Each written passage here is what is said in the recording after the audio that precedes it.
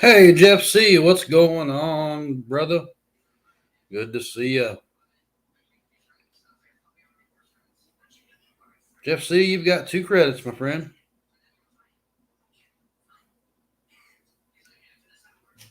You got two credits, brother.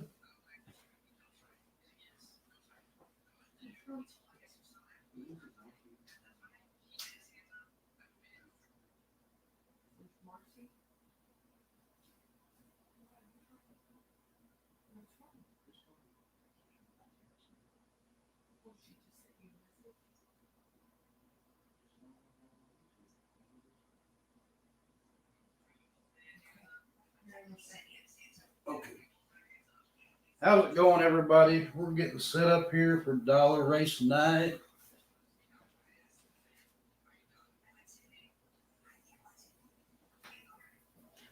Y'all come in, get your drink, sit down, scratch and go. Crazy.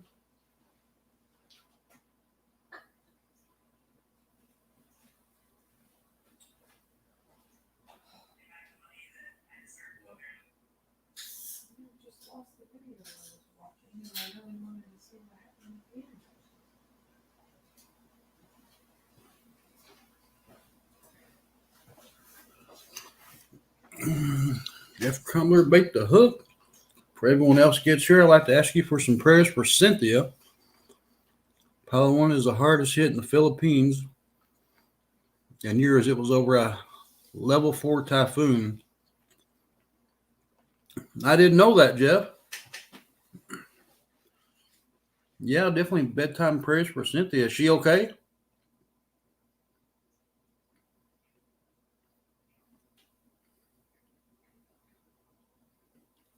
He was on the phone with her during the scream last night. She lost power, and a tree went through the roof. And shortly after the scream, that's the last contact you've had with her. Oh, wow.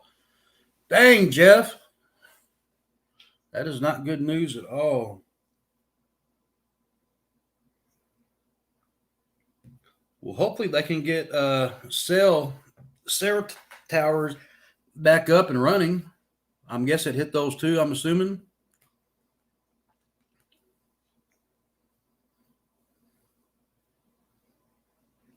Does she have a cell phone, or does she just get, like on the power on the internet online?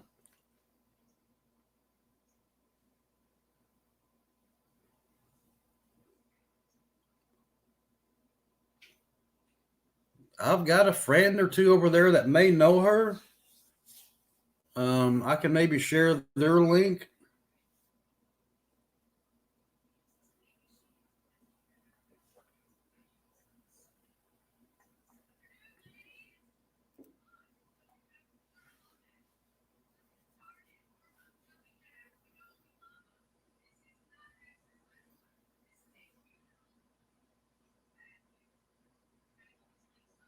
What's up, Scratch and Go?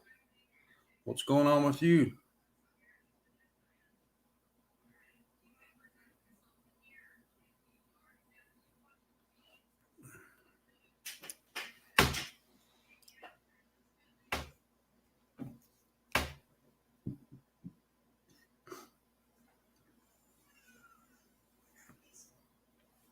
Give me 1 second, Jeff. Let me see if I can share a link here.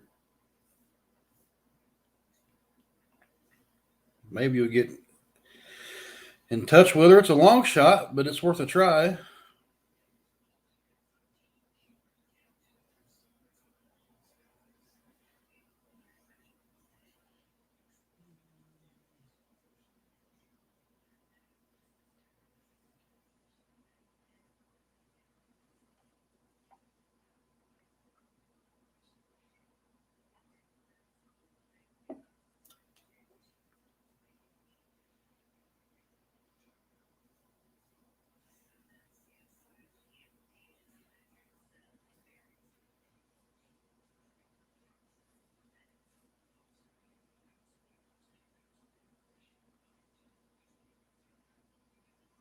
I'm just looking right now, looking at some live coverage. I didn't know a typhoon was even going to even hit the Philippines, to be honest with you. Gosh, the southern tornadoes and now this.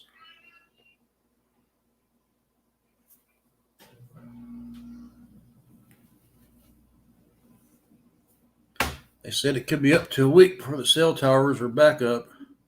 I actually had contacted with the government over there, their mayor in her town, not allowing people even for evacuation. Wow.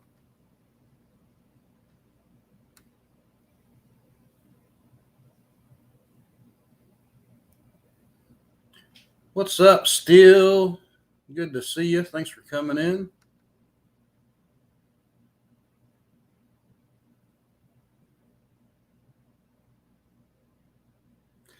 Yeah, Jeff, no problem.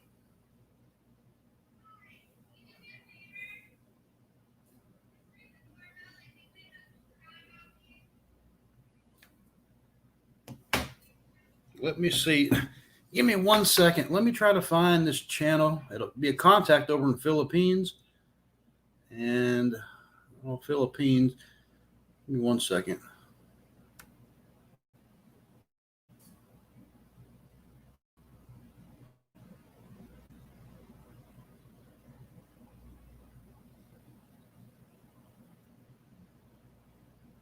I can't remember her name right offhand. Let me go to my subscriptions and look.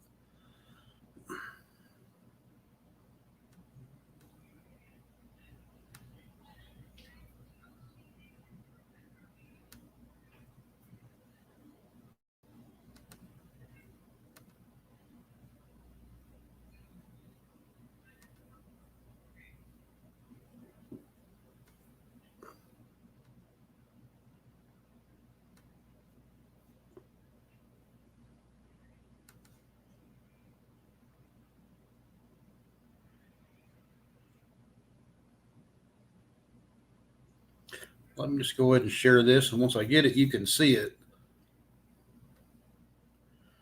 Let me share screen.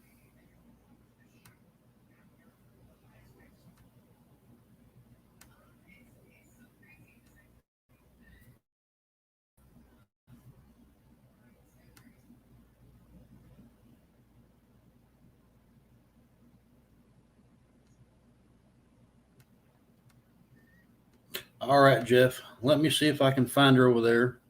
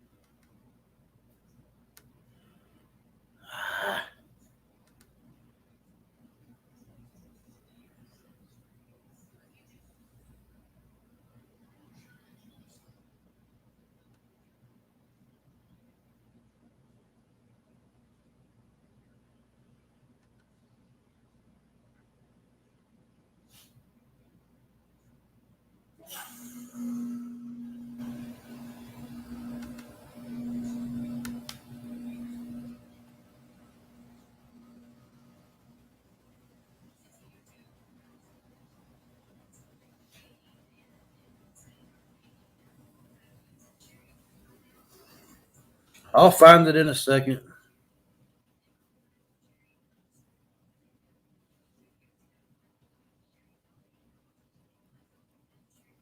For the life of me, I cannot think of her.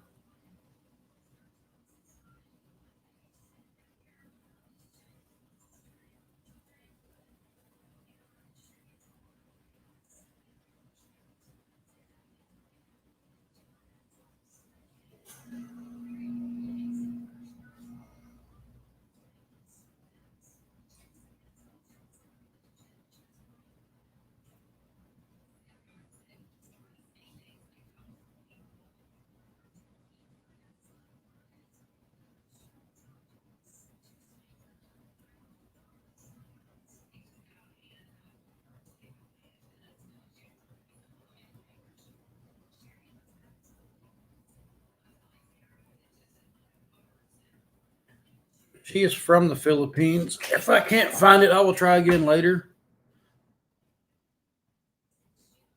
Trouble when you're subscribed to so many channels. Got to go through them all.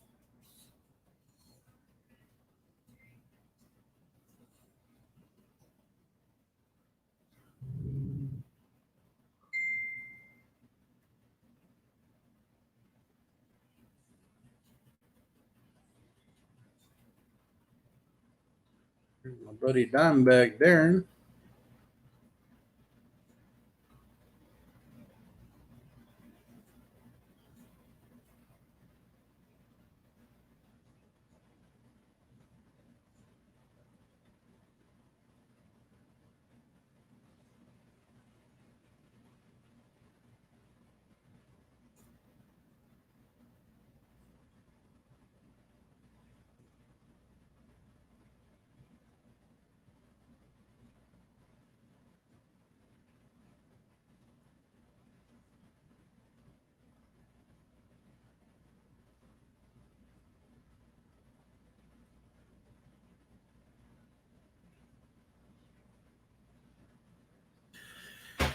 I may not be able to find it.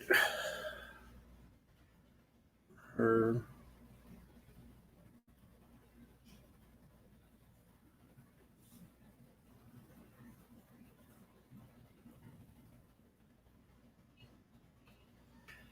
she's on the tip of my tongue, and she's from over there in the Philippines, and she has a channel. Anyway, I don't see it.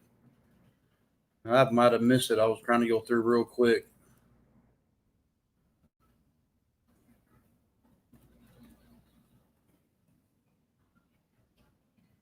And I can't see the chat right now. Sorry.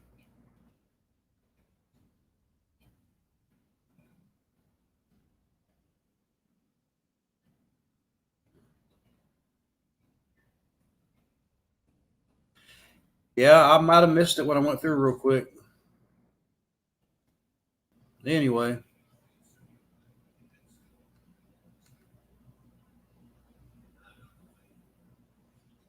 All right, still no problem.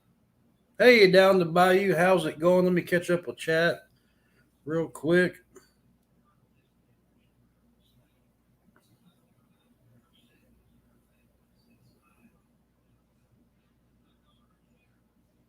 All right, got you, Jeff.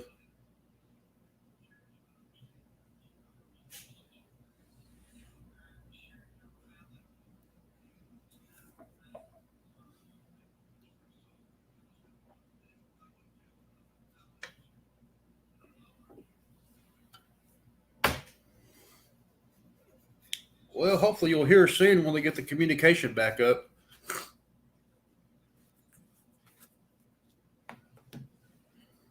Hopefully soon.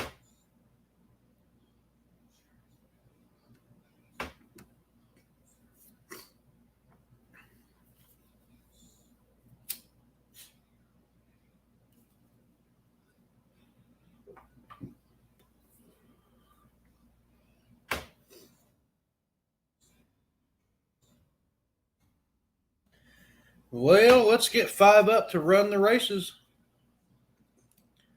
Race number 1. If you want in race number 1 at this time, put a 1 in the chat.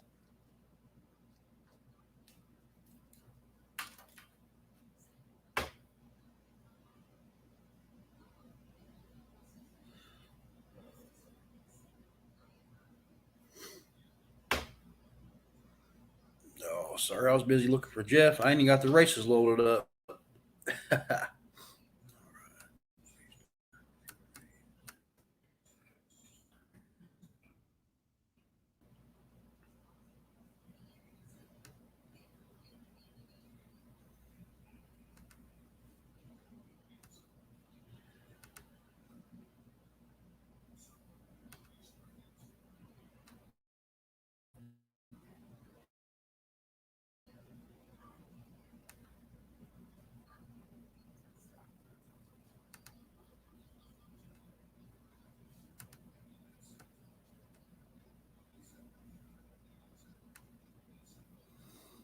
All right, down to Bayou.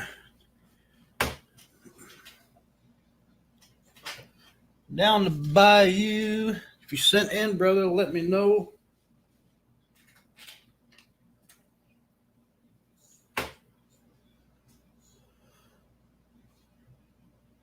No problem, scratch and go. We'll get you in a race before the night's over.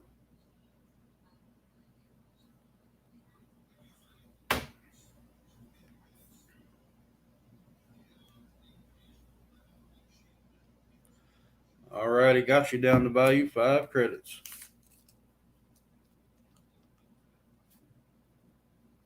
Down to Bayou.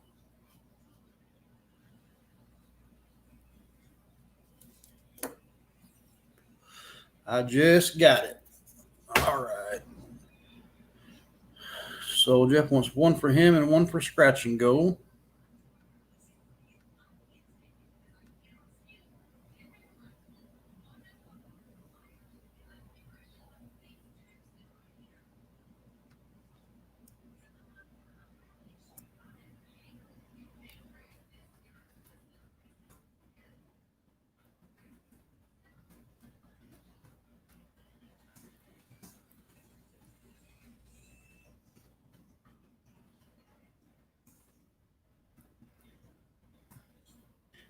Down to Bayou.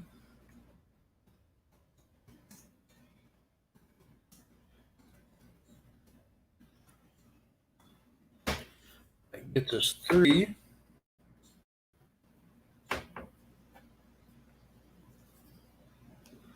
Only good looking woman in the Bayou. Let me pull up this other screen so I can read the chat at the same time. Makes it so much easier keeping up.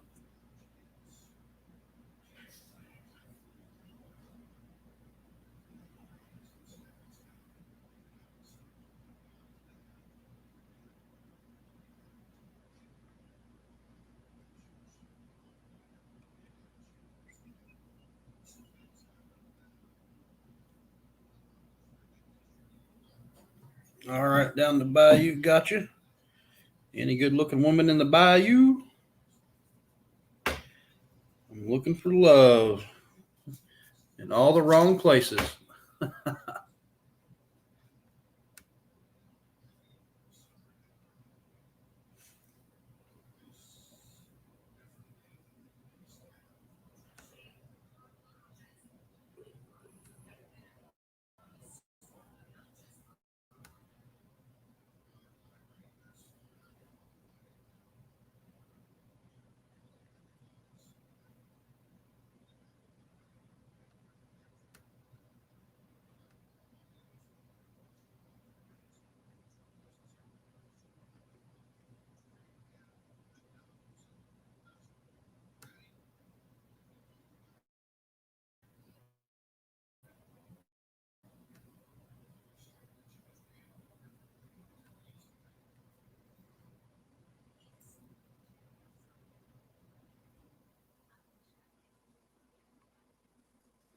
Put a video up today for 2,500 gall.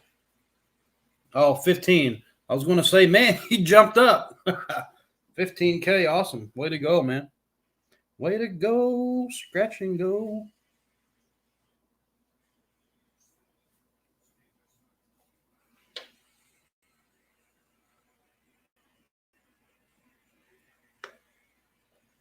All right. Race number 1. 2 more entries.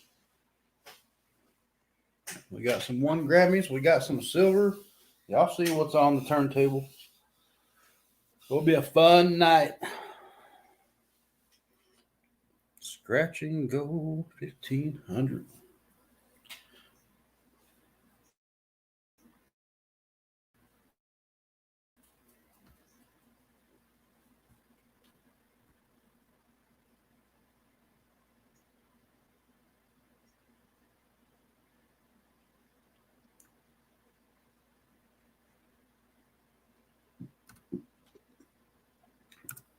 Looking up right now. Scratch and go.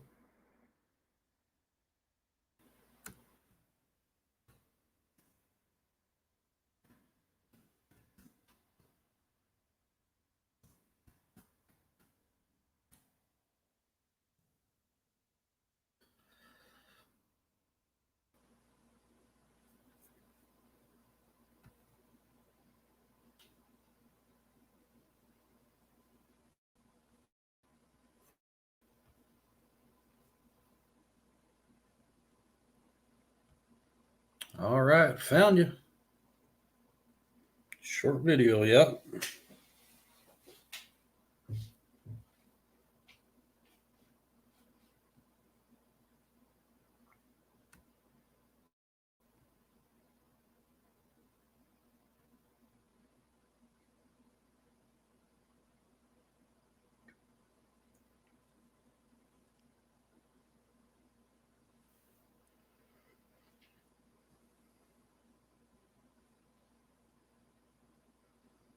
We'll go ahead and play that. Maybe y'all can hear it.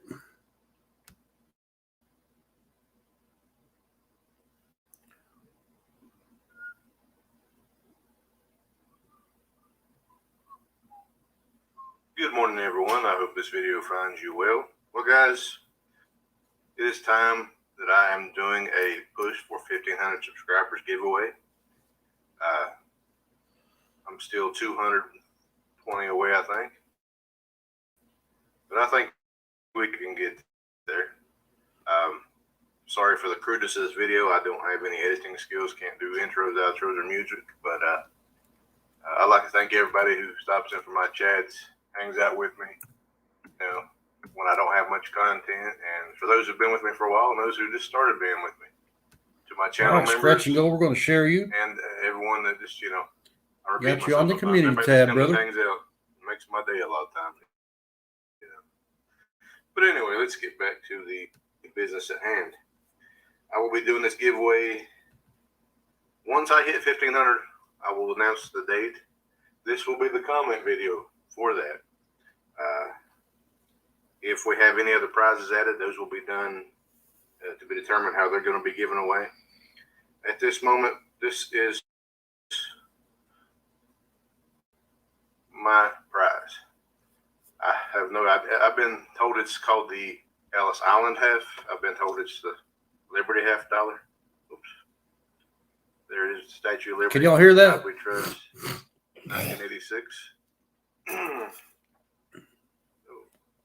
Hard to see, I think. There we go. All right, Jeffrey. Got you. United States $50. I don't know if it's the Liberty half or the Ellis Island half. I've heard it called both. But if you want to be entered in this giveaway, I'm not putting this in the description or anywhere else. You must put the word Liberty, Liberty.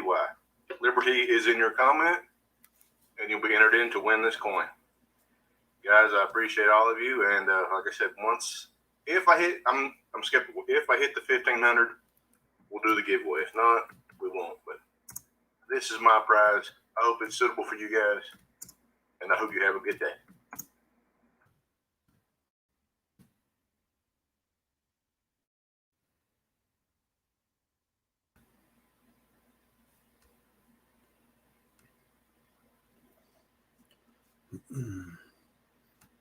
All right, awesome. Scratch and Go. All righty, let me check. Jeff.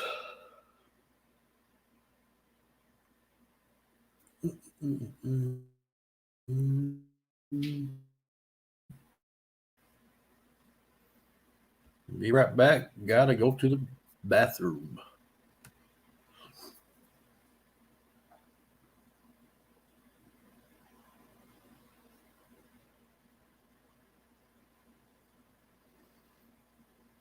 Hey, Jeff, do you have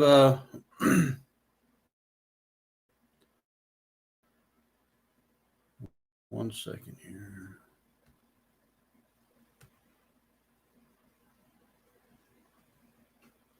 All right, Jeff, it may take a minute to go through. You send in through PayPal or Cash App? I can't remember which one you sent through. I thought you sent through Cash App, but I haven't seen it yet. Anyway, race number 1. We'll check back again. Scratch and Go. I'm back.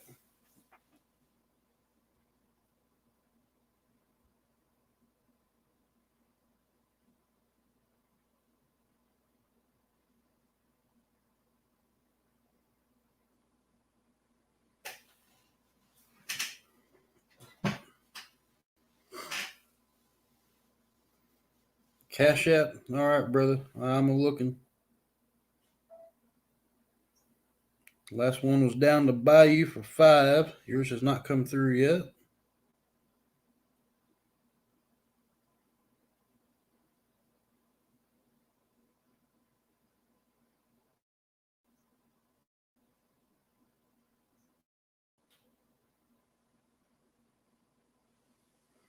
All righty, race number 1.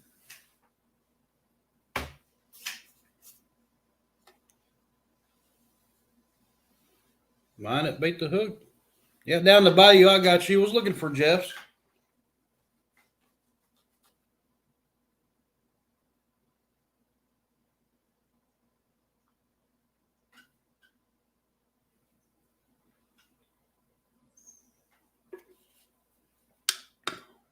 When did you send in, Jeff? Did you send in today or let me know, brother?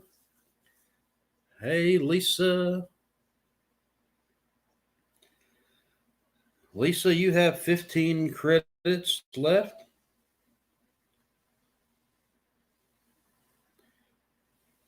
If you want in race number 1, let me know.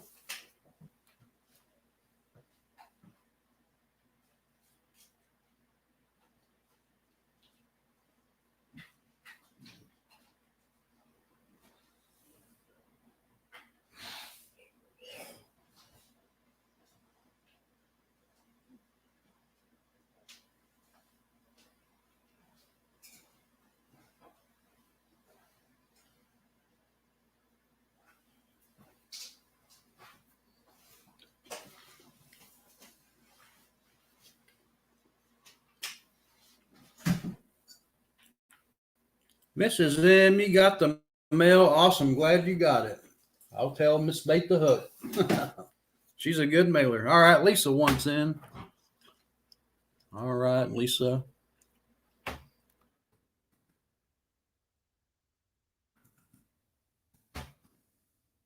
All right, Lisa, we got you. One more, we run the race. Yeah, those wheat scents, they are BU Blazers. They are beautiful.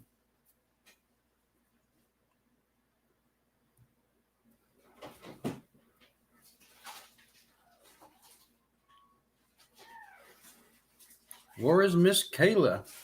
I don't know. Where is Kayla? She was out shopping last night. She might be finishing up Christmas shopping tonight.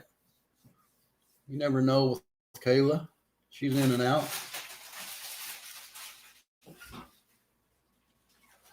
You what, Miss Bait the Hook? Nothing.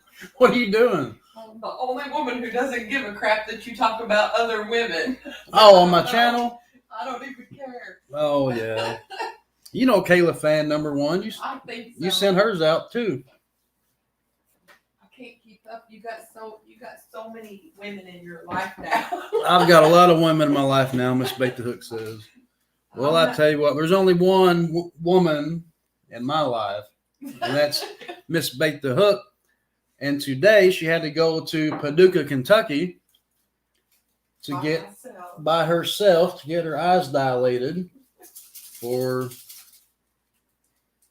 my yearly appointment. She has a yearly appointment, so they got to dilate her eyes and go in and look, I guess, behind her eyeballs. I'm not sure how they do it, but they look for different stuff in her eyes. And I had to sit in the parking lot. so I was supposed to get off work at noon and go with her, but instead there was an emergency at my work, so I had to stay at the plant until 4. So Miss Bait the Hook had to go by herself, get her eyes dilated, and then sit in the parking lot for 3 hours because she can't see nothing. No, for about an hour and a half because I couldn't see nothing. So it's all right. Mama took care of herself. Anyway, Scratch and Go. I love her to pieces. LOL, she's a sweetheart. Who is? Who is Scratch and Go? We're talking about Kayla. Oh. They got a little love thing going on, I think. Oh, okay.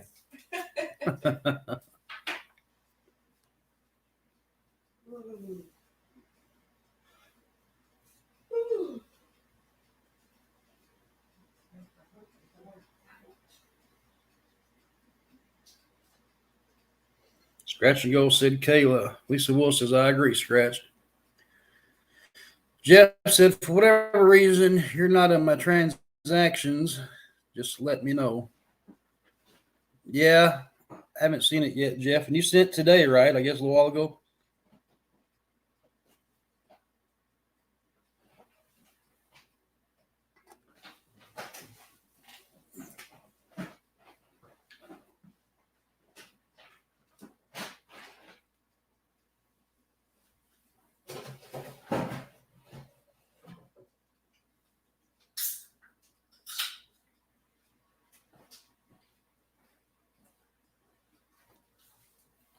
We're trying to go racing.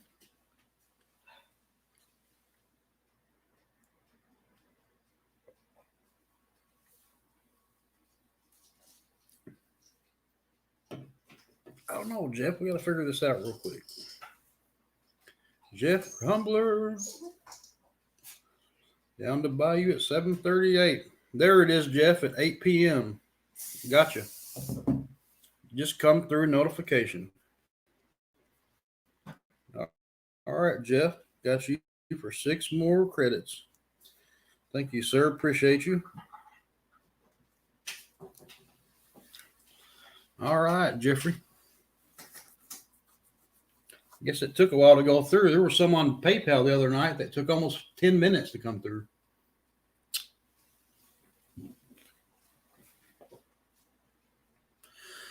Lisa Wills, throw scratch up on the race. Well, scratching goes on there from Jeff.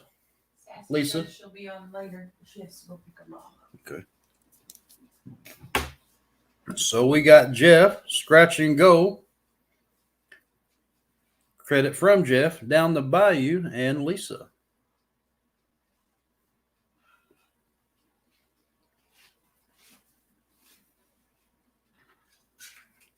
Lisa Will's really hard since he likes Kayla more.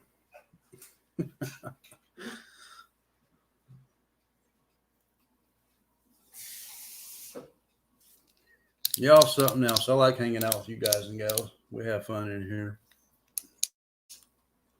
What it's all about. Oh, if y'all missed out last night, I've got put Jeff in again. All right, Lisa, I can do that. All right, Jeffrey. I've got Mercury Dimes. I got a whole row ordered on the way for you guys and gals. So they will be here whenever. You know how the mailing is. And then I got more Grammys coming as well.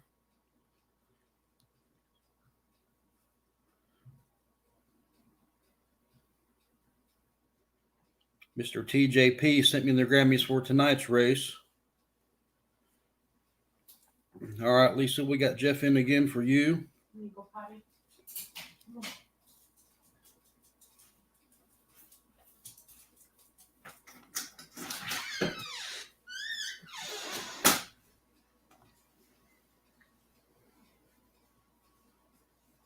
Lisa said, just tough love. Yeah. Me and Miss Bait the Hook got a big day tomorrow. Want to tell them about it? No, you can. No, I ain't. Well, yeah, you mentioned it. Now you gotta tell them. We got a lot of kids to make happy tomorrow. We got a lot of kids to make happy tomorrow. A lot of people who need stuff. Got about 80 kids we're delivering to tomorrow. So we got about 80 kids we're delivering to tomorrow from the Angel Tree, right? The Angel Tree and a lot of other people who made donations, and a local bar did a fundraiser for it. And so we got about 80 kids to take loads and loads and loads of packages, and then we've got about 30 food boxes and hams and stuff that's all set up for us to go deliver to the older generation of people. I don't want to call them elderly, but they're older. And yeah, we got a big, busy day tomorrow. we deliver to their homes, and so it's going to be a long day, but it's worth it. Yeah. We've done it 21 years, and you still get all tongue-tied with all the emotion.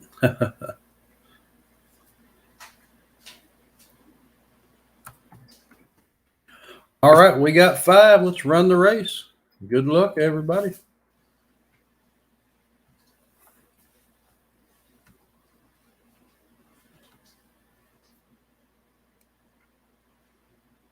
Lisa Wills, that's so fantastic, Miss Bate. Thank you. All right, race number 1. Good luck. Y'all root your pogo jumper on. Let's go.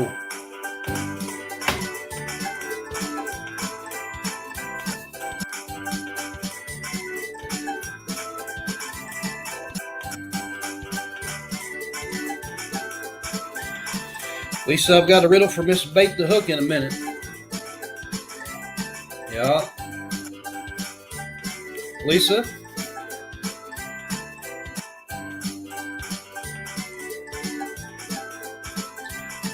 Go, Jeff, go. Don't scratch.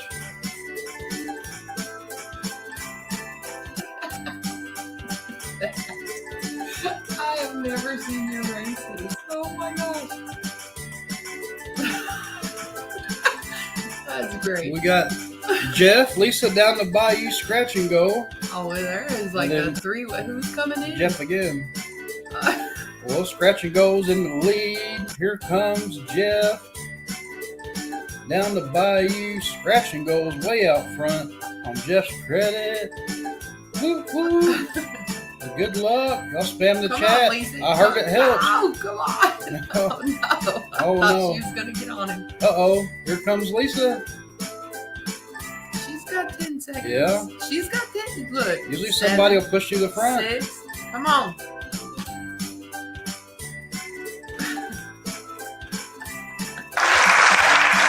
Down the bayou, congrats, congrats. Down the bayou, followed by Jeff and Scratch and Go. Congratulations, everyone.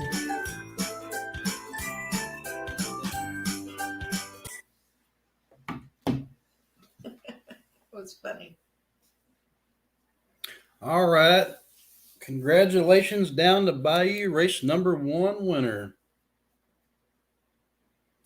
All right, Lisa, Miss Bait the Hook's here. She's Okay. ready for your riddle now. The race is over. I'm ready. Down the bayou.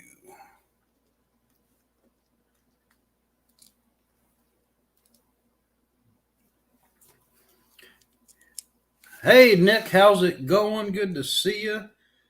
We got Miss Bait the Hook in here for a moment. What can you make with miles that is contagious? Oh my. All right, let me think while y'all talk. What's What the buffalo? What can you make with It's just miles? a buffalo nickel. What can you make with miles that's contagious? 7 people.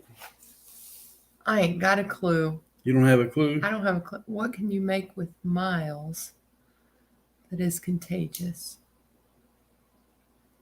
Smiles. No, I don't know. I don't know. To the left. Oh, that is one of the bag pulls from around the world coins that come out of the cellophane. So it's an Armenia aluminum 1 dram and circulated 1994. Beside the buffalo, he said. Yeah. I don't know. Tell Lisa I don't know. What you can make with miles that's contagious. Smiles? Smiles. In our case, delivering all the Christmas gifts. You want that one down the bayou? Take the last letter on miles and put it in first. Smiles, yeah. See? I got it right. You got it? Ah, yay! Smiles, yes. All right, down the bayou, got you. The 94. All right, tell her thanks for the riddle. Miss Bait the Hook, so thanks for the riddle. She's That was a good she's one. running away.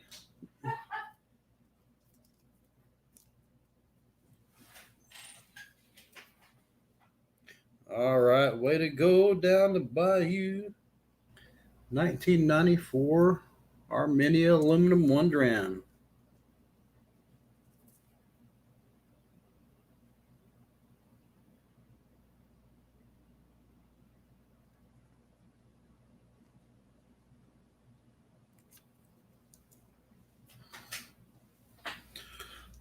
All right, congrats.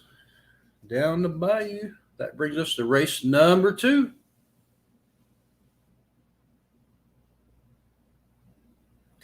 Lisa said, that's okay. I'll keep it up and have her up yet. Did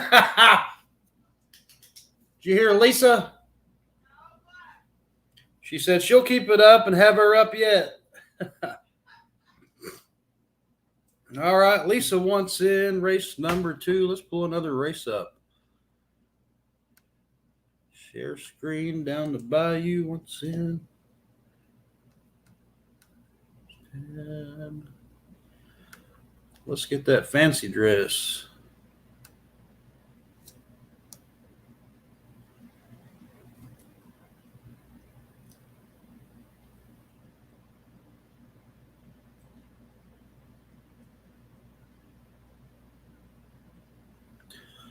All right, names, edit list.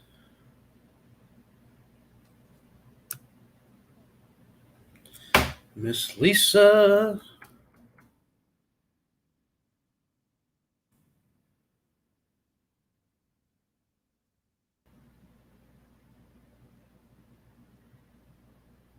Down the bayou.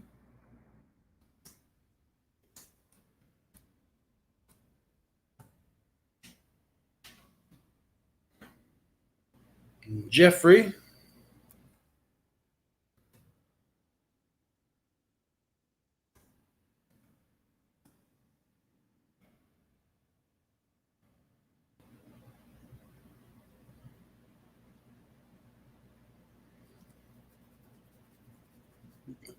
Yeah, I got it, Jeff. It come in at 8 p.m. I got you, brother. Got you for 6 credits.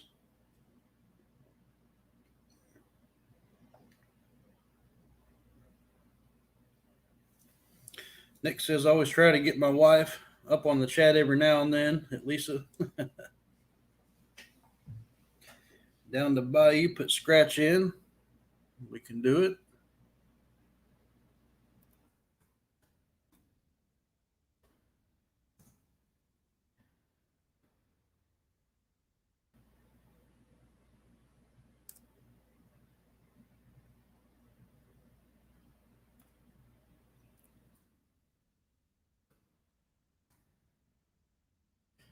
Scratch down the bayou.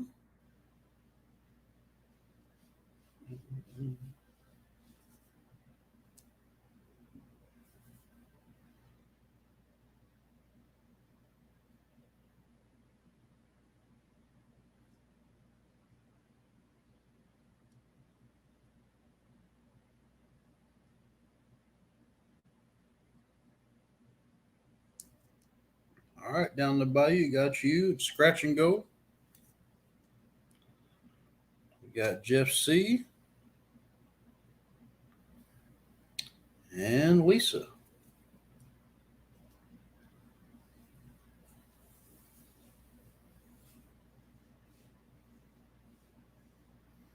A lot of women love bingo and can start out off screen, right?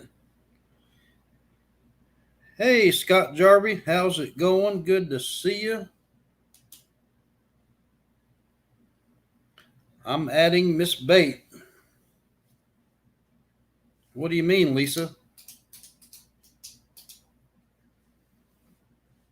You want to add her on the race? Or I know she don't have a YouTube channel.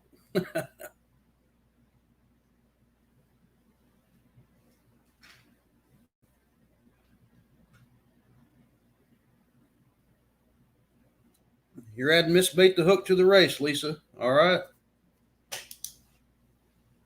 Let me run back there and tell her. I'll go back and tell her, Lisa. That'll bring her back in here. All right.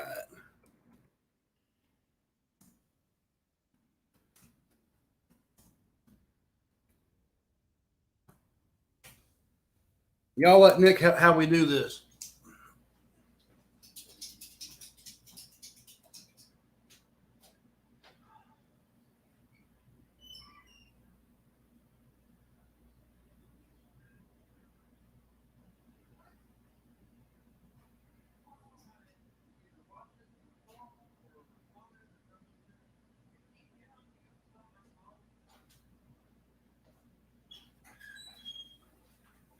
All right, Nick. Usually what we do, you can send in, you see it scrolling across the bottom of the screen. It is Cash App, money sign, bait the hook, or PayPal, timstoms@mail.com. Mrs. Bait the Hook. Can she hear me? Yeah. Lisa can hear me? Yeah, she can hear you. All right, Lisa. If I win, it goes to you. But I don't know anything about coins. See, she says I'm adding Miss Bate. Oh, God. I don't know nothing about coins, so if I win, I know she was adding you get just toys. not very talkative tonight, feeling down tonight. That's all right. Scratch and go. All right. See, I can show Lisa up here where she says, "Yes, ma'am." All righty. I don't see how y'all keep track of all this stuff. This is above me. No, because I don't know anything about coins, Lisa. So if I win, it goes right to you, but it'll be fun to be in a race. So pick a good race, honey. Don't pick a boring one. I wanna. Hey, Nick, you see it scrolling across the bottom of the screen. $5 gets you entered in the 5 races. It's $1 a race. It's a dollar game night. And we got silver up here. We got copper. We got some Canadian coins. But all right, Scott Jarvie, let me check. You won in race number 2. Scott, put a 2 in the chat. You are good for 5 credits, sir.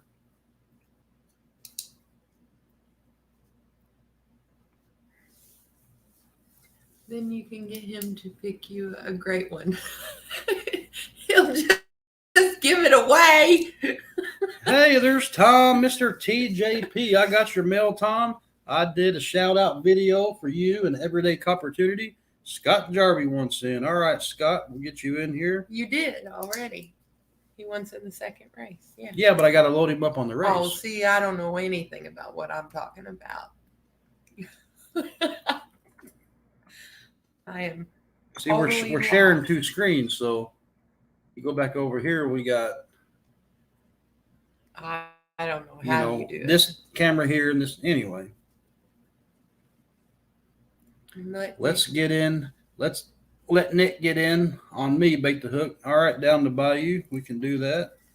All right, We'll Lisa. Get Nick in there on you. I'll Leaves pick you with one, 1 but I credit. don't know what to pick. If I win, I won't win. I never win nothing. And hide it, as she said. Yeah, I'll have to. He already raids my wallet just to see if the bank or anybody's ever given me any good coins or something that he wants to keep.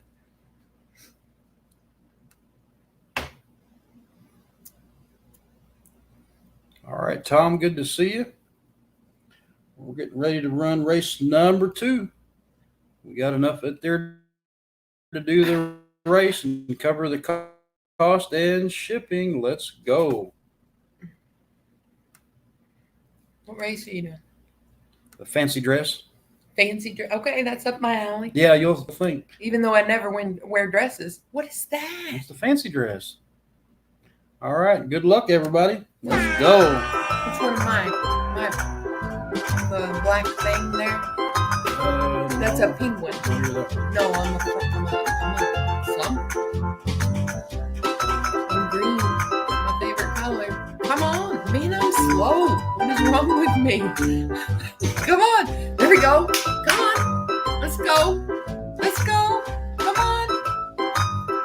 No, see, Scott needs to slow down. Lisa says I don't need her. Scratch.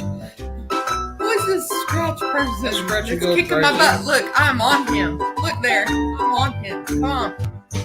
Look, see? I don't last very long. I'm out of shape. Go, Scratch. Let's go, Nick. Why aren't Jeff you, C. why aren't down you rooting the on your Bayou. wife? Let's go, Miss Bait the Hook. Come on.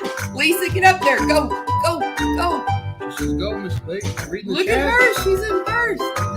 I'm sorry. I'm looking.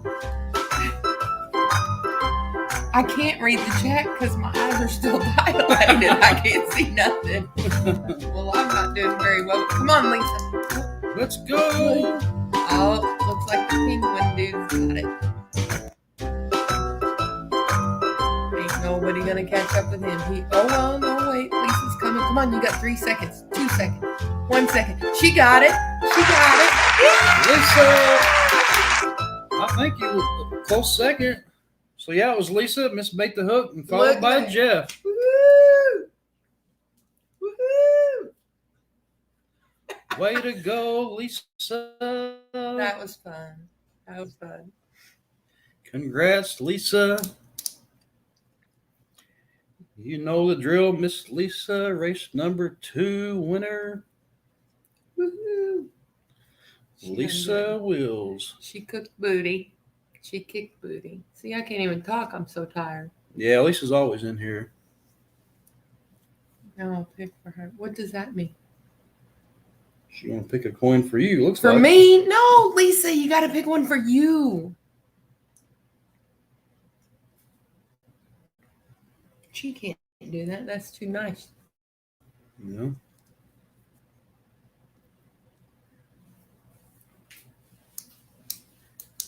There's Kayla Fan. Oh, saying hello to Miss Bait the Hook.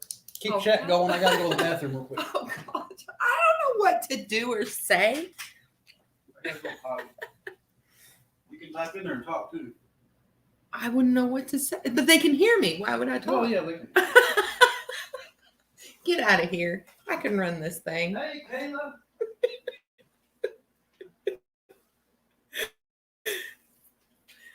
Oh, y'all, I ain't got a clue. He's got all this stuff going on. He just takes up my kitchen table. That's what he does. She said, we need coins, Bait. I don't know how to do that. Give him a minute, guys. He'll be right back. It's showing really small, but I'm not touching this computer because I'll mess something up. I just know. He had to go to the little boy's room. He does that so much more often than I do. But he'll be back in a second.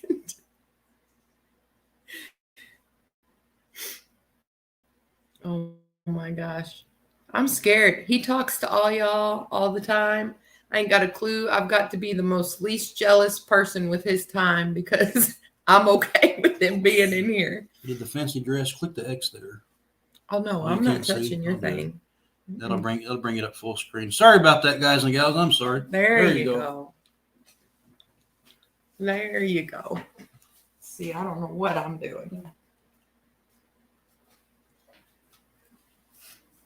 Where are you going now? There you go, Lisa.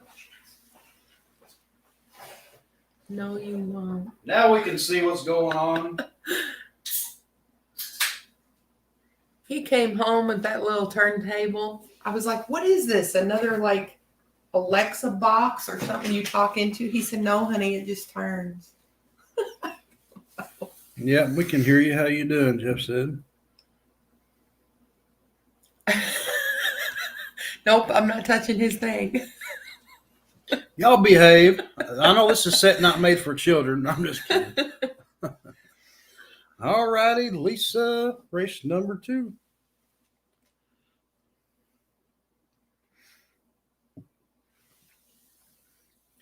Yeah, that's a beautiful proof quarter, Tom. She said Buffalo Nickel. So the Buffalo Nickel.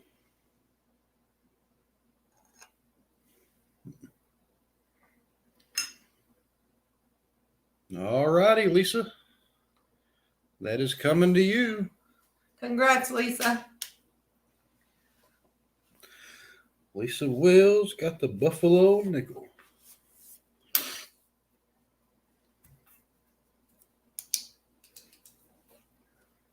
Now hand it to her. What? Oh, this is the one I'm going to go hide. You cannot have this Buffalo Nickel.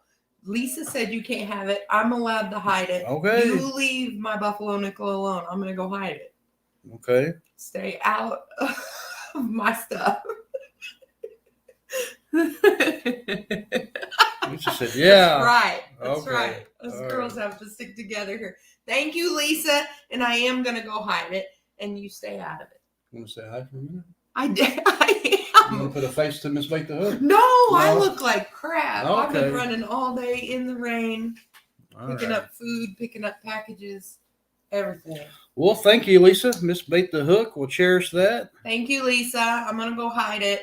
One of these days we'll get on camera so we can see each other. It's just, I'm already in my jammies and you know how it is.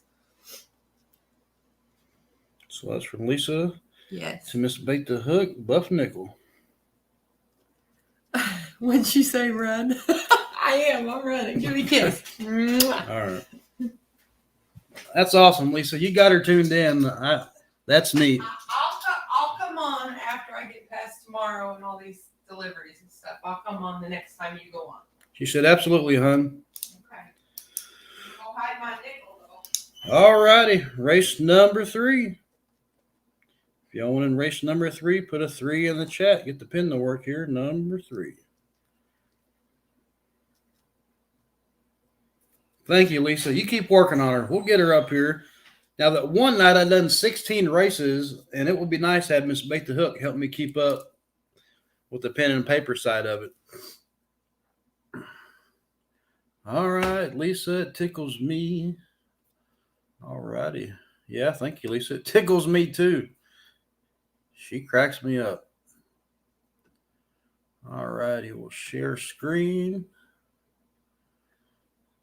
It is almost, let's do the Santa race timer.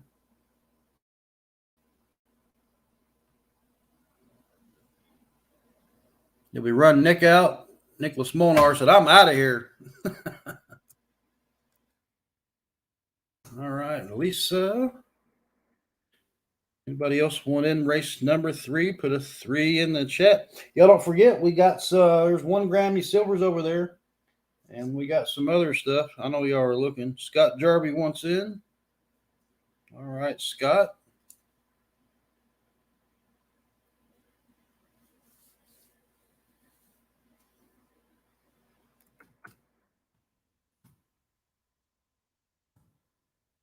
Big Country, what is up? Good to see you. Big Country wants in.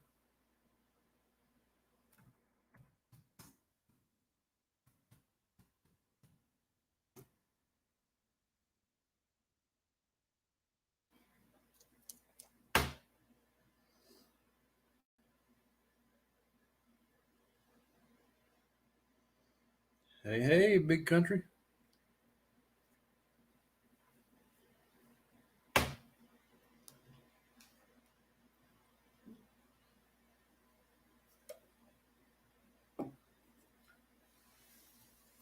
That was funny. Miss Bait the Hook come in here for a little while. That was cool, Lisa. Thanks for doing that. All right. So we got Big Country, Lisa, and Scott. Can we get a couple more? We'll get this race going. Y'all hit that thumbs up for me. It does help me out. That's what they say. I don't know how it helps me. But I guess it helps the analytics in YouTube to get some more people in.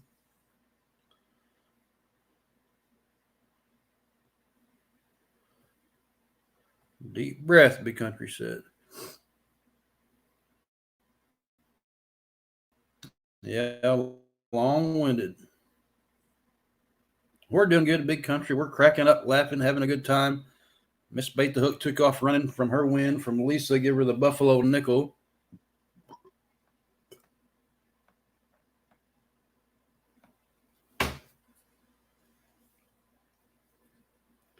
Big Country put Kayla in. Is Kayla still here? All right, Big Country got Kayla first, Lisa. And you want Bayou.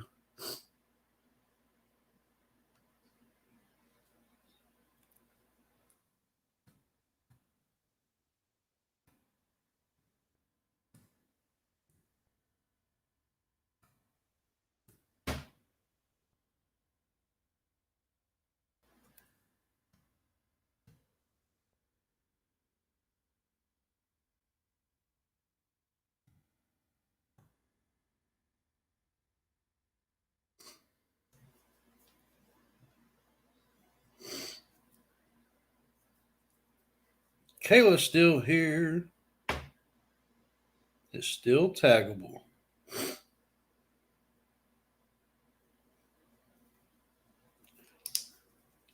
All right, Lisa, we got you and down the Bayou. Leaves you with 7 credits. Scott Jarby, got you, brother.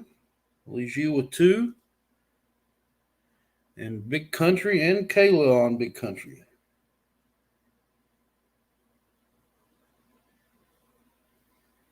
Leaves UBC with 5. All right, is everybody in that wants in?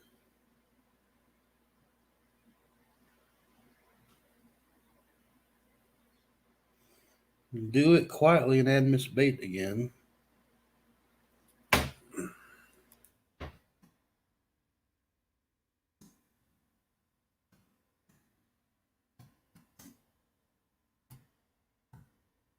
All right, Lisa.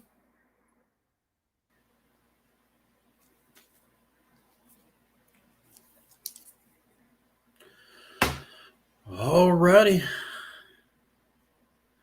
Race number 3 underway. Good luck, everyone. Set our timer for 90 seconds. So we got Miss Bait the Hook, down to Bayou, Kayla, Big Country, Scott, and Lisa.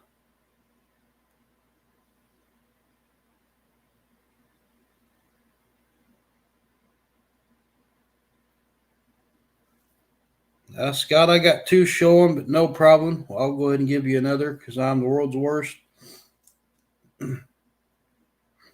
All right. Good luck, everyone.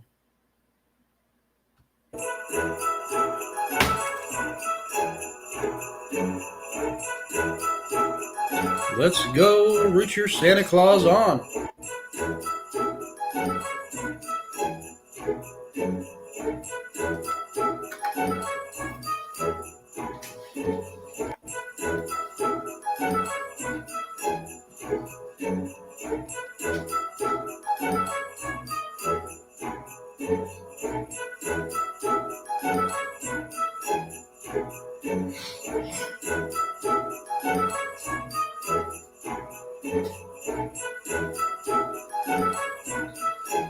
Let's go down to Bayou, Lisa, Kayla, Scott, Big Country.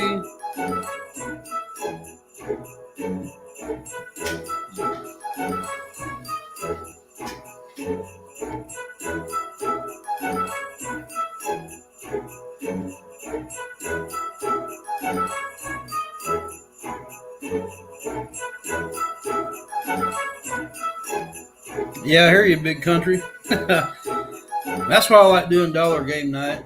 See if I can get 4, 5, 6 people up here. It covers the cost and shipping. And like I said, I got Mercury dimes for $1. As soon as I get them, they're going up on the turntable.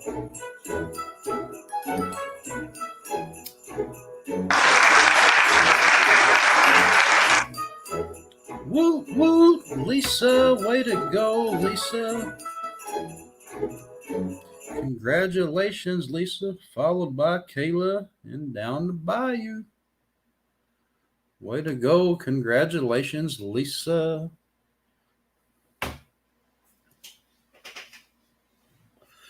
Run, you chubby little.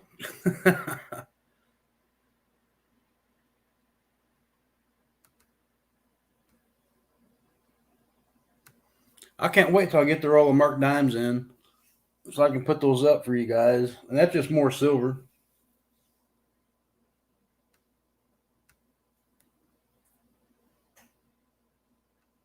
BC said Lisa cheated. She was throwing milk and cookies. That slowed BC down.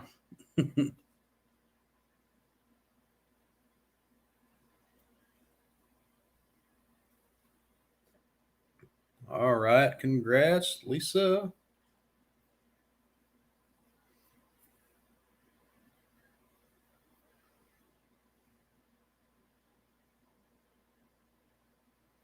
All right, Kayla. I'm still looking for it. I definitely won't because I've not had a BU still.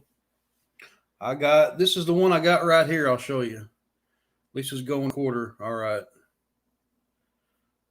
This is my steel penny I got. It's not the best condition, but it is a steel penny. Lisa's going for that S quarter.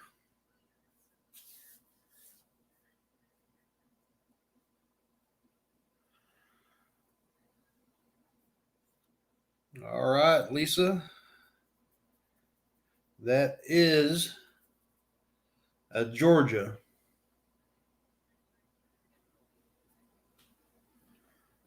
In 1999, I believe, I got from TJP. I'll just touch it by the edges. Try to. But it is uncirculated. Tom sent it to me, and the 2x2 flip broke open. So it's a 1999 Georgia. And it says wisdom, justice, moderation. That is a beauty for sure.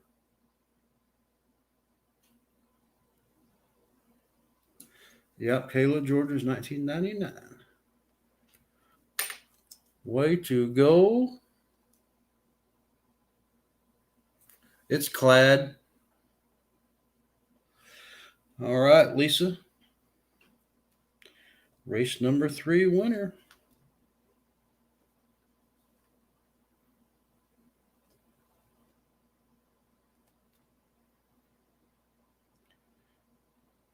Proof San Francisco.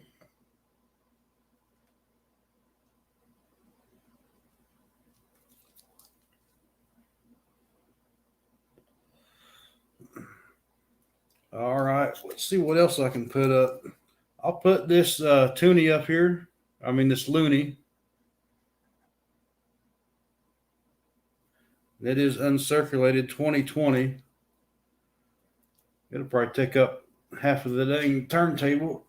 Let me get it set up in here.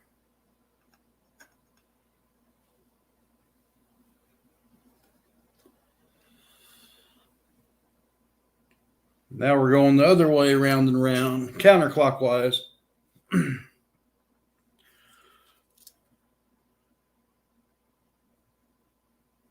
All right, race number 4. At this time, if y'all want to race number 4, put a 4 in the chat.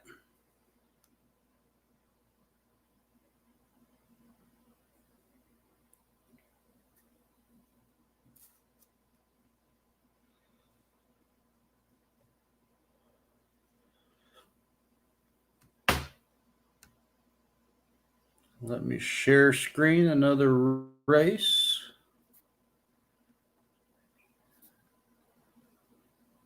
Yeah, you can tell. All righty. Let's get the emoji races up here. All right, names, edit list.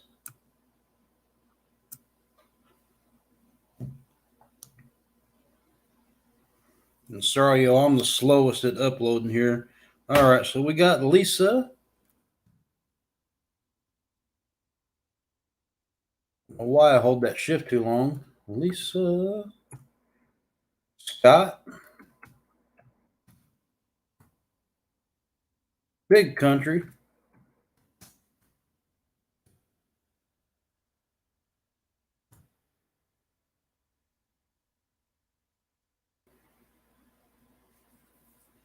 All right, that gets us 3. So Lisa, I'm gonna start marking credits as I put them up. All right, Lisa, you got 4 credits left. Big Country,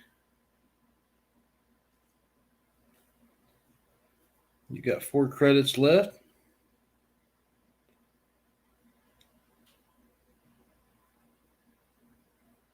Scott leaves you with 2.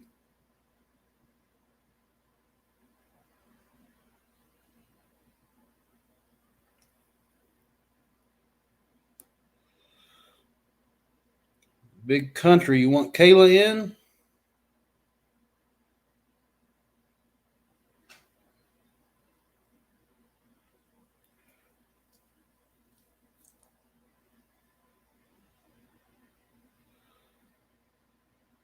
Lies, woman. Yes, sir. All right, Kayla.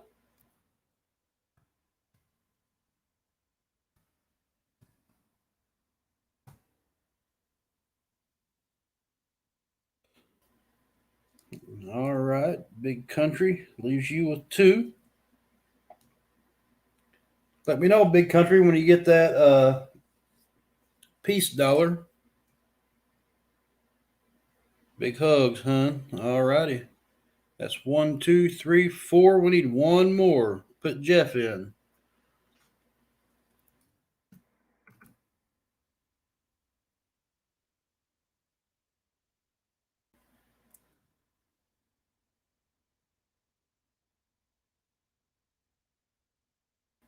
Hey, Stillwool Queen, good to see you. Thanks for coming in. We're running race number 4, and then race number 5. And after number 5 race, it is a free race. My credits for everybody. Thank you so much, everyone, for coming in, supporting the channel. I appreciate everyone. Oh, now she's buying up a team of her own.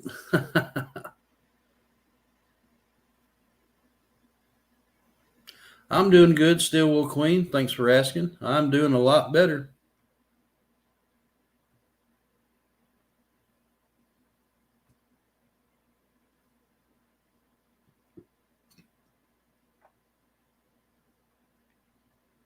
This means war.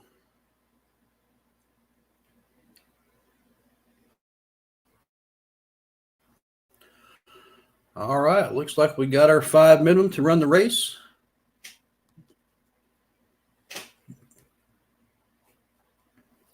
All right, good luck, everyone.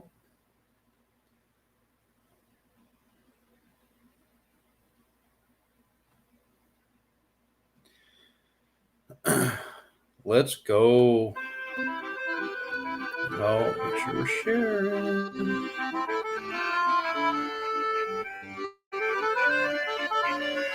Y'all might want to see, right? There we go. Full screen.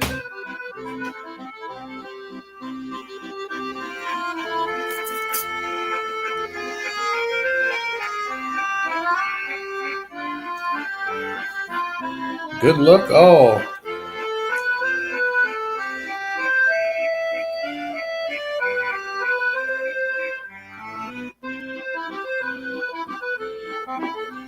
Go Jeffrey, go Big Country, Kayla, Scott. Y'all spam that chat. I heard it helps. I don't know. Go, go, go. Kayla's drilling money.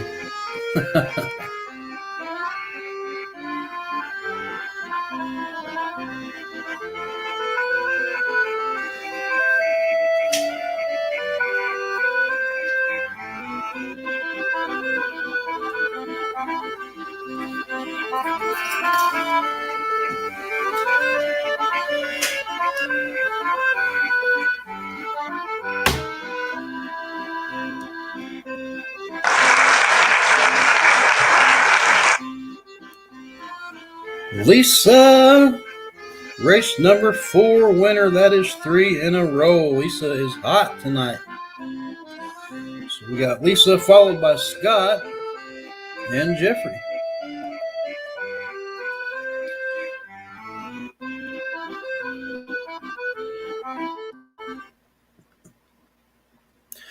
Congratulations, Lisa, again. Wow.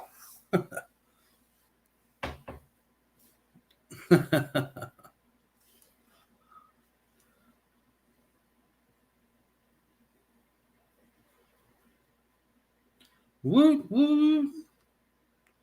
Way to go, Lisa.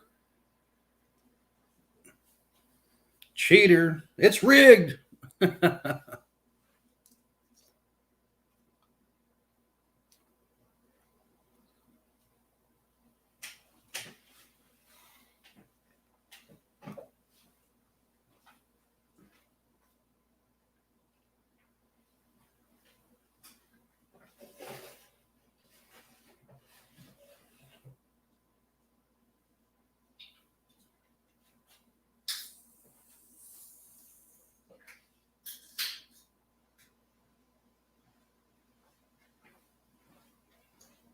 All righty, Lisa.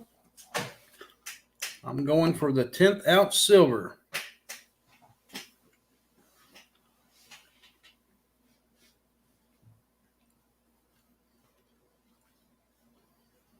Lisa, I don't have a 10th ounce silver up here. I got a 57 dime. And then we got the 1 gram Valcambi.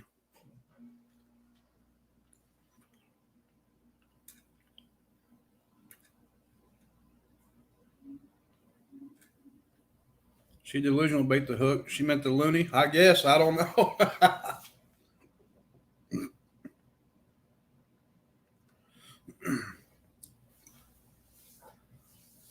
Yeah, all my 10th ounce silvers are gone. I will try to get some more, but they're a little pricey to get. I'd rather get a 1 ounce silver versus a 10th ounce.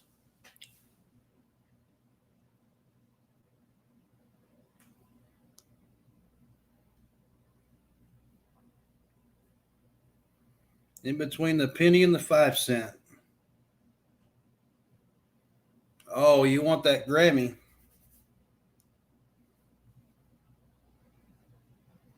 All righty, Lisa. Way to go. Congrats.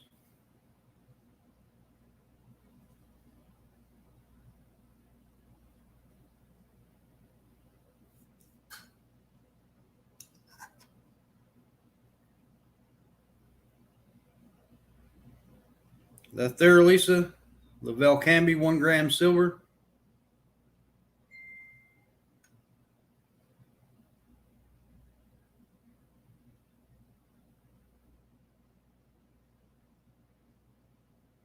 You're welcome, Lisa.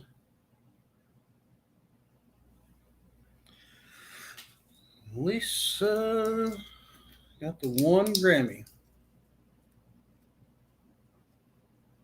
All right, Lisa, gotcha.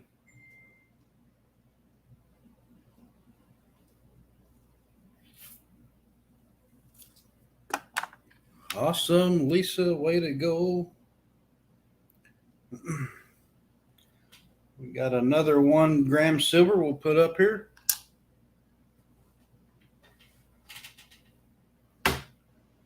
All right, brings us to race number 5.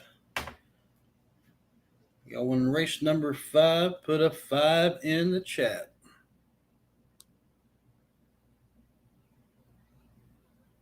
Sassy's here. I'm here. I made it. Hey, Sassy, what is going on? Good to see you. Thanks for coming in. Get you a seat. Pull your tall glass of some sweet tea and sit down. We're going to have fun. Big Country wants in. Share screen.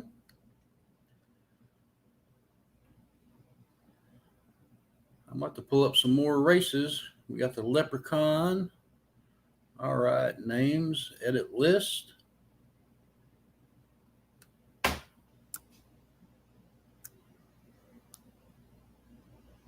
Just like that, $1. Lisa got her 1 gram silver. Way to go. We got Big Country.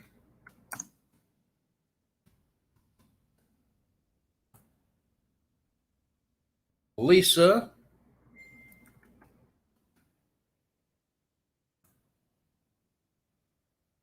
So Big Country, 1 credit left. Lisa, you have 3 credits left. Scott Jarvie wants in. All right, Scott. Leaves you with 1 credit.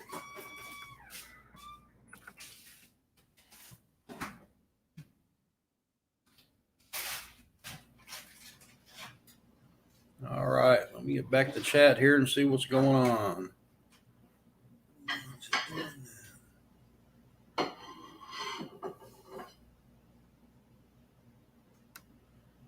What the heck happened? Oh no, my screws. Oh my gosh.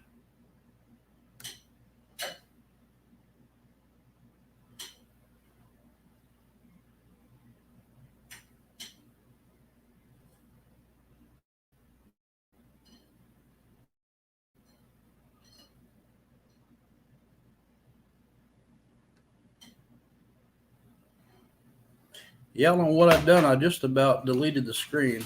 All right, we're still here. All righty, so we got EC gave me 1, but I'm not allowed to use it during auctions. Got you, Big Country. Carol Parkins is here. She wants in. All right, Carol.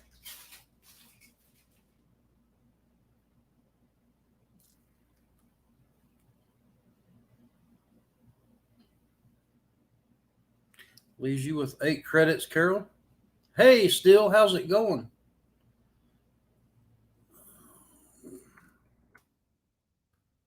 All right, got you in there, Carol.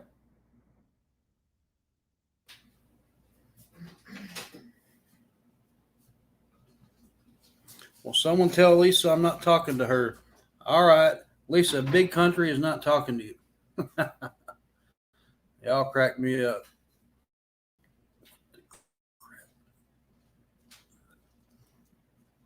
All right. What we got going? All right. We got Big Country, Lisa, Scott, and Carol.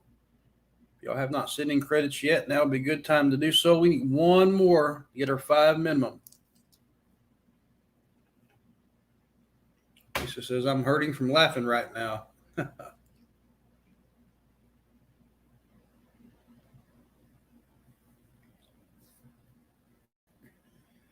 Big Country, top it off with Kayla. All right.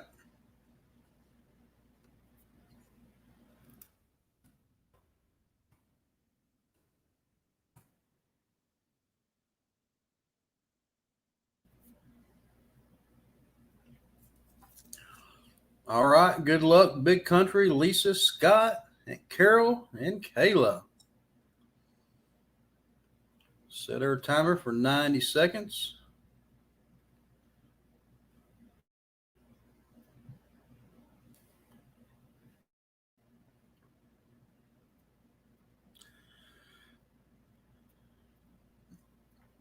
Putting Miss Bait the Hook back in. All right, I would, Lisa. I've already got it loaded up, and I have to delete once I get the race pulled up. We'll get Miss Bait the Hook in the next one. Remind me. Good luck, everybody.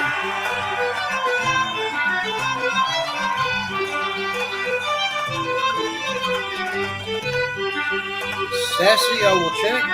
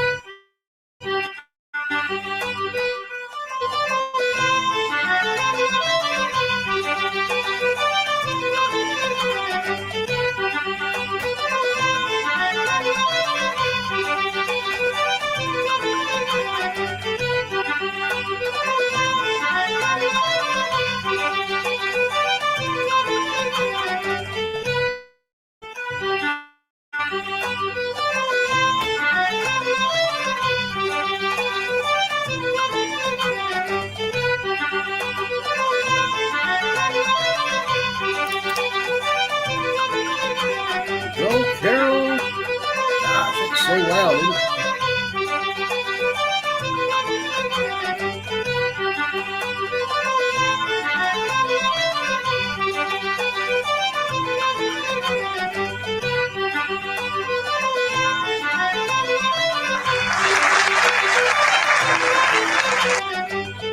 Way to go, Kayla. Followed by Lisa and Carol.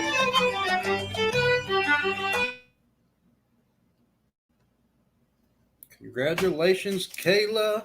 Sassy 7173. I got your 10 credits. Thank you, hun. Way to go, Kayla. Y'all don't forget, we still got bag pulls from Around the World coins from the country's Pope John Paul II. Kayla.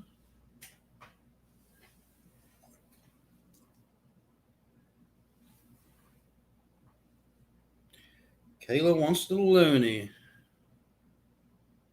I don't blame you.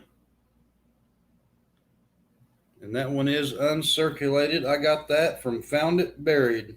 That is a 2020.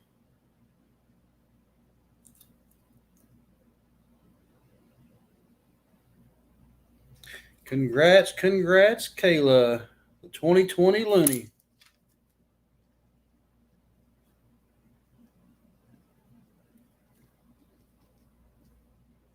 All right.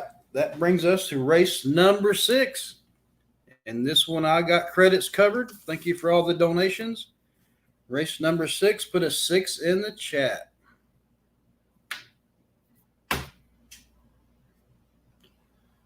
Got to pull some more races up here.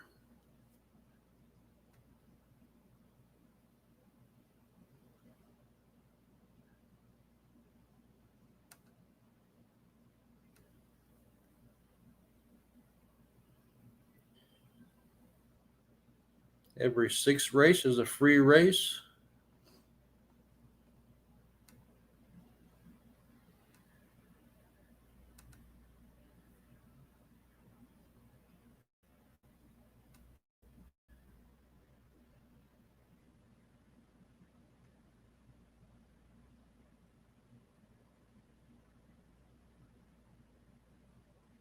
Let's do that superhero race.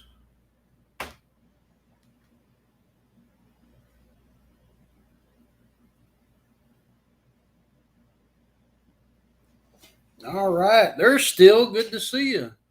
All right. So we got names, edit list. Lisa. Scott. Sassy.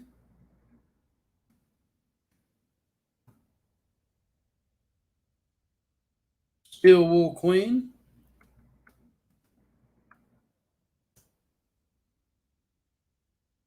Saving the fingers. Still. Thank you, Still, for coming in. Appreciate you. Big Country.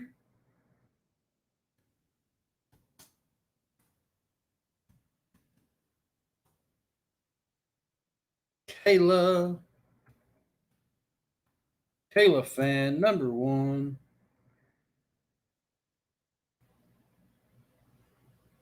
Big Country City had to go. Yeah. Hey, Metal Angler, how's it going? You just come in for the free race number 6. You want in on the free race? I'm covering credits from donations. Put a 6 in the chat.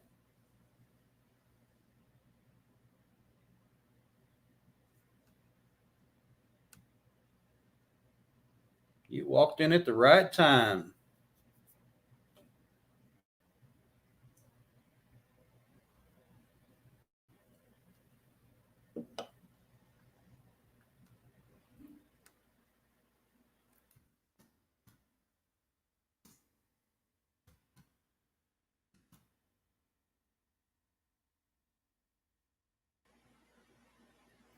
All right, that gets us 8.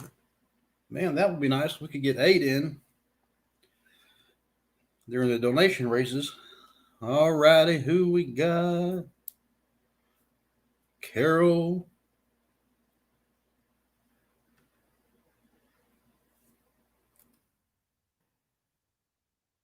All right, Carol's in on the free race.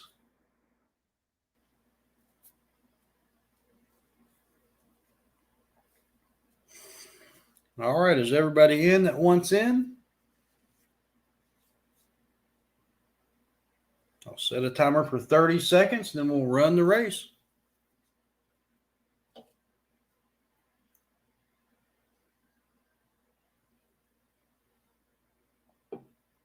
We got Carol, the Metal Angler, Kayla, Big Country, Steel Wool Queen, Sassy, Scott, and Lisa.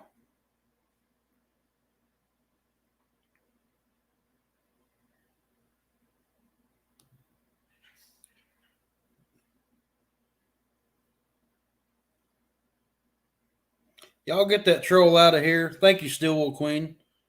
We're going to get that troll spray out tonight, I guess.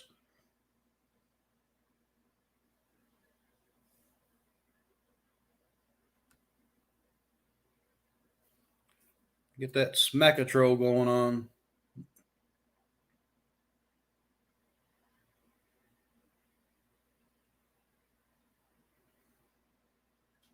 All right, last chance. Race number 6, free race. 5 seconds.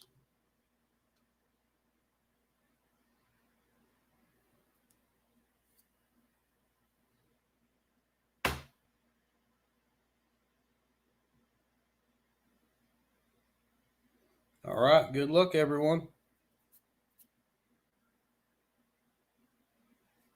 I was waiting for you, Scratch. I was going to give you more time.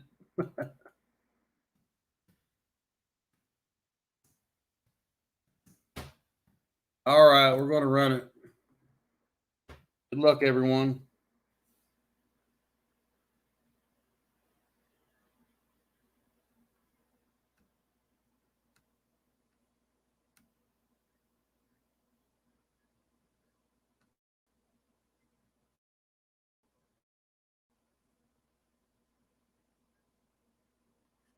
Make sure we're pulled up. All right, we're good to go. Good. Let's go. Good luck.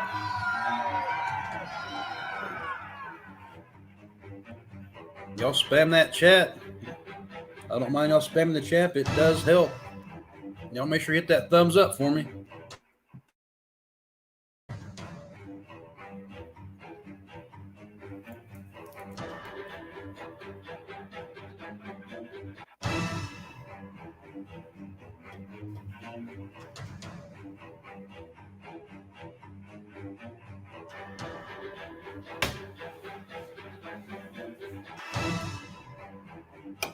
Spam sandwich. Let's go, Scratch.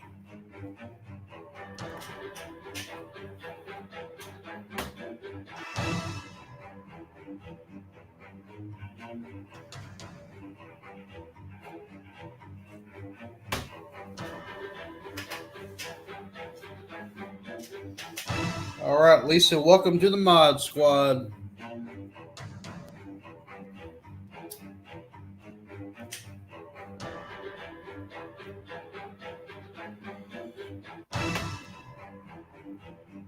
I need another moderator in case the trolls come in and Kayla's not here to get them.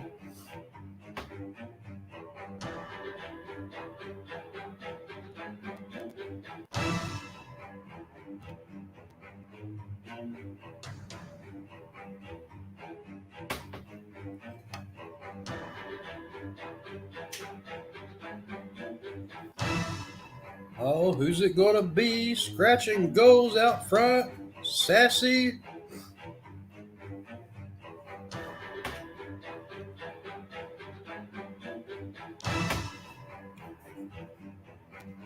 Here comes Scott. Scott Jarvie with the beautiful purple dress.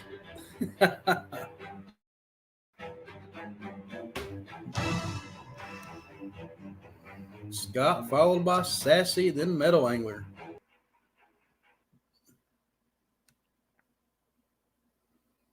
Way to go, Scott. Congrats.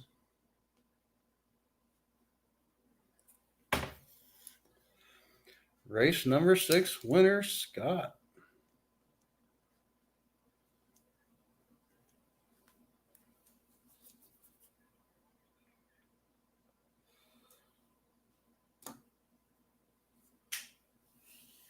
Just like that, for $0 donation, Scott Jarvie gets 1 gram of silver.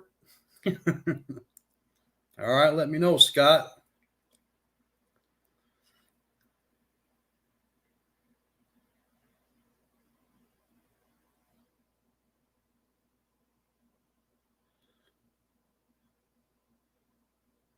Nope, Jeff C., you still got 1, 2, 3, 4, 5, 6 credits. Scott said it's dime time. Hey, Miss Sheffield.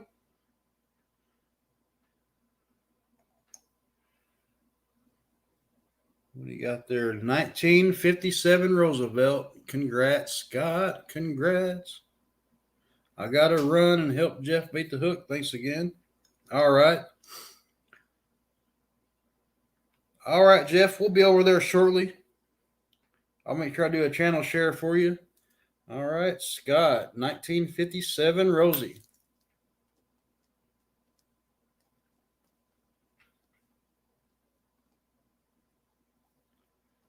Way to go, Scott. Congrats. You are welcome.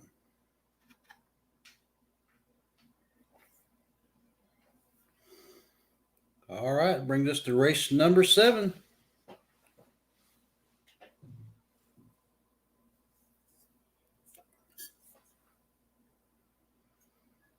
After this, we'll put up another silver dime. If y'all win race number 7, put a 7 in the chat. And if you had not sent any credits yet, now would be a good time to do so.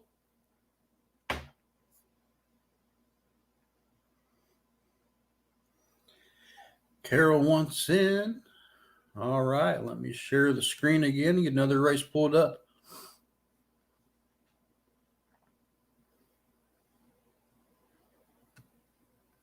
Let's get the reindeer race pulled up here.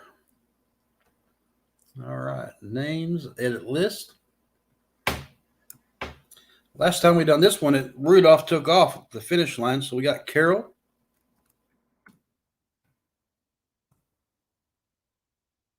Sassy.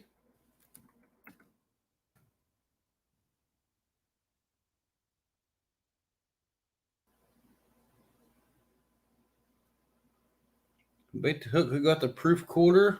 Lisa did. Tom. Lisa got the proof quarter.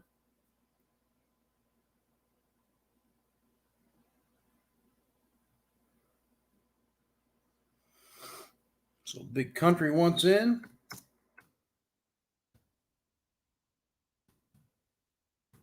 Got you, Big Country.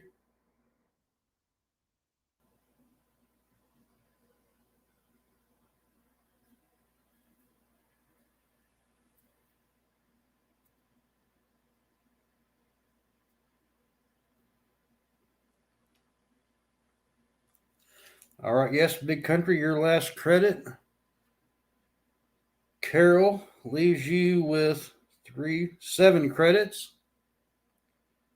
And Sassy leaves you with 9 credits. We need 2 more to get our minimum of 5 to run the race. Who else wants in race number 7? Put a 7 in the chat. Miss Chef Yoda, thanks for coming in.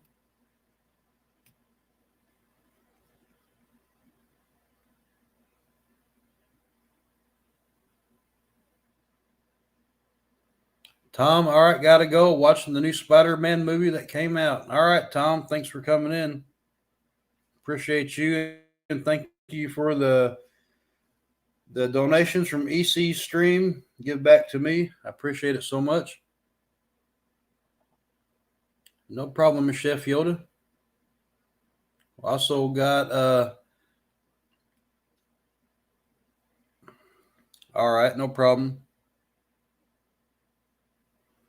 Cash App as well.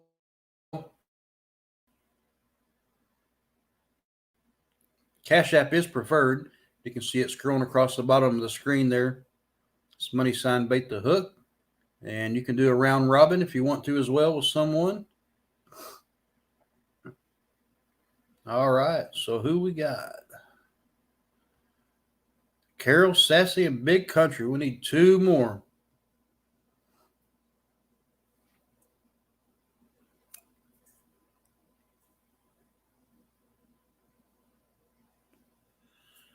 Carol wants in twice. All right, we can do that.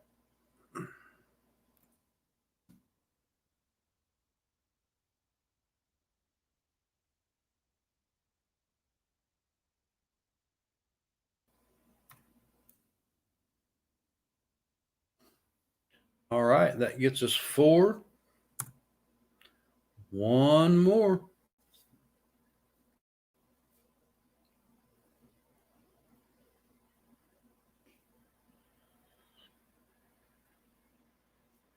Got you, Miss Chef Yoda. No problem.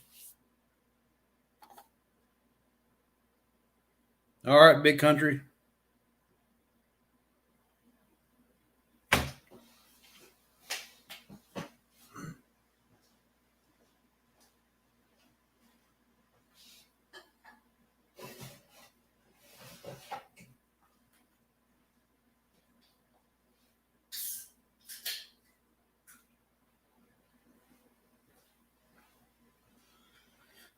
I appreciate everybody coming here showing support. It does help me out.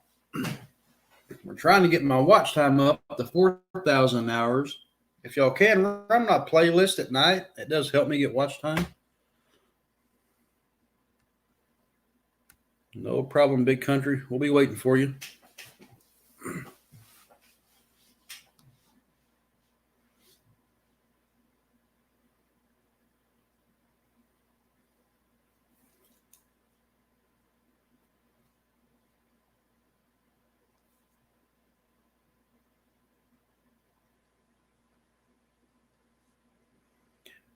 All right, Metal Angler, I got you.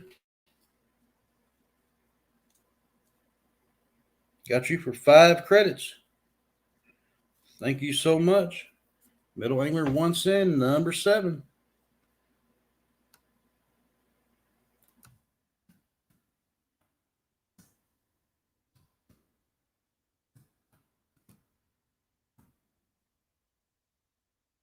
All righty. Anybody else wants in? If not, we're going to run the race. I'm Gamble. Hey, how's it going? Thanks for coming in. I'm Gamble. You still have 5 credits left. If you want to race number 7, put a 7 in the chat.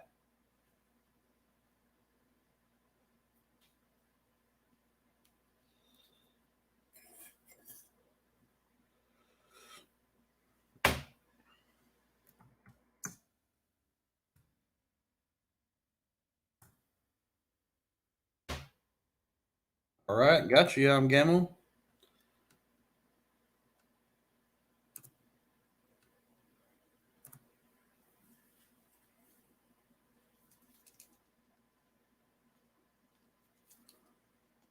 All right, good luck, everybody.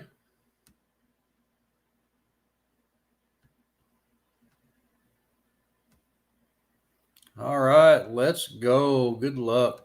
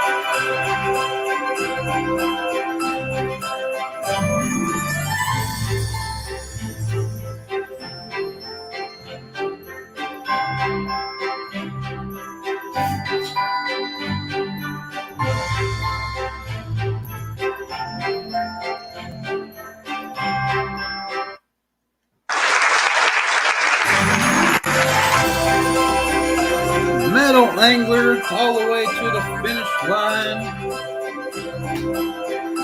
Congratulations. That's cool. Turns into Rudolph.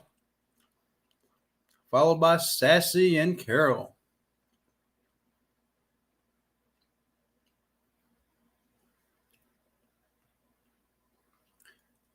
Congrats, congrats.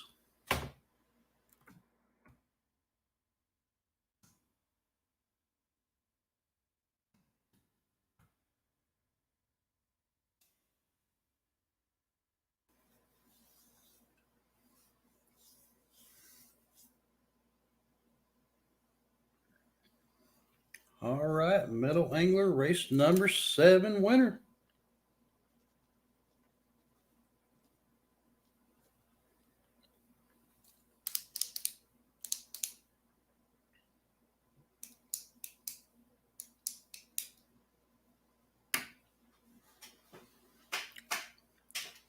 All right, Metal Angler, let me know what you want. Get your pick off of the wheel. After this, we're going to load it back up.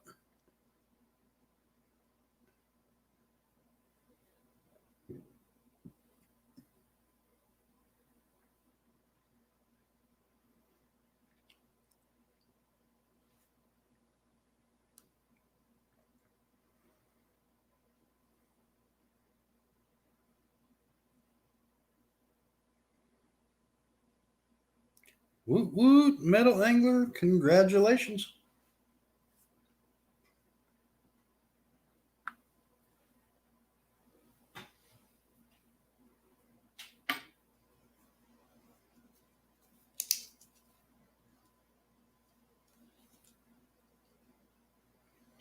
What is a British coin? It's a British Honduras 5 cents, 1968.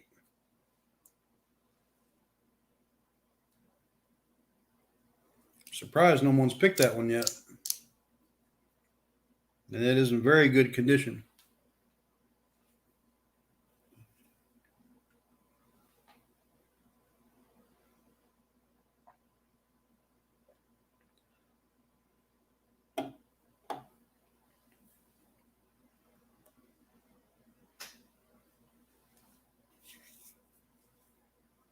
You'll take that one?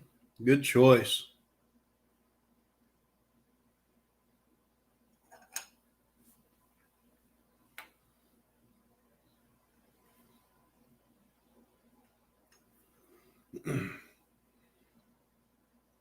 On the obverse, it's got the bust, Queen Elizabeth II.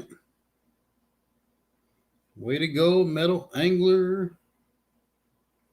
1968 Honduras.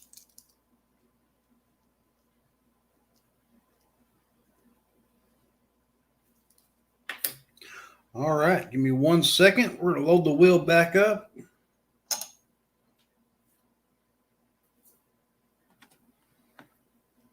We'll put some more silver up here.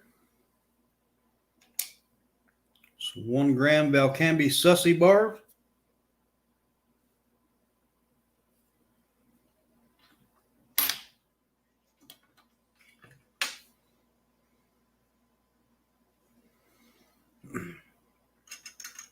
Got a 1945 Jefferson nickel.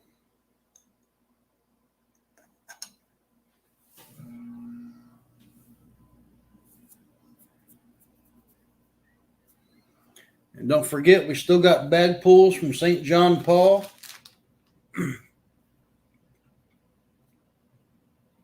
The second around the world coins. These are always a favorite. Just an example here is one. It is an India aluminum toupees. Cool looking coin.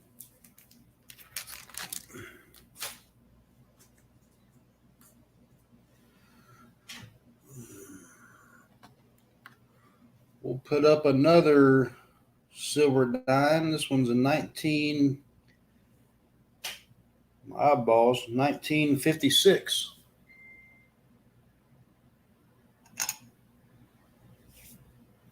So we got 2 silver dimes. We got the Valcambi 1 Grammys. So that brings us to race number 8. If y'all want in race number 8, put an 8 in the chat.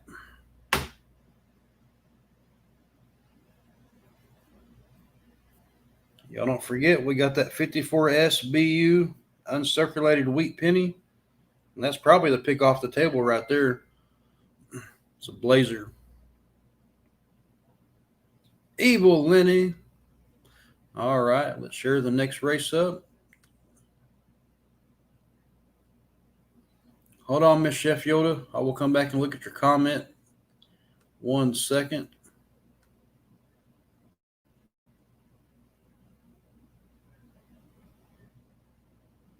Let me get this screen pulled up for everyone.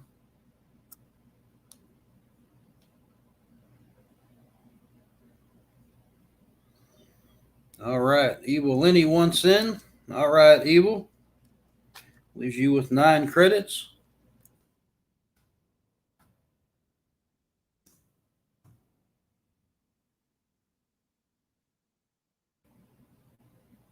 You missed a lot. There was a lot of good picks early on, and we're going to add some back up. Carol once in 2 times.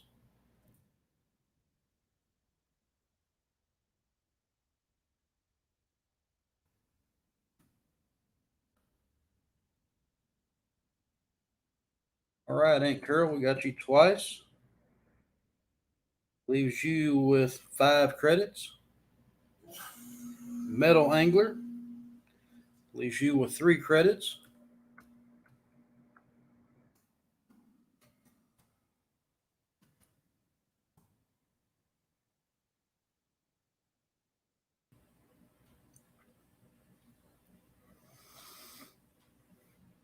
Evil Lenny, you want to put Kayla up? Or are you just saying hey to Kayla? Let me know. We got 1, 2, 3, 4. We need 5. Sassy wants in. All right, Sassy, got you. Leaves you with 8 credits.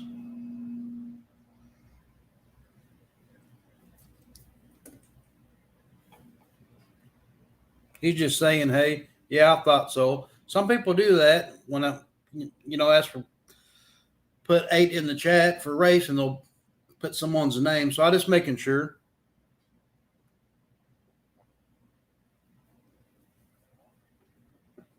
Just making sure. Want to keep the chat happy and correct.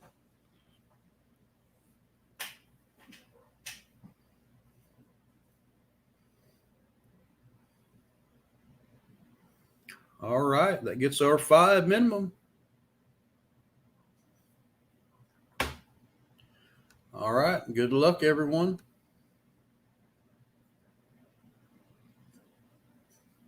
I'll buy Kayla around. All right, Evil. Let me see if I can go back and do that. All right, I can put Kayla in.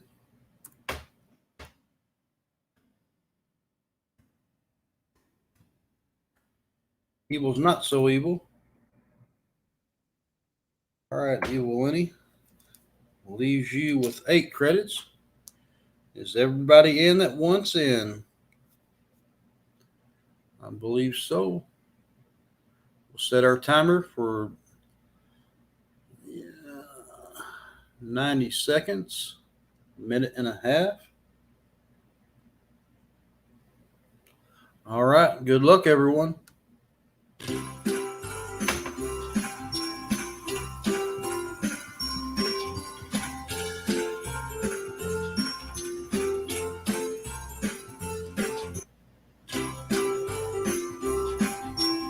Let's go, Carol, Sassy.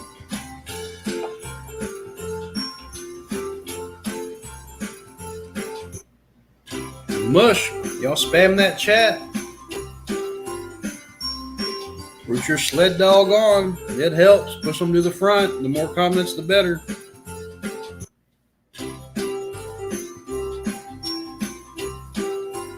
Mine's about to stop to poop.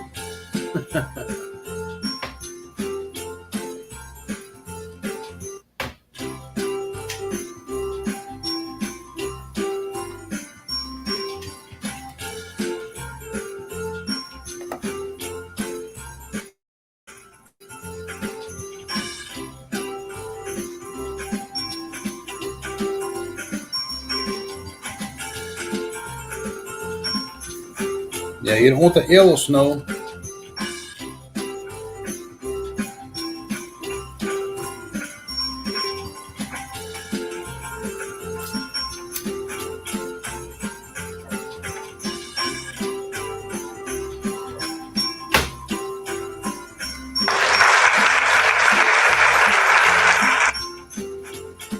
Kayla, fan number 1, followed by Evil and Carol. Way to go, Kayla. Congrats, congrats. Race number 8 winner, Kayla. See, Kayla kept typing in the chat, pushed her sled dog all the way to the front. Congratulations, Kayla.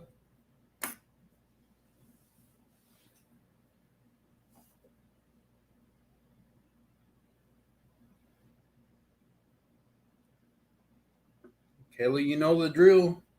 We got Pope John Paul II bag pulls as well. We got probably maybe a dozen more. Way to go, Kayla. Kayla wants the 1 gram silver sussy. I don't blame you, Kayla. Val Canby 1 Grammy.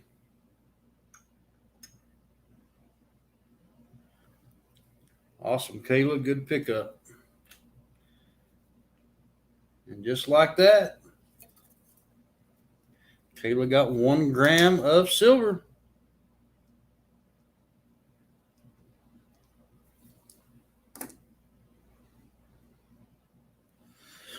Kayla, you got a stupid phone? Supposed to have smartphones. All right. Brings us to race number 9. At this time, y'all want in race number 9, put a 9 in the chat.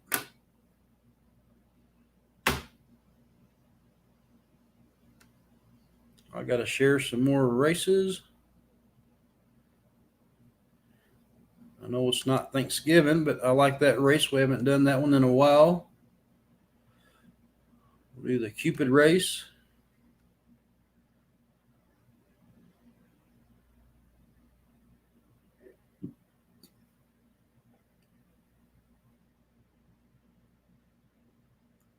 Y'all got any suggestions on what races y'all want to see? Y'all let me know. We'll pull the food race up. Haven't done that one yet.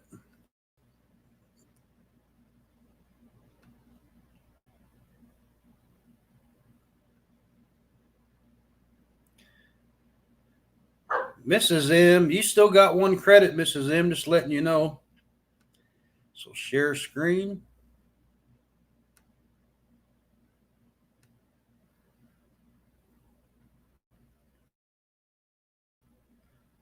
We'll do the food race this time.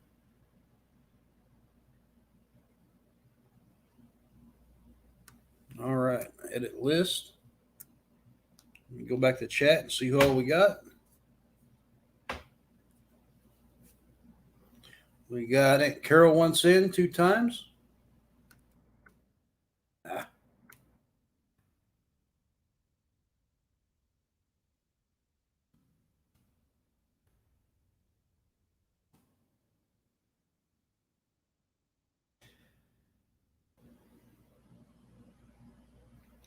Big Country once in. Big Country, you're out of credits. Let me know if you send in.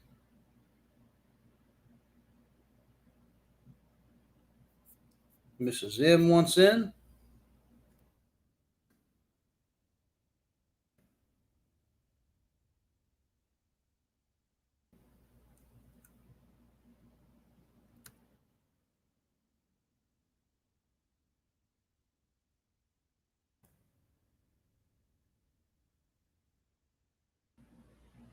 Mikey Panucci. Let me see, Mike. You still got 5 credits?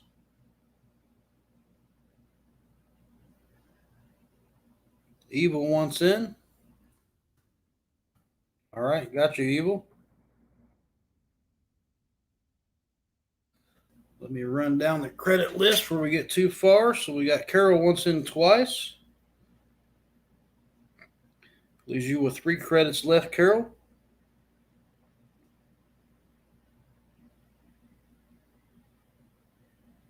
Big Country, you're out of credits, sir.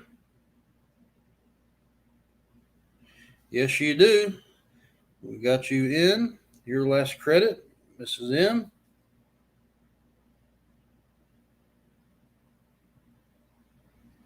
Evil Winnie's got Country.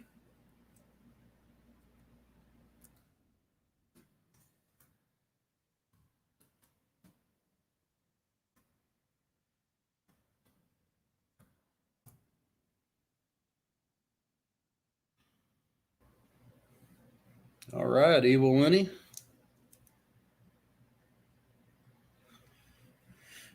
Leaves you with 6 credits. Mike P. Panucci.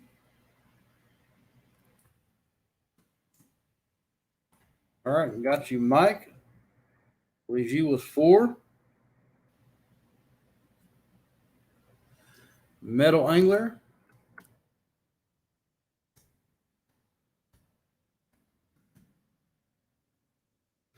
BG was 2 credits.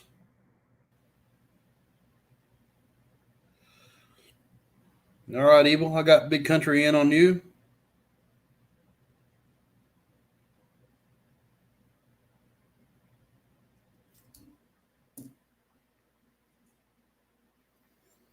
All right, race number 9. Let's go. Good luck, everyone.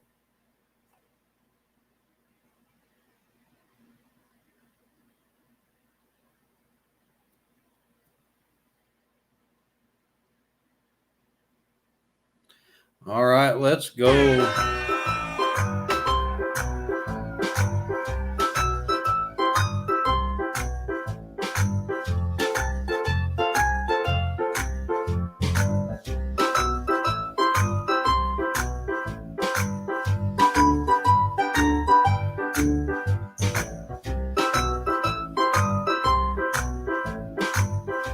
So Carol's got that baked potato. Looks like the Chinese. Miss Terry's got a fruit basket. Evelina's got a stack of pancakes going on. Big Country's got, looks like, I don't even know what that is. Looks like a cupcake with some sprinkles. No, Mike P's got the cupcake. Big Country's got the, I don't even know what that is. Middle Angler's got the cheese tray.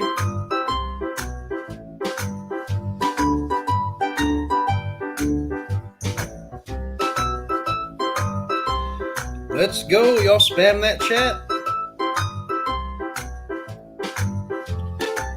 Push your winner to the front.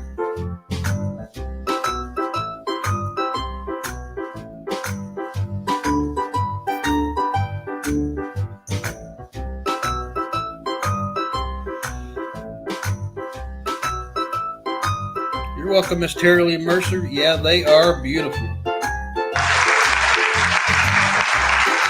Hank Carroll. Way to go. Finally, congrats. Carroll, Middle Angler, Big Country. 1, 2, and 3.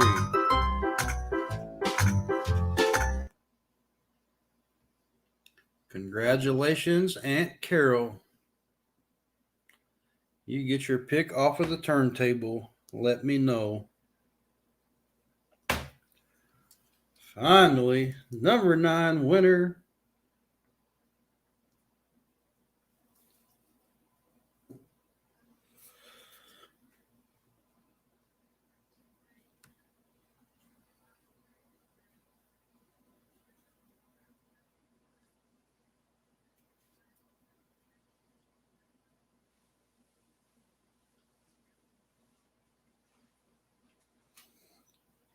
Congrats, congrats. Big Country had to let the dogs out.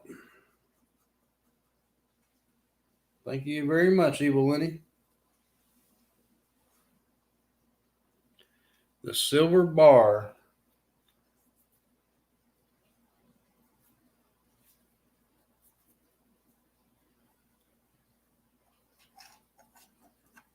All right, the 1 gram Valcambi.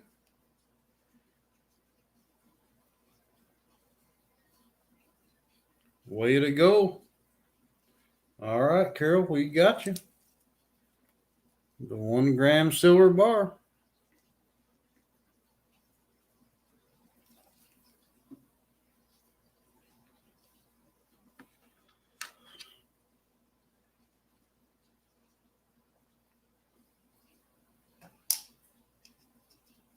We'll put another 3 9s fine silver bar up there. You are welcome. Thank you for supporting the channel.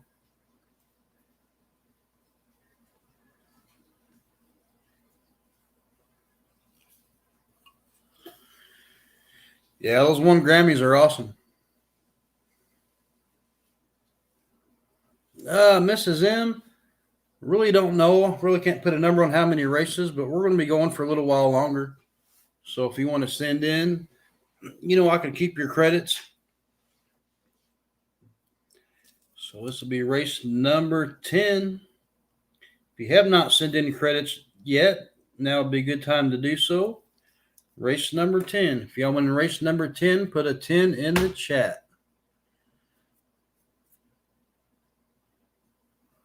Hey, Spray Can, how's it going? Good to see you. I have not checked the emails yet, but thank you for helping me set up a channel sticker, and I will take care of your son for doing that. I will buy it probably twice and send in donations for him as well. So thank you. All right, let's get another race shared up here, ready to go.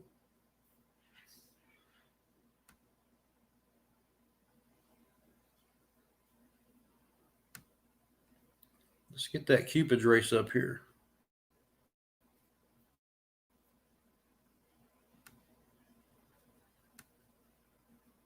Haven't done this one yet tonight.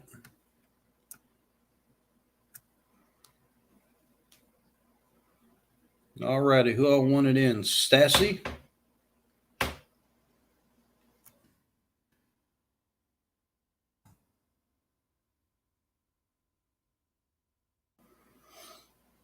Okay, let me know, Mrs. M. Evil.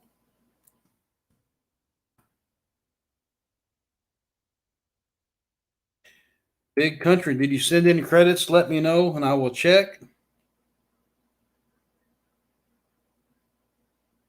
All right, Spray Can, I will look. Thank you so much for doing that for my channel sticker. Carol wants in.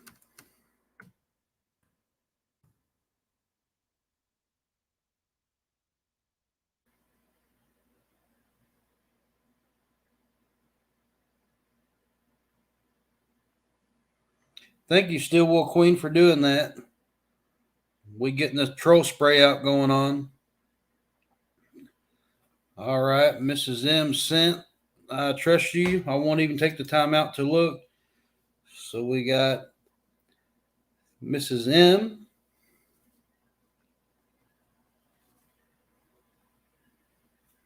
Five credits.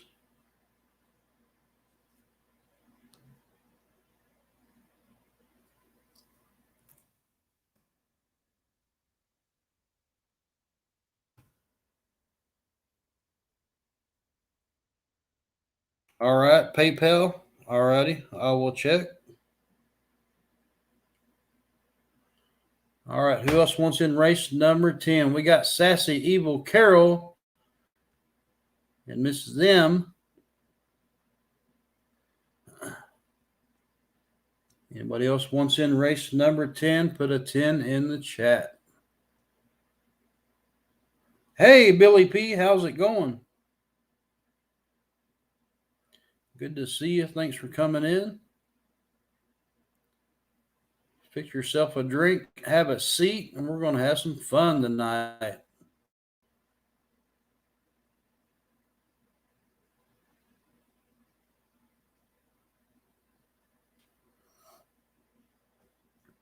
All right, so Big Country wants in.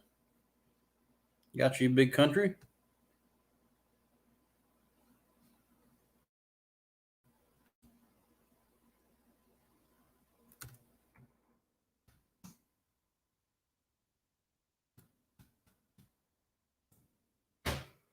Got you for 5 more credits.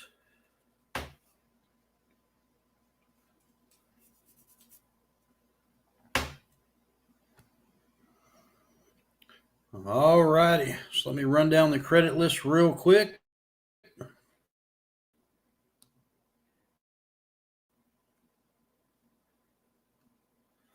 So we got Sassy, 7173. You've got 7 credits left. Evil Lenny, you've got 5 credits left. And Carol, you've got 2 credits left. Mrs. M, you've got 4. And Big Country just sent in for 5. Leaves you with 4.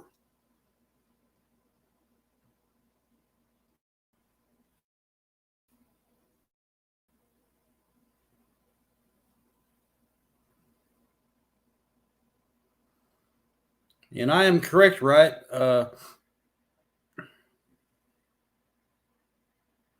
Miss Terry, do you got 2 channels? The same as Mrs. M? And this one here as well? Or did you just change your name? Miss Terry Lee Mercer, Mrs. M.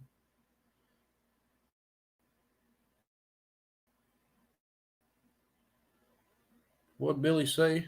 This is such a safe, welcoming place to be. Love being here, showing support. Yeah, thank you, Mrs. M. I just want to make sure.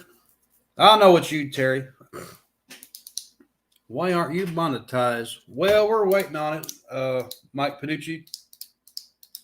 And I really don't want to put the super chat in there because YouTube takes 30%. I really just do donations, but I will at one point. We'll see. All right, Mrs. M, got you. All righty. Let's run the race. All in, all done. Race number 10. Read it one more time. We got Sassy, Evil, Carol, Mrs. M, Big Country. Was Evil in here? Did he want in? If so, I missed him. Let me go back up. Hey, Steele, how's it going?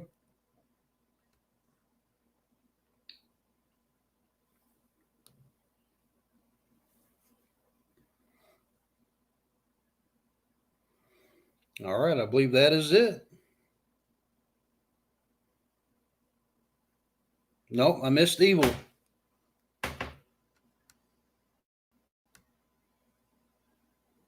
No, Evil's in there. All right, just double checking. Yep, you're in, brother. You are in. All right, that's our 5. Good luck, everybody. Let's go.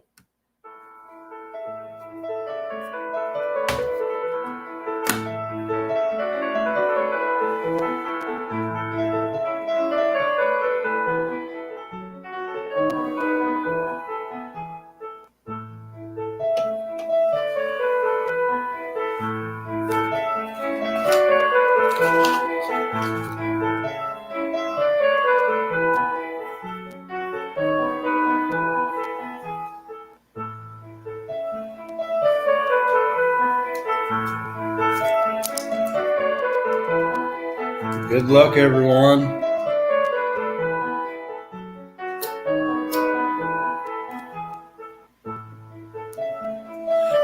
Y'all spam that chat. I don't care. Push your Cupid forward.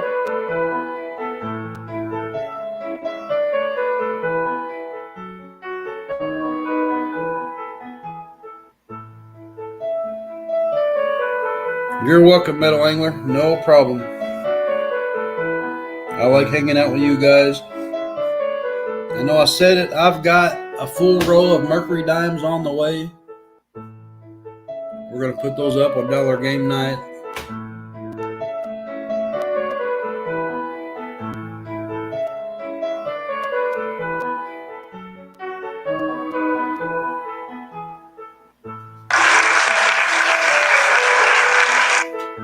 Big Country. Congratulations, my angel, Big Country. All right. Followed by Evil and Carol. Congrats, Big Country.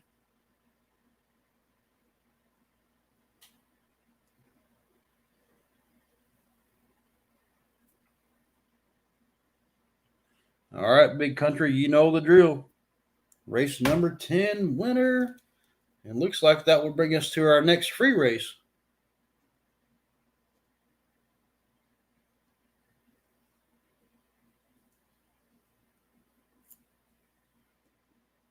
So race number 11 will be a free race. My credits for you guys. Thanks for the donations.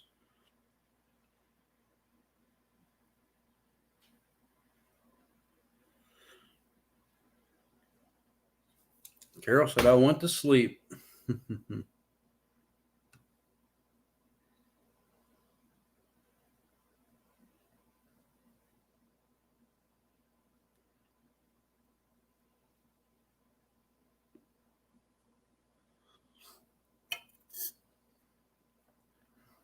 I was getting squirrel attack.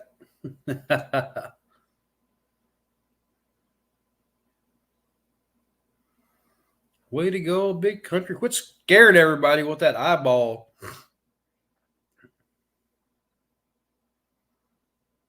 You want the Valcambi.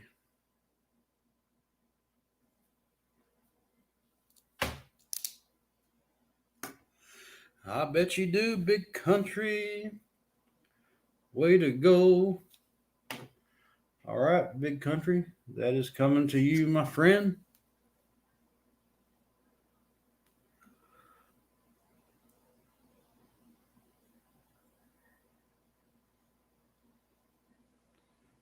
Congrats, BC.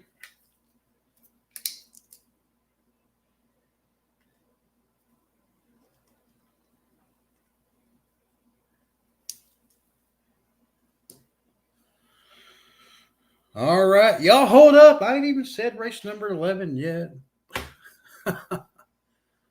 You crazy people. Slow down.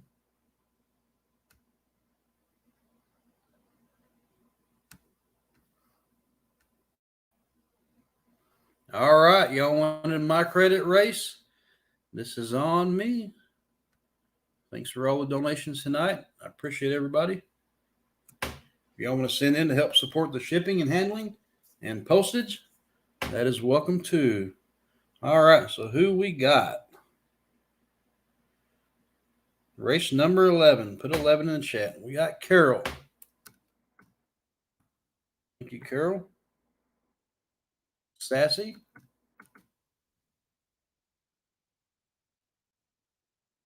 Steel. Big Country.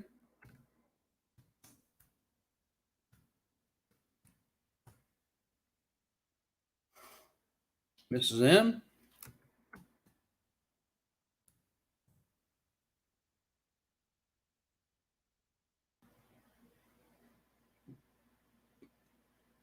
Meadow Angler.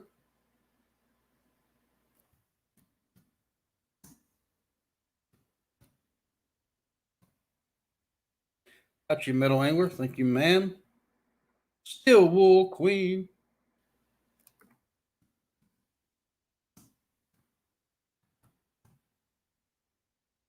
Kayla. Fan number 1. Evil Lenny. Yeah, why is the Big Country staring at everybody? All right, Evil, got you.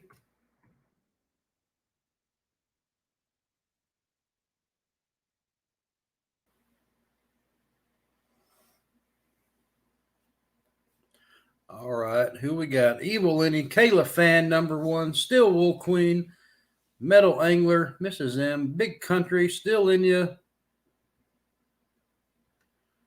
Sassy 7173, and Aunt Carol.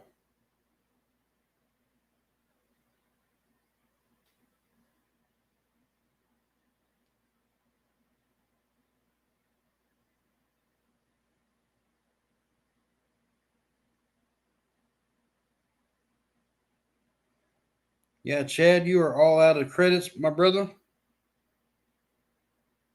This one's a free race, Chad. If you send in donation, let me know. I will check.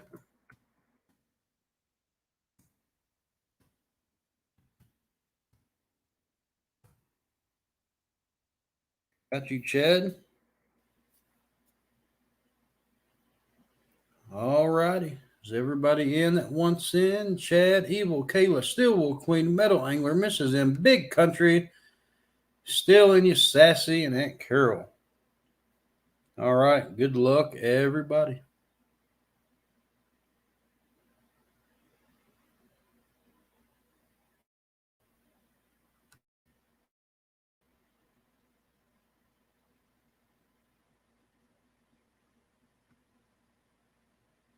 All right. Good luck. Let's go.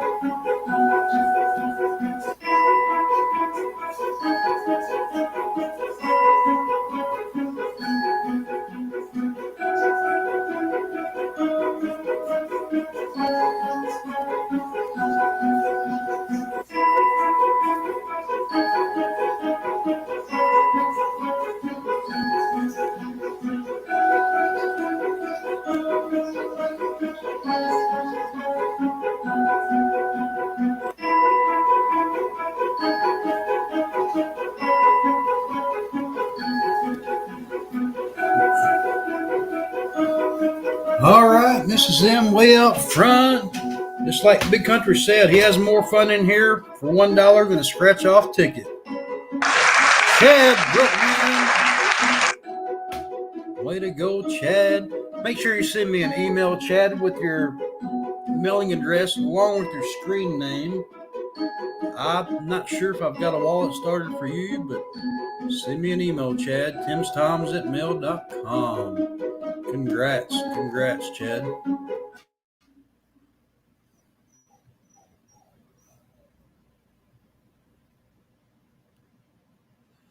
You have it. All right.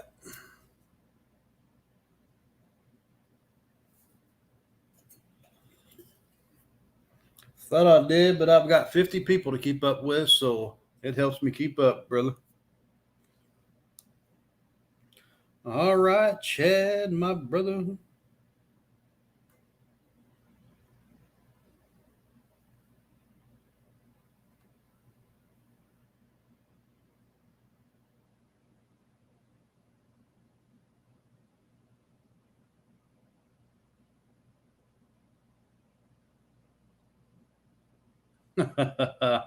Big Country.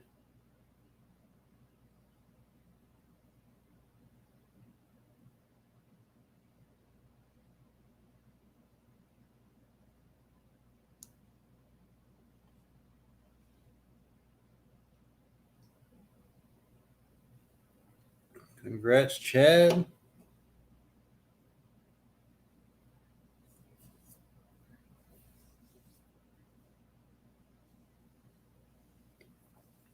The 55 dime, you betcha.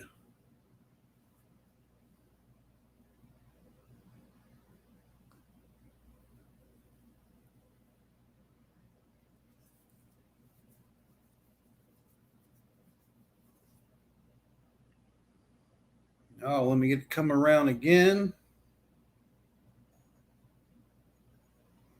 That is a 59 dime, Chad.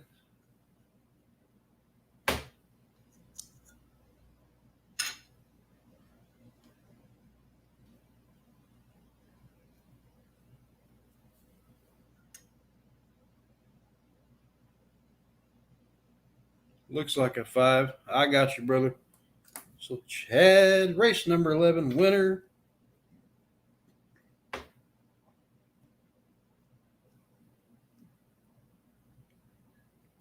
$19.59 Rosie.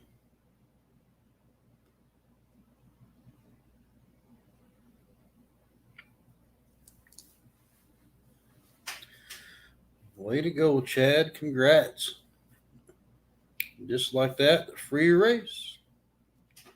Chad got a 1955 Roosevelt dime.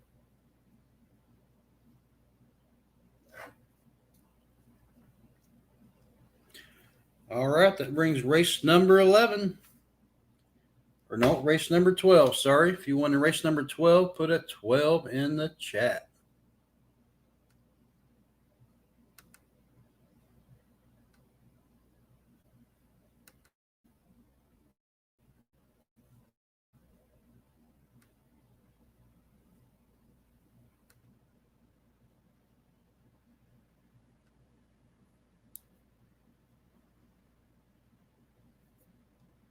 Hey, Greg Lee, how's it going? Did you sit in credits? Let me know, and I will check. Greg, we still got your wallet, sir?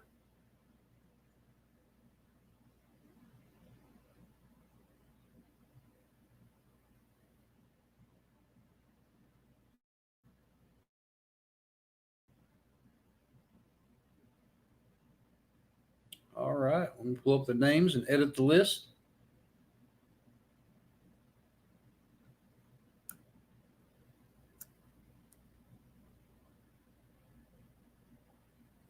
All right, so we got Sassy and Carol, Mrs. M,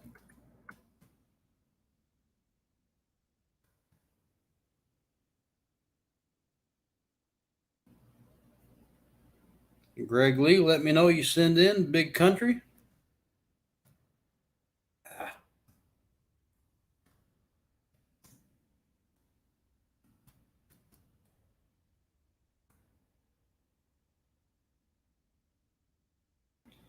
Evil Lenny.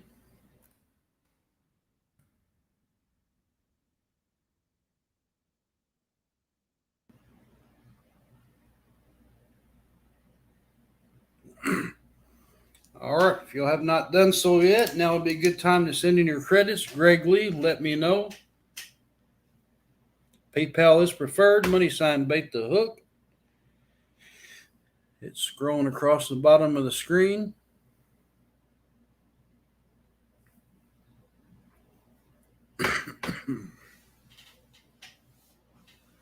So we are waiting on Greg Lee.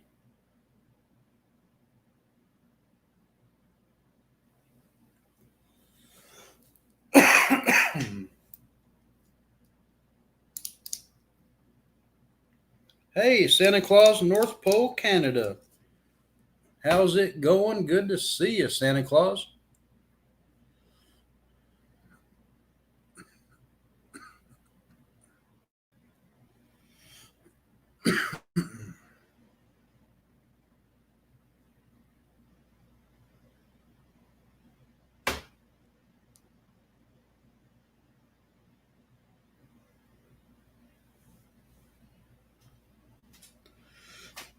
All right, no problem, Greg Lee.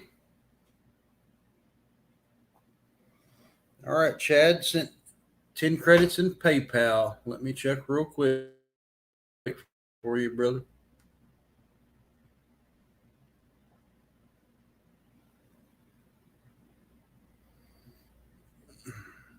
And it may take a minute, Chad. PayPal's been slow tonight. Cash App is preferred. It comes through a little faster, and they don't kill me with their fees.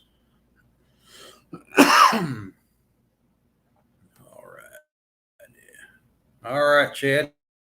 We got you 10 credits.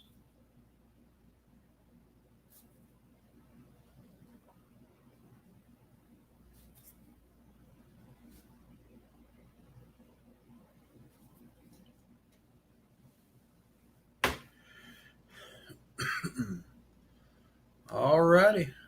Let me get the credits correct here.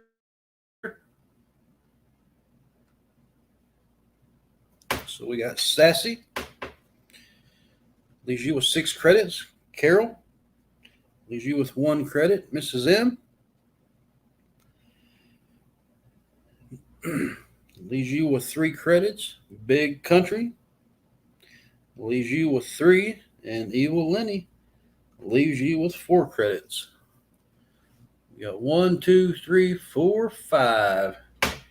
Anybody else want in race number 12? Put a 12 in the chat.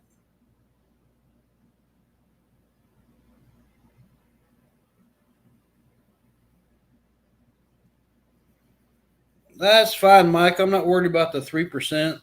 It's all right. All righty, Chad.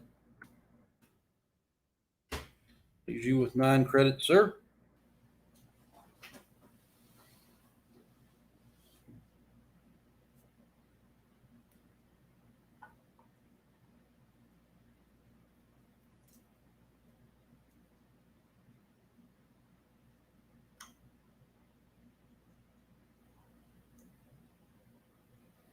Mike Panucci at Stillwell Queen. It's the holiday season. Yep, it is.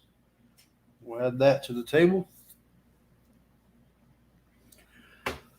All right. Good luck, everybody. Sassy Carol, Mrs. M, Big Country, Evil Lenny, and Chad Brookman.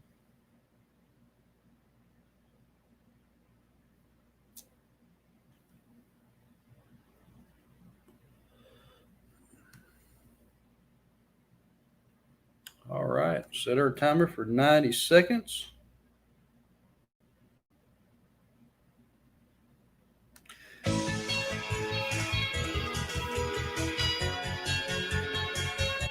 Oh, I messed that up.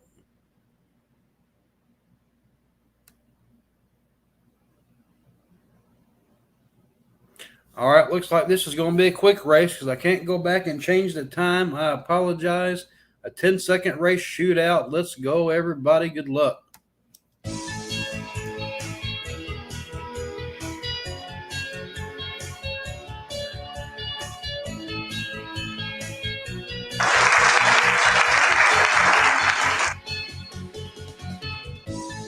Who won the shootout?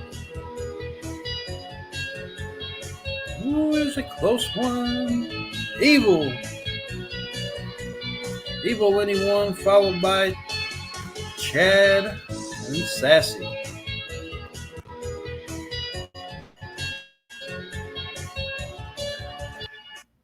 That's what it shows. All right, way to go. Congrats.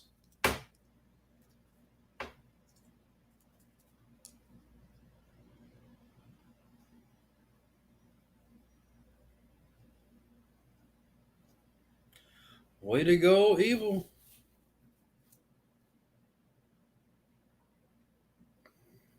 All right, Aunt Carol, I will look. You send that in for credits or donation for mailing, let me know. Let me go back and look.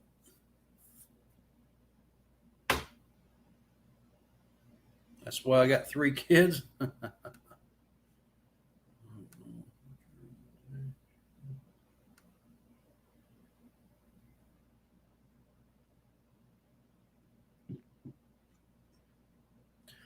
All right, Aunt Carol, got your $5.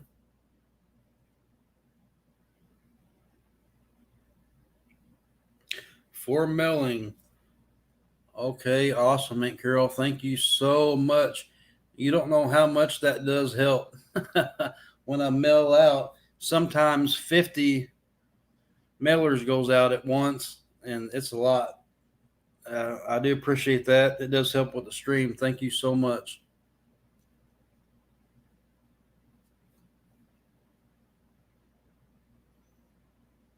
Evil Lenny wants a fancy bag pull. You betcha, Evil Lenny. Finally, somebody got smart. Want some of the Pope John Paul II around the world. Yeah, shipping sucks, Spray Can. Especially if anybody got over like 2 ounces. I always put tracking on there. And y'all know how much tracking can be. So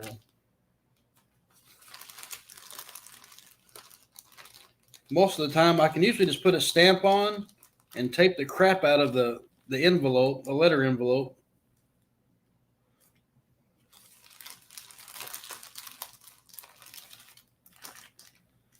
All righty, what we got here, Evil.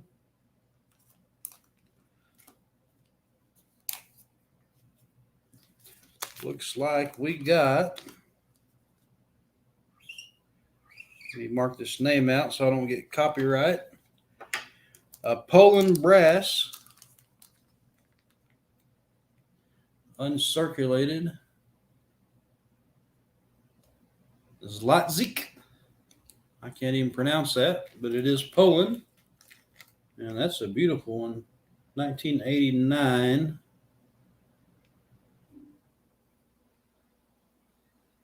Try to show it better so you can see it. That is a nice bag pull, you bet. All right, Evil Lenny.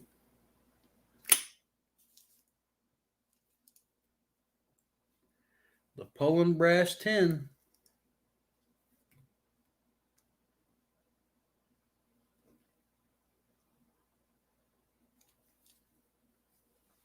Awesome. You're half Polish? Well, that'll work. Did I miss something? Good night, Carol. Let me go back up to chat. All right, Carol. Good night. Aunt Carol, thanks for coming in, supporting the channel. I appreciate you very, very much.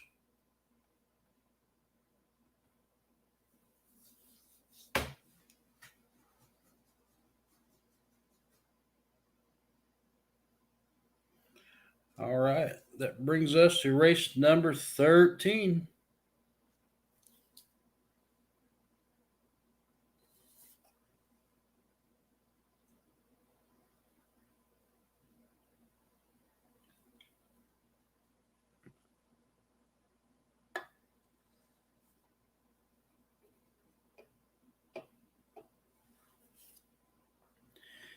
Y'all in race number 13, put a 13 in the chat.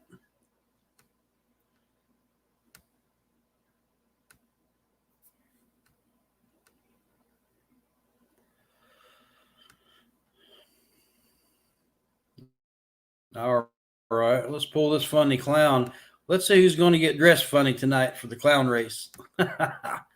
Crazy people.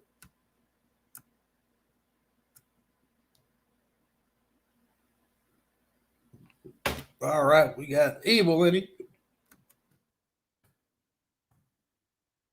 Big Country.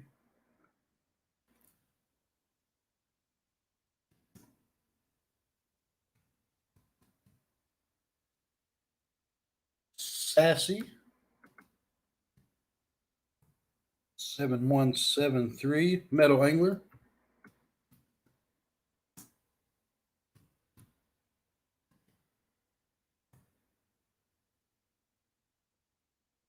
This is in.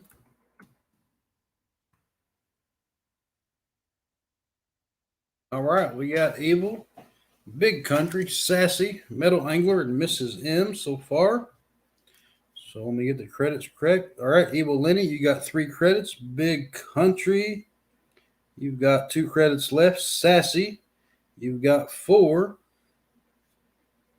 Meadow Angler, you have 1 credit left. And Mrs. M, you have 2 credits left. Yep, Dollar Race Night tonight, you bet.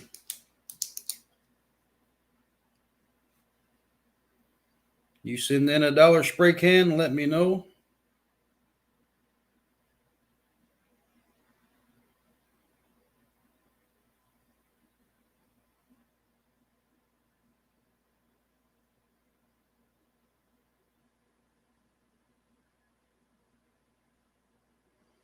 All right, still in you. I just got it. Got you for 5 credits.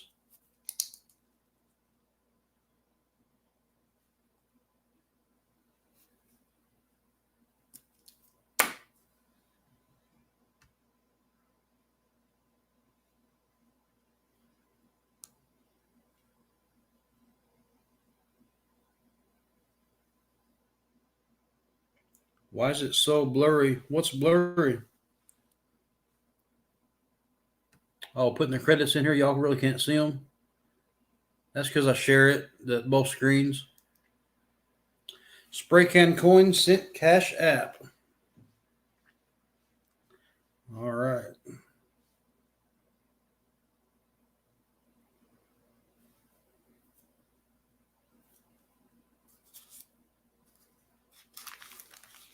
Chad, I got 50 foreign coins in 2x2 envelopes in the 50s, dated and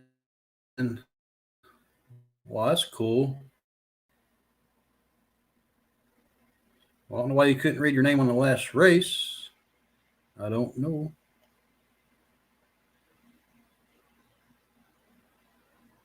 Hey, Tom, welcome back. Yeah, it might be a buffering issue. Does it look good on everybody else's end?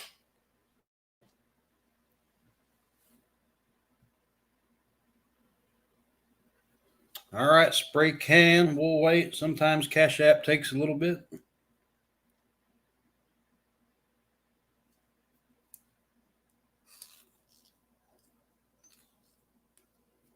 Hey, Tom, good to see you.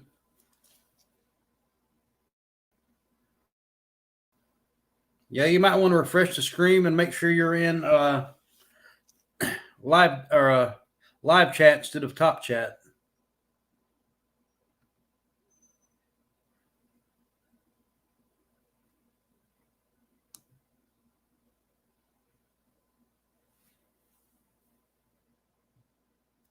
Still a little blurry on your end too.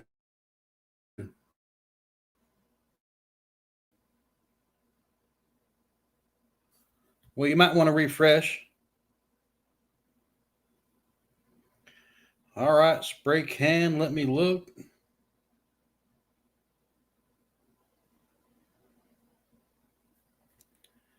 All right, got you spray can at 10:09.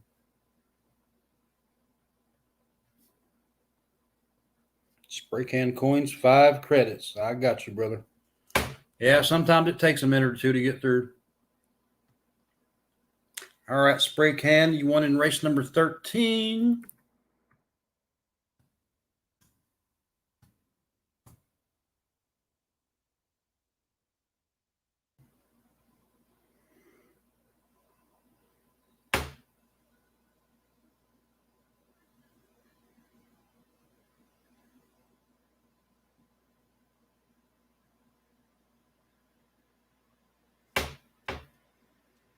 All right, Chad, you want in? Got you.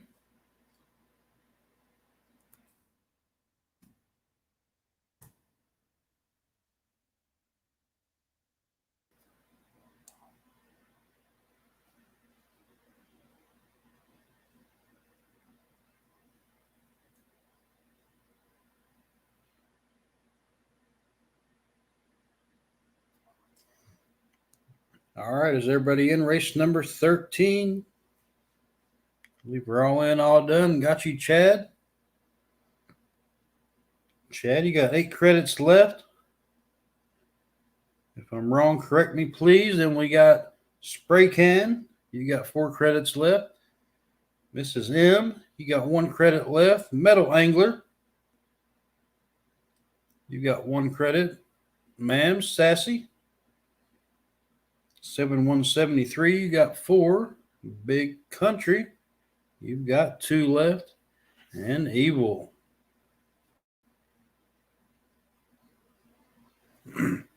Evil Lenny, you've got 3.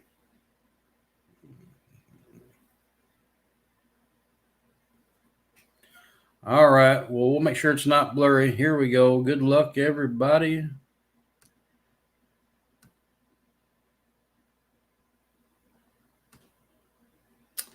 Let's share it out on the bigger screen.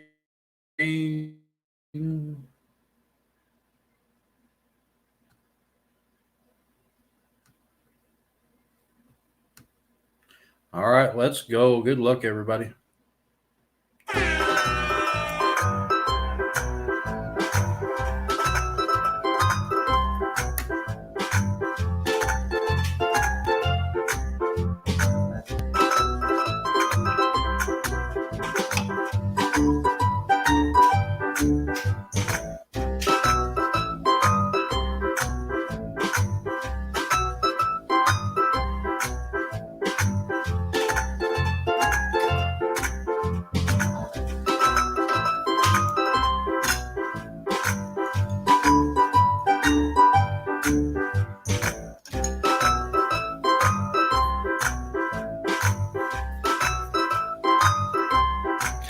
Good luck. Let's go.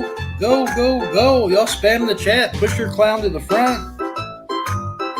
The more you chat, the faster your clown goes. Just saying. I don't know if y'all figured that out yet.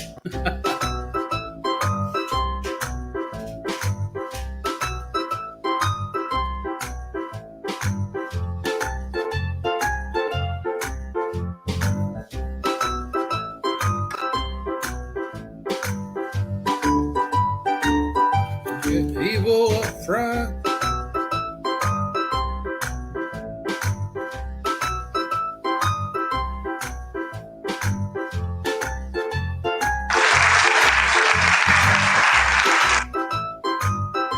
It's like running in swim fans, y'all.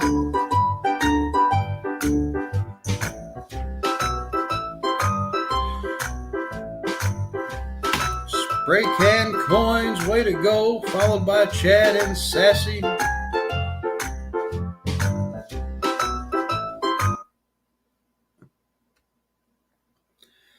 Congratulations, Spray Can. No way, yes way. Race number 13 winner, Spray Can.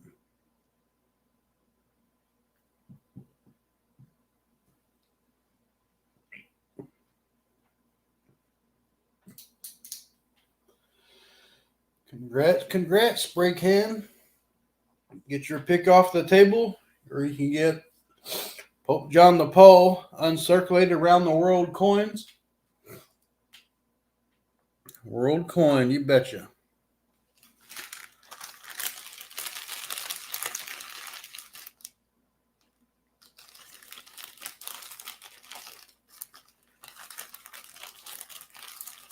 These things are slick as all get out.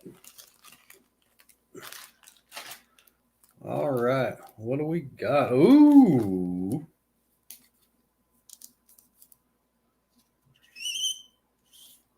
I may have to pull the camera down to show you. Spray Can, my brother. Let me move the camera down here so you can see this.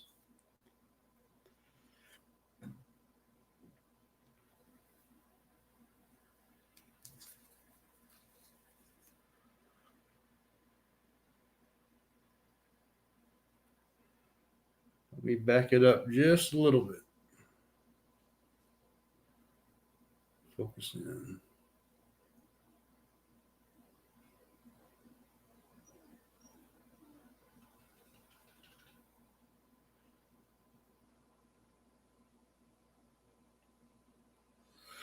All right, there you go. Spray can to Georgia. St. Noel Steel 130.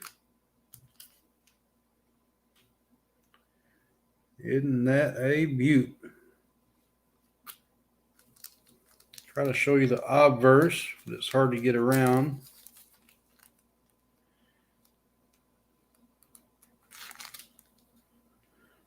Woo, woo. Way to go, spray can.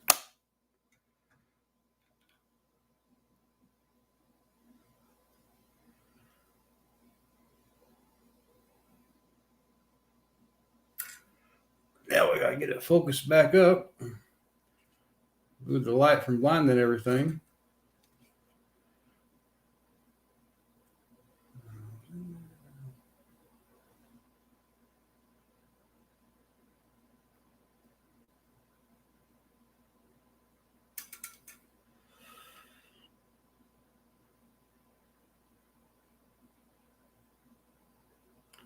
Congrats, my brother.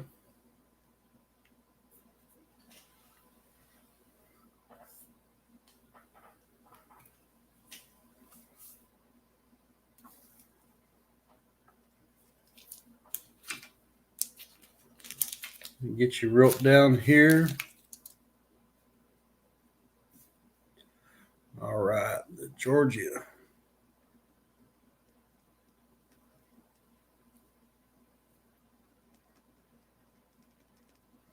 All right, spray can. Way to go.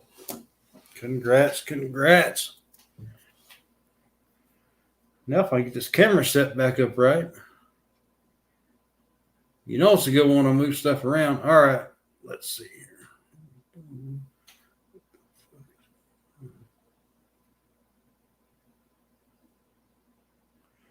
I don't know why it looks whitewashed now. Let me turn that down a little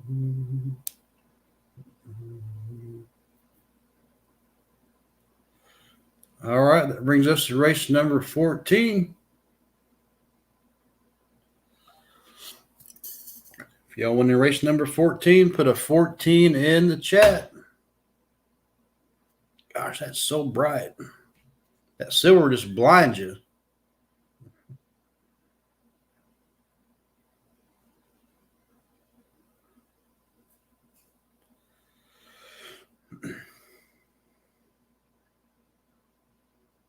All righty, race number 14. If y'all want in race number 14, put a 14 in the chat. Look at that. Look at that BU Weedy, 1954 San Francisco.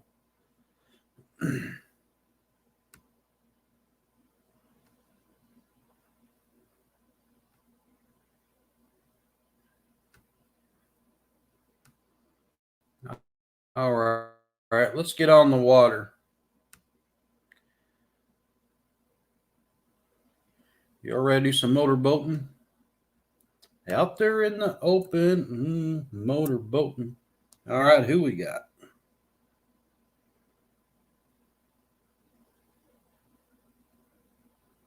Mrs. M.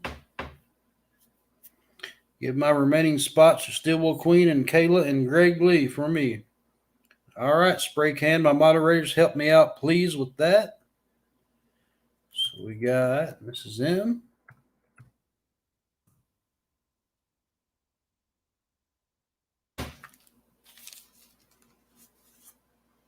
Still wants in. All right, got you still.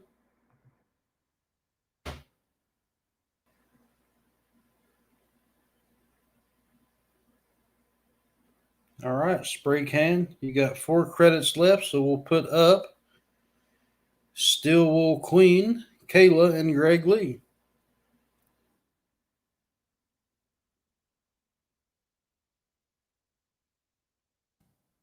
You got it.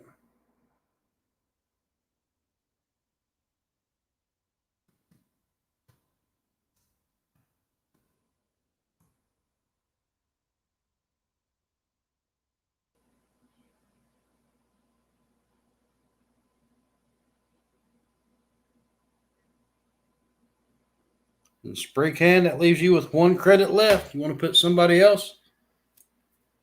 Let me know.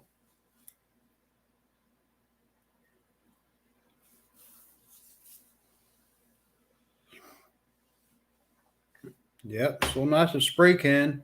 He's a good supporter. I'll make sure I go to his channel, support him too. It goes round robin. Everybody supports each other.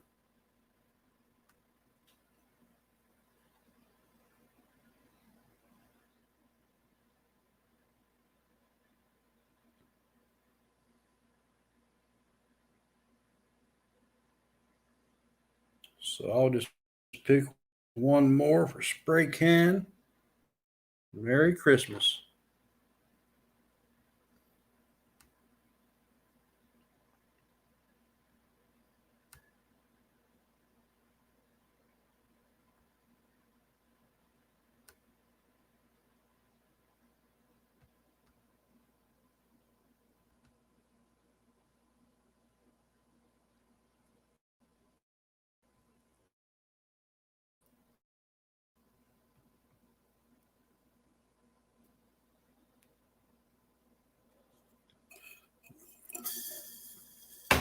All right, Spray Can, we'll put in Miss Metal Angler.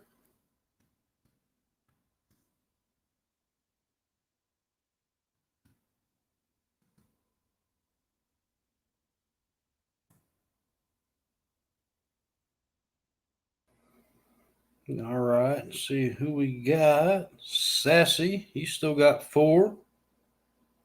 Yep, I got Metal on there.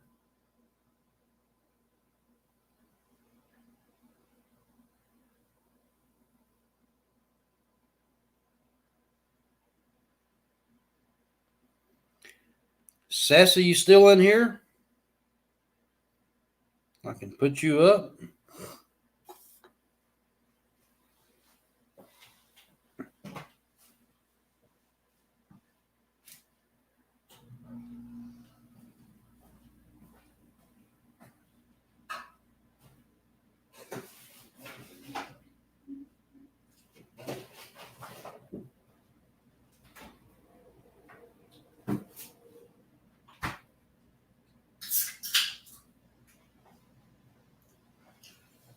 Kayla's still in here.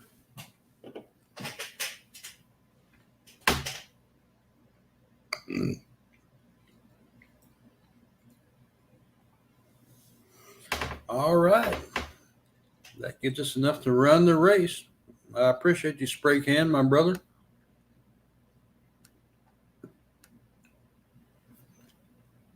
We'll set our timer for 90 seconds. Good luck, everyone.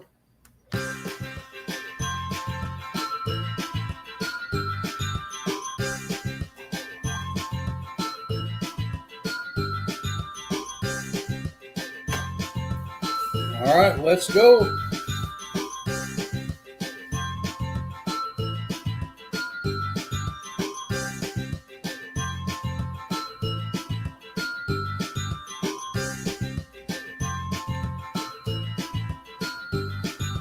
Mrs. M says roll.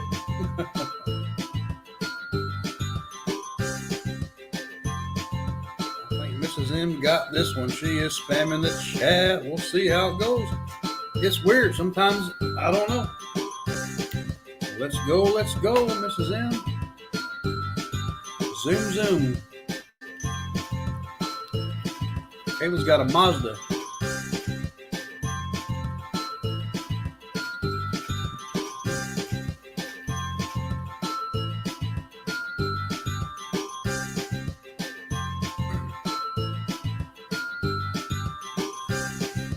Go, Kayla. Metal Angler Greg Lee. Isn't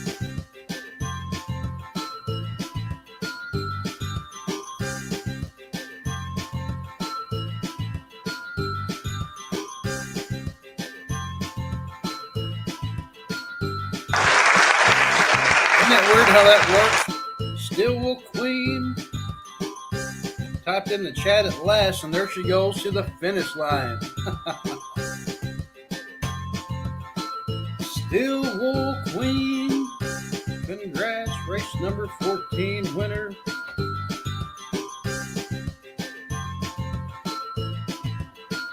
Must have just hit it just right.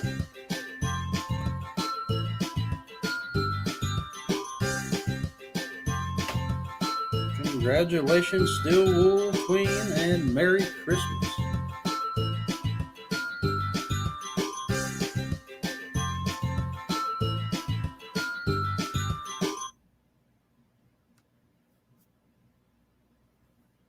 All right, Steel Wool Queen.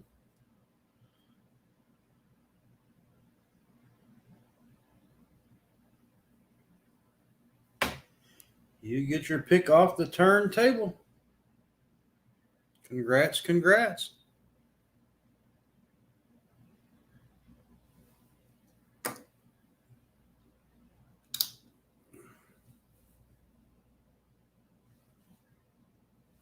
What dime is that? That Roosevelt is a 1960.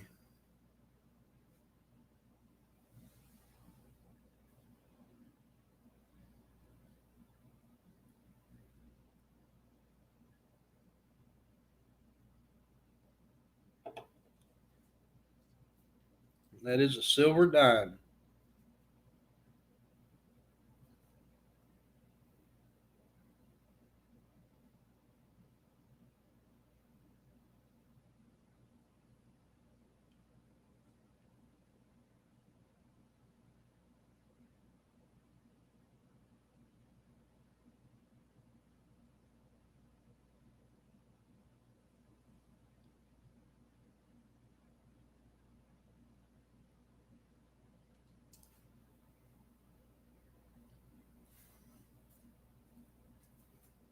All right, Steel Wool Queen.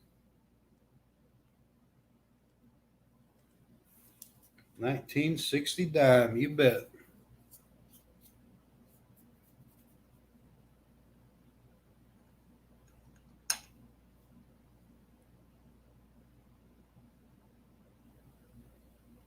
Congratulations, Steel Wool Queen.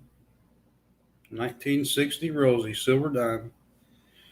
Woo woo! Way to go, Steel Wool Queen.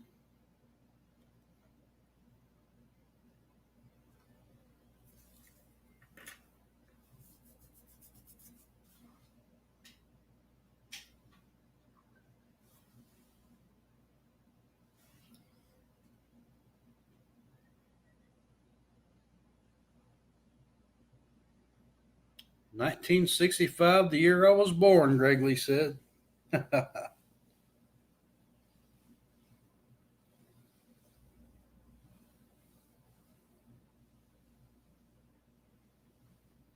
All right, brings us to race number 15. If y'all want to race number 15, put a 15 in the chat.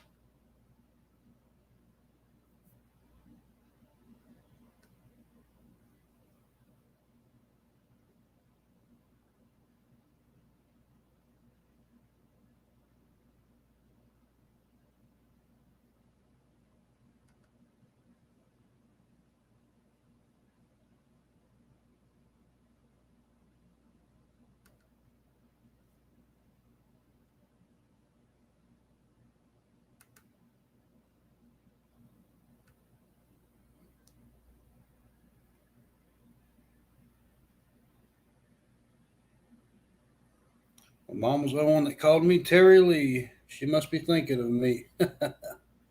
Thank you, Spray Can and Greg. My middle name is Lee.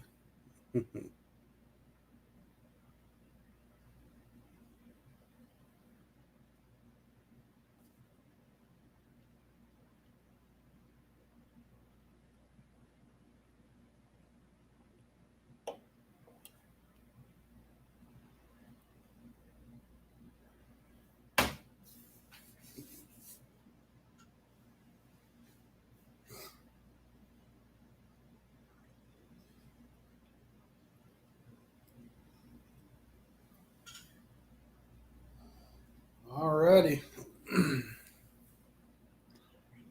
See what I can pull up here for you guys and gals.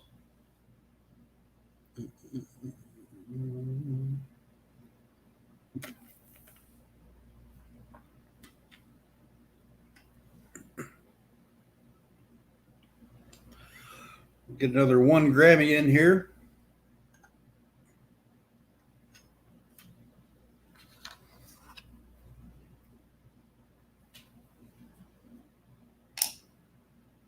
Valcanby.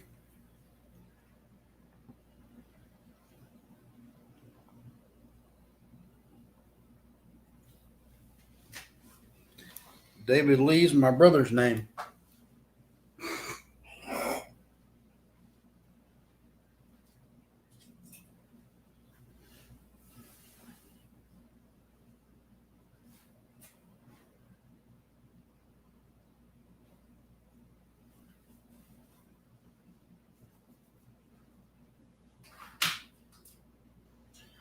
All righty, race number 15.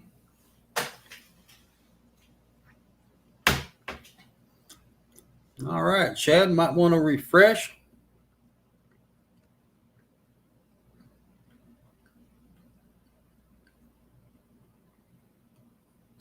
Yeah, Chad Brookman, refresh.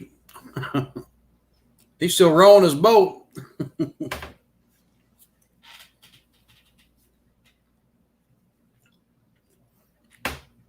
All right, we got Mike P.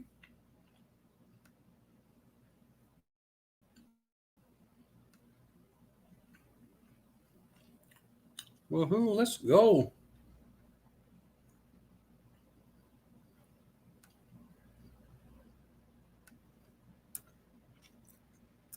All right, we got Mike P. We got Steele.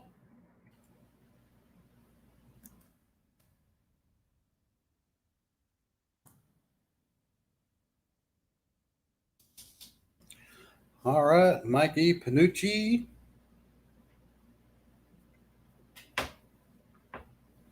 We got you 3 credits left still in you. Mike P. Leaves you with 3 credits. Anybody else winning race number 15? Put a 15 in the chat. We need a few more to run the race.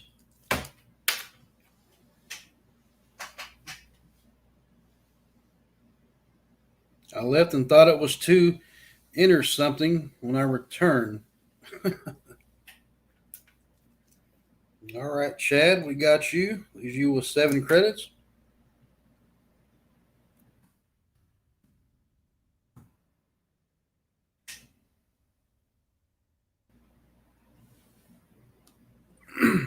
You haven't seen the new movie yet.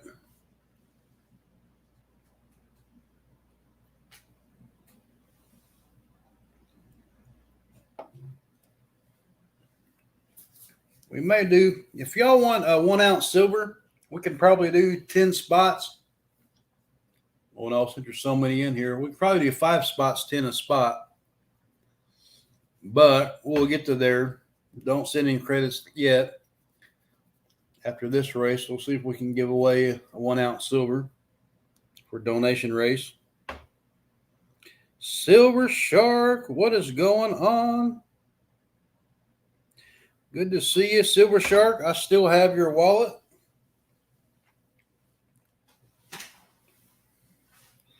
Let me know. We're running donation races tonight for 5 credits. Get you a buy-in for 5 races.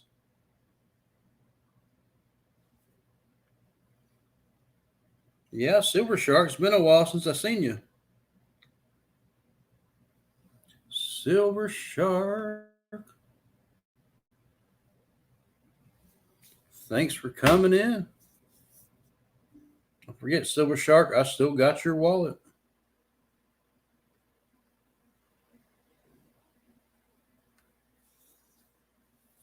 It's worth going to the theater to see it, and it's awesome. Yeah, I got you, Mike P.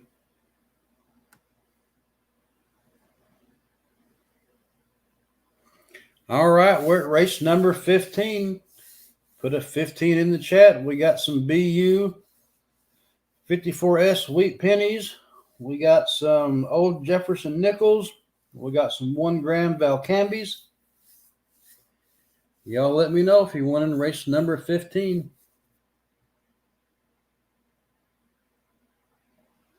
Silver Shark wants in. All right, Silver Shark, did you send in? Let me know.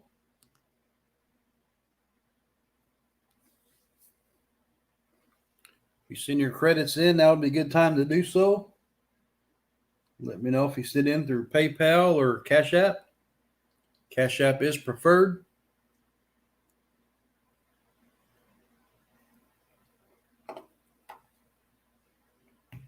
Just sent in. All right. What avenue did you send in, Silver Shark? Let me know, and I will look real quick, brother.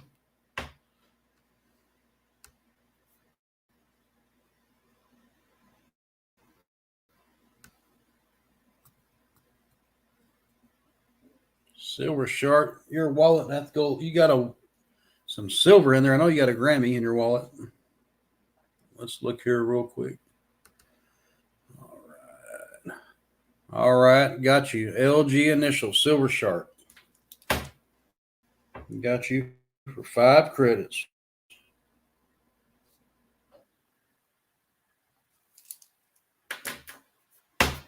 Lonnie. All right, Silver Shark wants in. Put a 15 in the chat, Silver Shark. And we got you in there.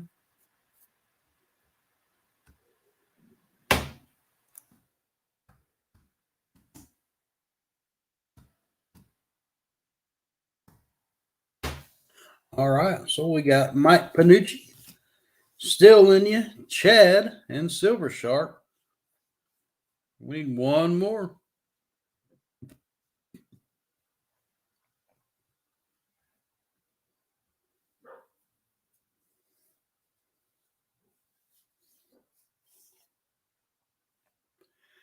Y'all don't forget, I do have a whole roll of Mercury dimes coming, and that's unheard of for Dollar Game Night. That's something I'm going to try to do for you guys and gals. Hope it works out. If it doesn't, I'll learn a lesson. So,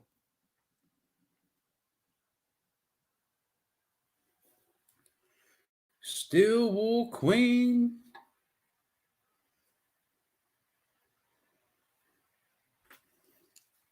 All righty, let's see who we got here. We got Mike P. 2 credits left, still in you. 2 credits left, Chad Bowman. Leaves you with 5 credits, and Silver Shark leaves you with 4. We need a minimum of 5 to run the race to cover the. Anybody else wants in race number 15? Put a 15 in the chat. Silver Shark, put Steel Wool Queen. I can do that. All right, Silver Shark, 3 credits. We'll put in Steel Wool Queen, and we'll get race number 15 going.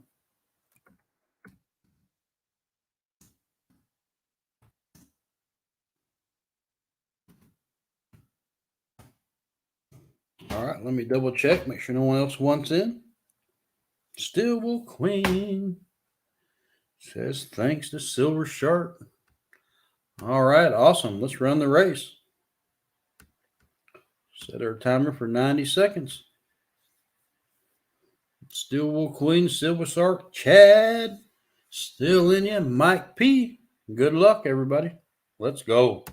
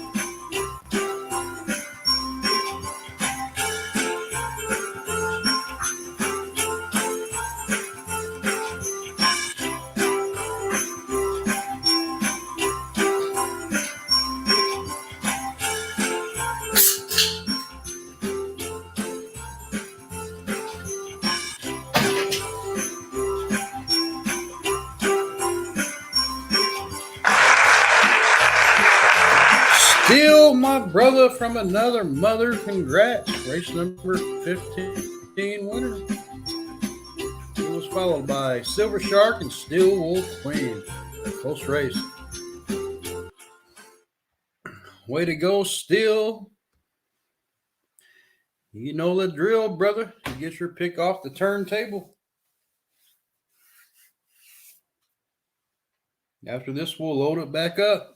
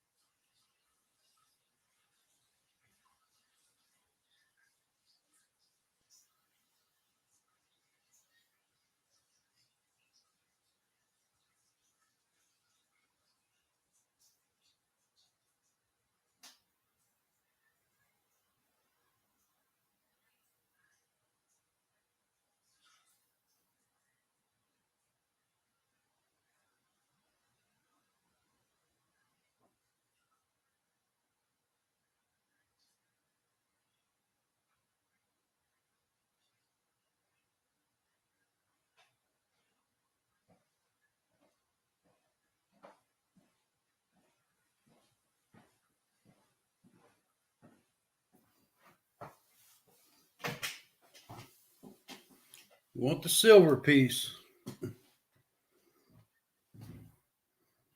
All right, Still got your brother.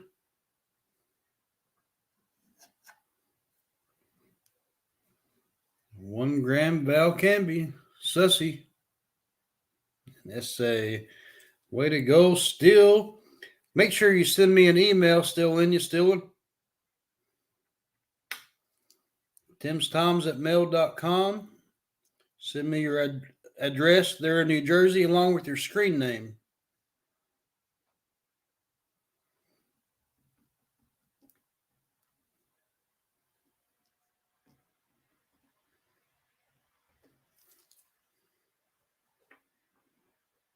Still will Queen. Oh, I thought something was wrong with my volume there for a minute.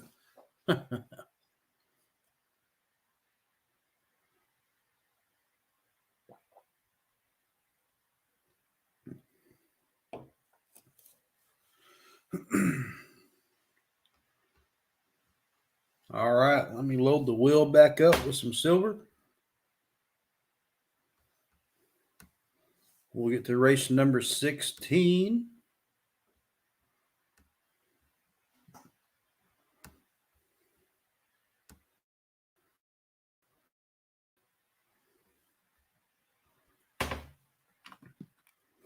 All right, let's put up some more silver rosies dimes. I can't wait till I get those Mercuries in, guys and gals. Can't wait. So we got a 47.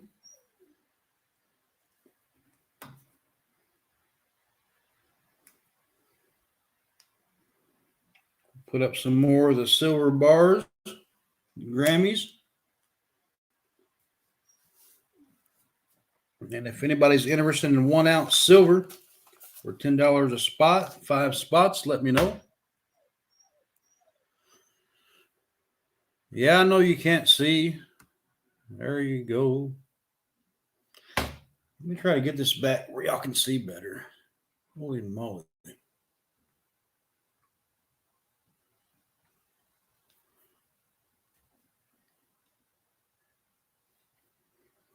Y'all ain't looking at that wheat penny right there.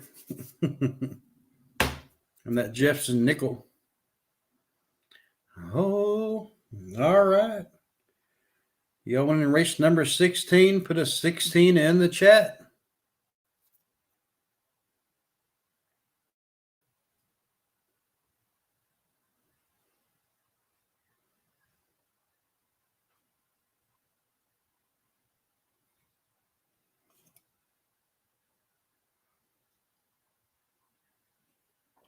Yeah, Canadian silver is nice.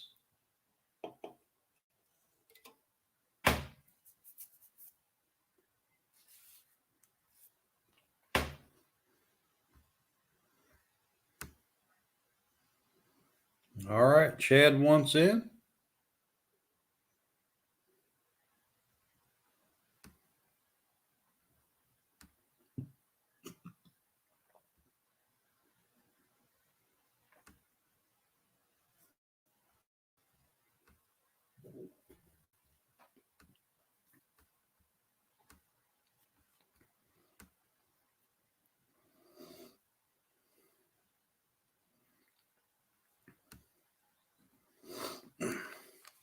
If y'all think y'all might be interested in a peace dollar, we can do that for 5 spots, 10 a spot. Y'all let me know. So we got Chad.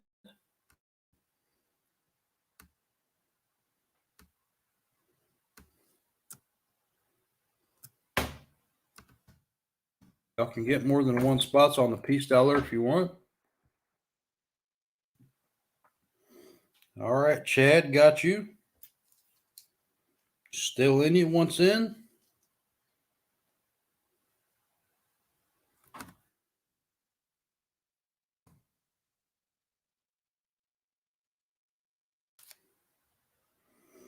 Got you still.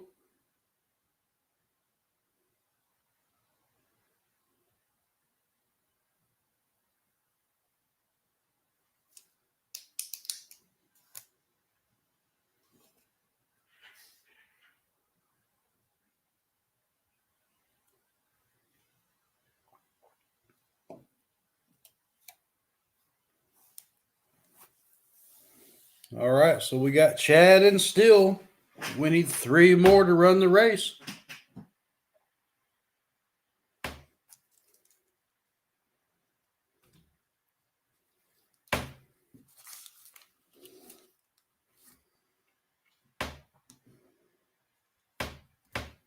Anybody else wants in race number 16? Put a 16 in the chat. We'll get the race going.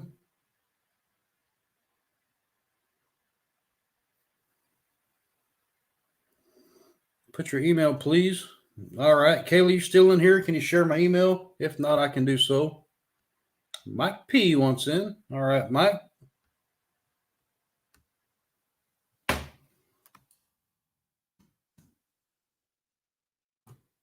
Got you, Mike Panucci.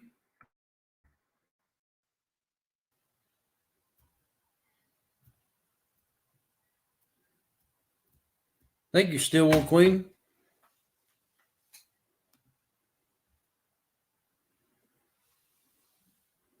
And thank you for deleted the dang spammers. The trolls, we call them. Thank you, Stillwell Queen. Appreciate that.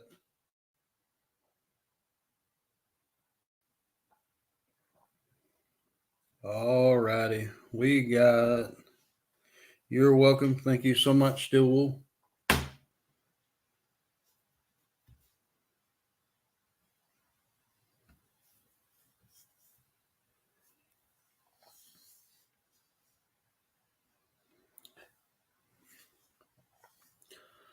All right. So we got Chad Still, Mike Panucci, 2 more.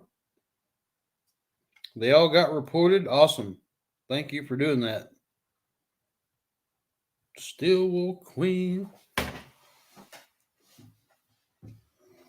All right, Stillwell. I'm going to put you in myself on my credit.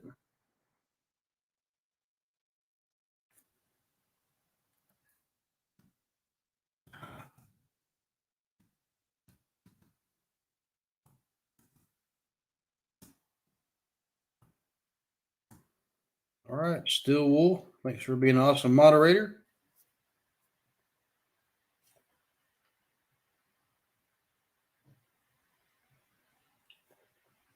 See, those are the things I can't do while I'm watching 3 or 4 screens. You're welcome, Stillwell. All right. 1 more. We'll run race number 16. And then we'll try to get in for the Peace dollar tonight.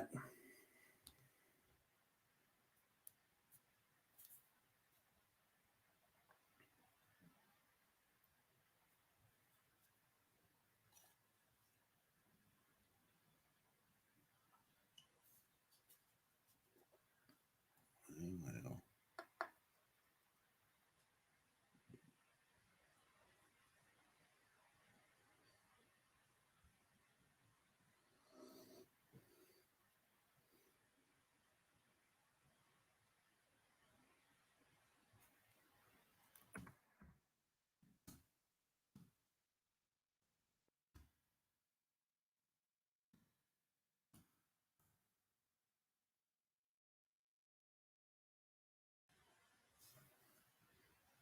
over 150 subs. I got used to whacking trolls. All right. Still put Greg Lee in for you. I can do that.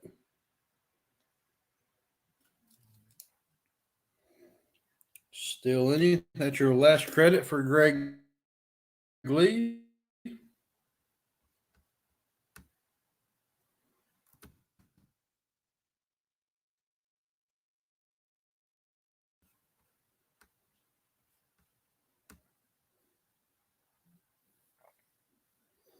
$150,000. That's crazy. All right. Still any? We got Greg in for you.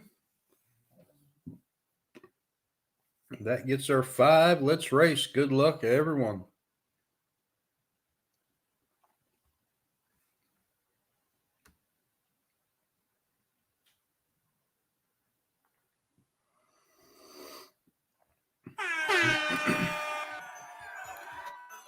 Let's go.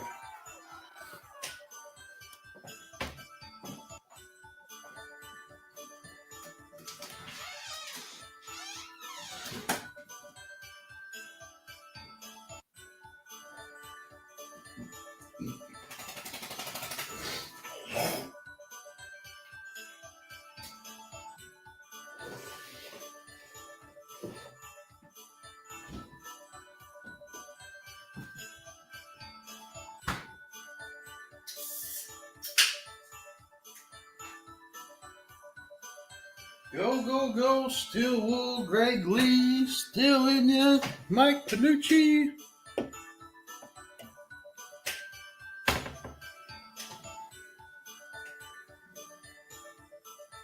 Chad said, hang back, Jack.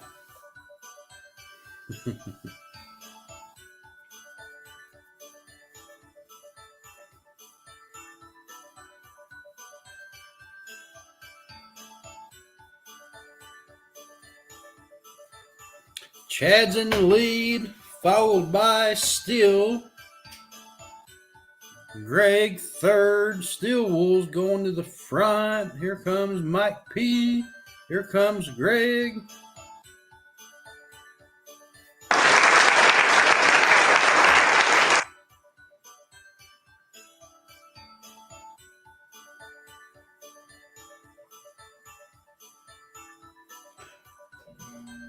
Way to go, Greg Lee.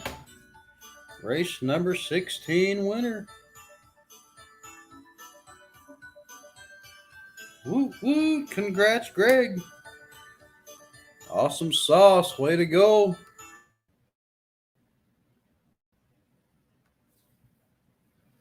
All right, Greg, you get your pick off the wheel.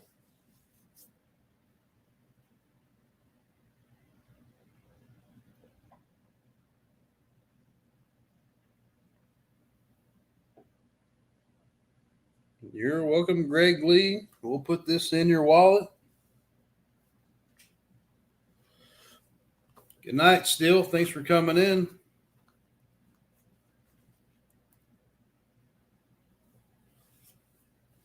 I appreciate you very, very much.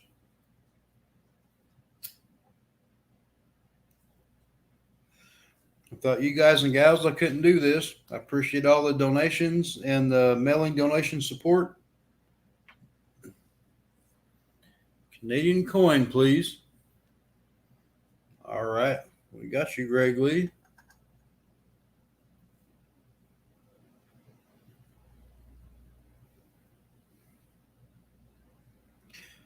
Queen Elizabeth II. Awesome, Greg Lee. Way to go.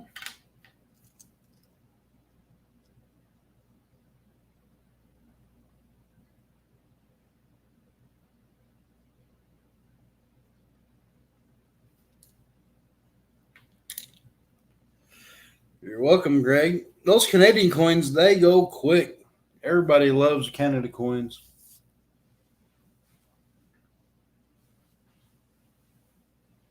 I really do appreciate it very much, good sir. Yeah, still in you. Fist bump. You're welcome, Greg Lee.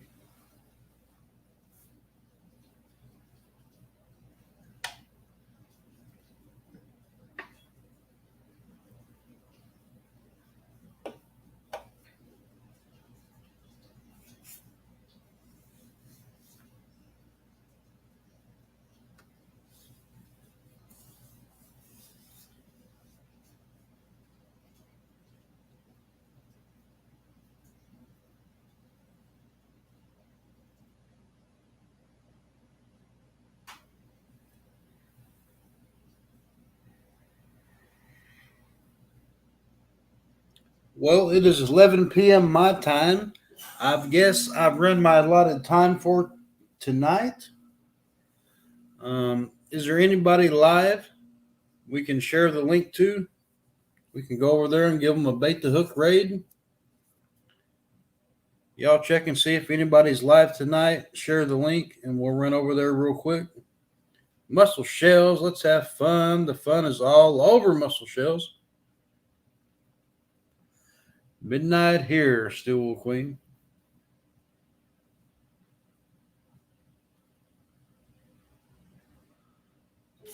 Muscle Shells, we sent. Did you get your package today? No, probably not. You're West Coast, so it may take a few more days.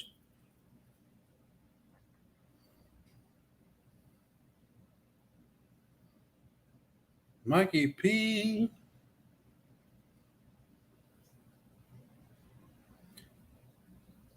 Where's it? Handy Andy. Well, does anybody want to come up on the panel and chat? We can do that. I can share the link here.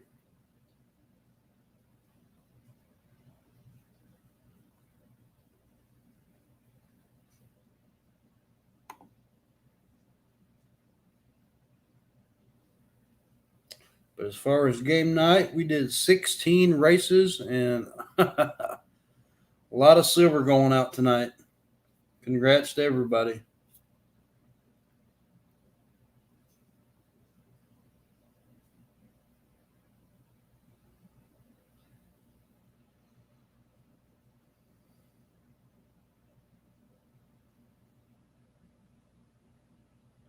All right, Mike, if you want to come up and give something away for the channel, we can do that. I shared the link. Anybody wants to come up?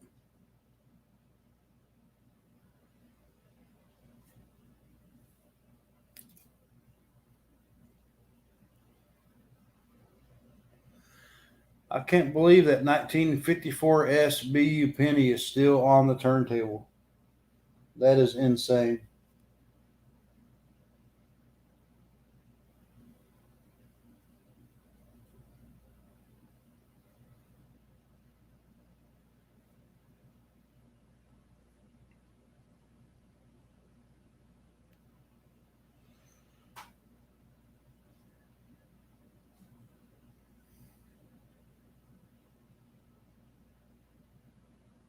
Yeah, crypto, you can throw it in the trash.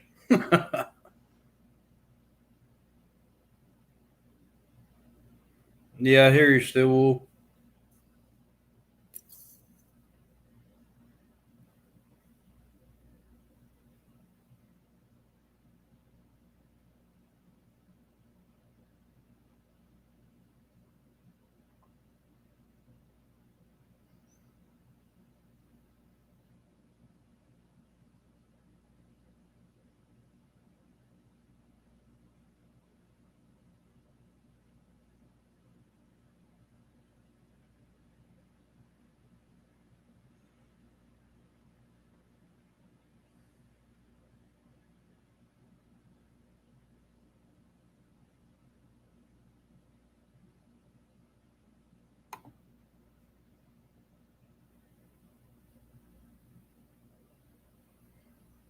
All right, I'll share the link again. Anybody wants to come up, we can do a panel chat. If not,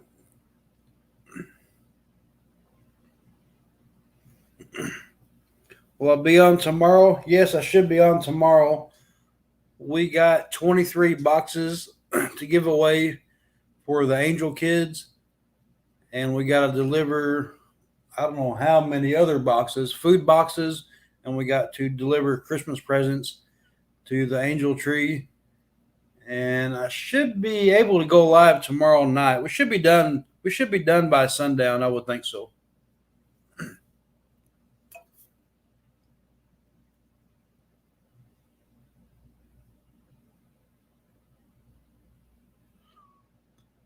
Me and Miss Bait the Hook, I can't even walk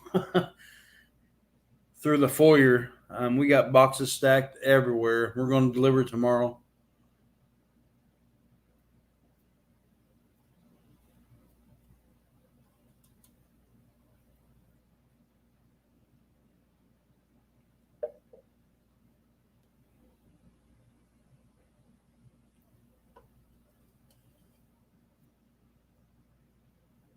Yeah, no problem, Mike. If you want to come up, you can, and we can share. Nick, you and Nick want to come up and chat?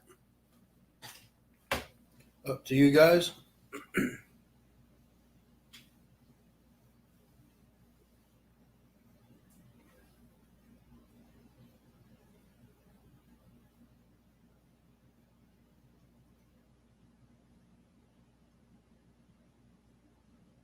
Yeah, they can come in here and say hi. No problem.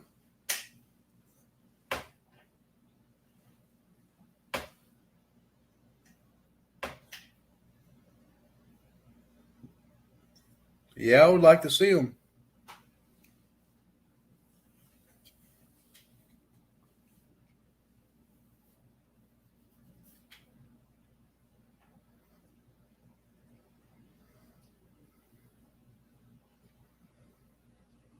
Yep, they can come up and say hi for a minute.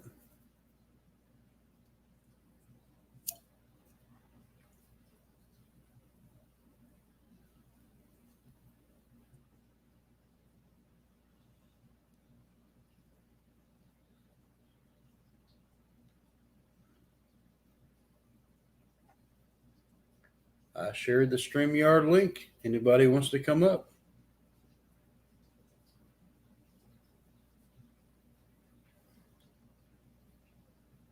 Yeah, I love helping everybody.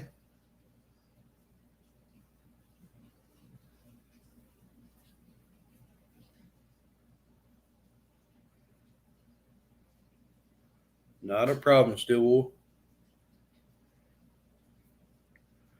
Okay, yeah, that'd be fine tomorrow night, just in chat. We can do that as well. Stillwool Queen. Awesome. I can't wait.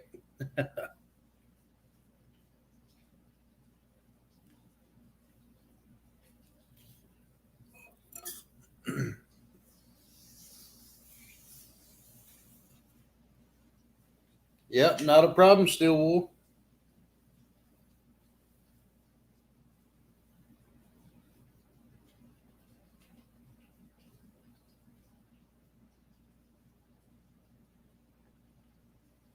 It has been raining 24/7 here at Cats and Dogs.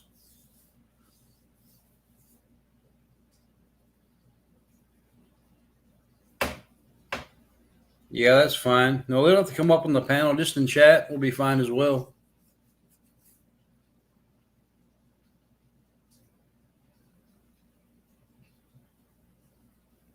Well, I do too, Stillwool Queen. I love the community.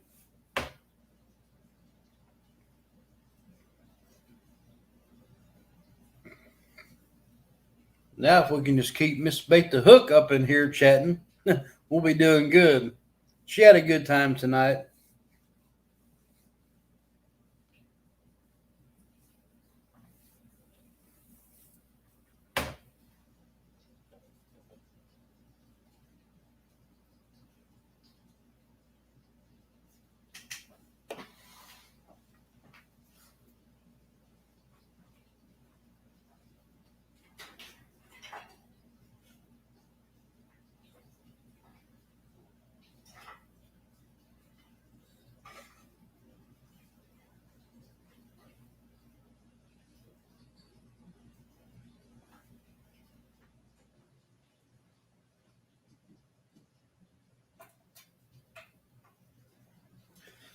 Well, while we're waiting for someone to come up on the panel, I'm going to make me a cheeseburger real quick.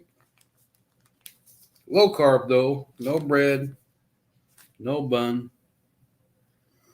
Yeah, Stillwell Queen, you missed Bake the Hook.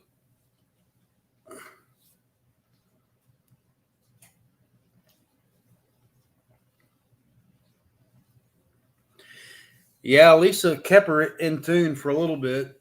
It was pretty cool. She came in. She had to go to Paducah, Kentucky today to get her eyes dilated from her lupus, and they looked back in the sheaths of her lives. They check behind the eyelids in her eyes and look and make sure there's nothing going on. She does that once a year. But I was supposed to get off work at noon today and take her, but I had a family emergency at the plant, so I had to stay until 4. So she drove herself and went to the eye doctor. And of course, they dilated her eyes. And then she had to wait for 4 hours in the parking lot to drive herself back because I was stuck at work from a family emergency from another employee. I couldn't leave.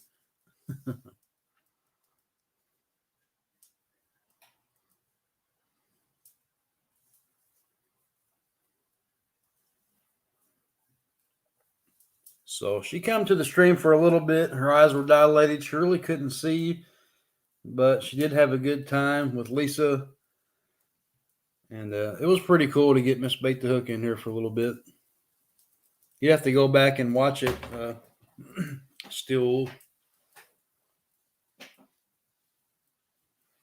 Yeah, it stinks. That's the crappy part. I was supposed to take her, but I couldn't because of an emergency at work. So I felt bad for her. She had to sit in the parking lot for 3 hours till she could see just a little bit to drive home. And from here to Paducah, Kentucky, it is 30 miles. It's 30 miles.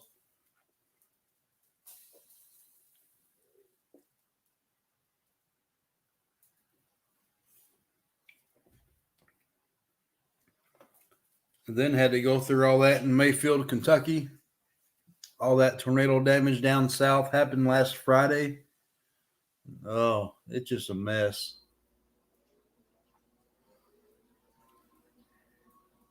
Anywhere you go in a store around here, there's people just carting out cases and cases of water to help down there in the southern states next to us, right across the river. Thank goodness my daughter, her mom, worked at the candle factory there in Mayfield, but she didn't work that night shift. Thank goodness she wasn't there when that tornado come through.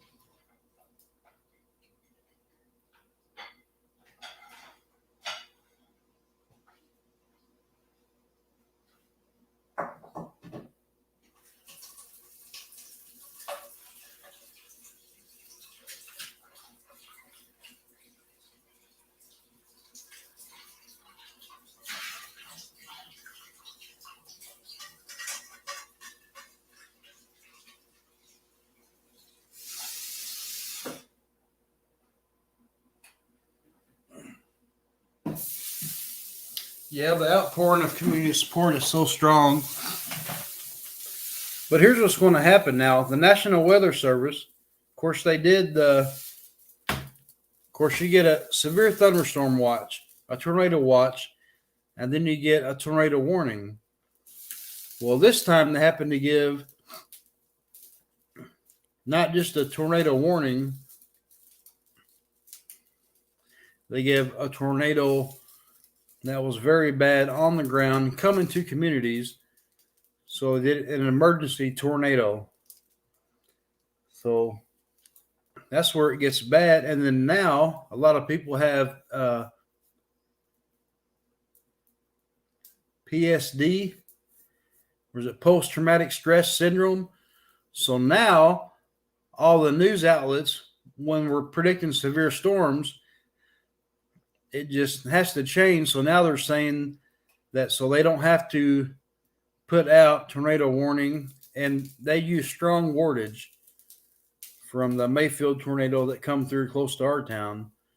So now they have to say anytime there's a severe storm, they got to word it as this is not going to be like last Friday. This is not a PDS, particularly dangerous situation, or a tornado that come from the National Weather Service. It was a strong emergency tornado. But yeah, it's weird. There's a lot of people that has, and kids as well, that's going to have a lot of stress post from it. A bunch of employees are suing the candle factory. They never let the employees know how severe it was. They knew it was bad 3 hours in advance and wouldn't let anyone leave. Well, they got over an hour warning before that tornado come through Mayfield.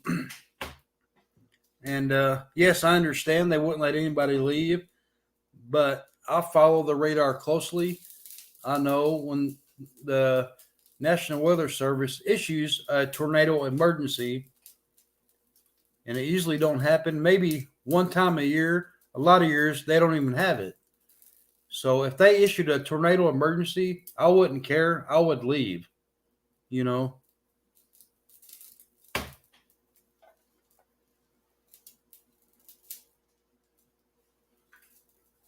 Yeah, they knew it was bad 3 hours in advance.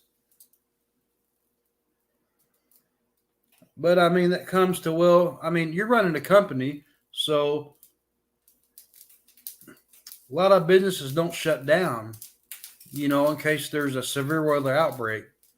A lot of businesses have a safe room. Well, apparently it didn't work for the candle factory in Mayfield.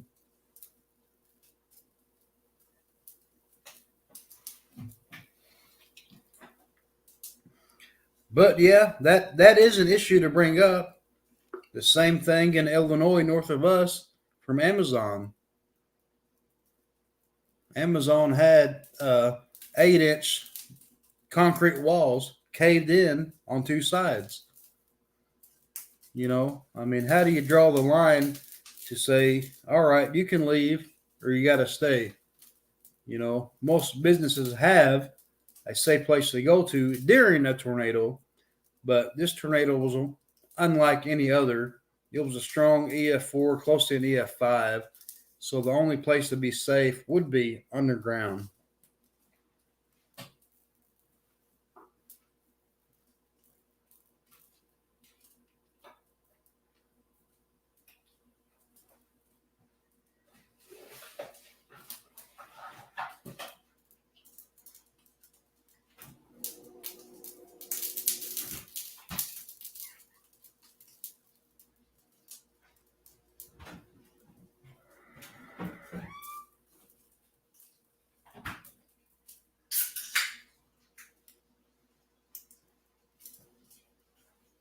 And everything that could go wrong went wrong with this tornado. That's why I always say have at least 3 outlets of weather coverage, whether it's the news, your NOAA weather radar, or it's an app. Well, the tornado come through, took down the whole county power supply. Then it took down cell towers. Then it took down the National Weather Service radar in Paducah, Kentucky. So there you couldn't warn. And then they were trying to relay National Weather Service in Paducah from Springfield, Illinois. So everything that went wrong did go wrong during that tornado outbreak. And that's just the beast of Mother Nature.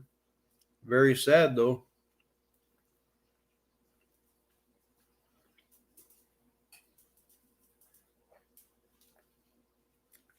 So once you lose power, to your local news media outlet. There goes your local channels. There goes your cell towers. And there goes your National Weather Service radar.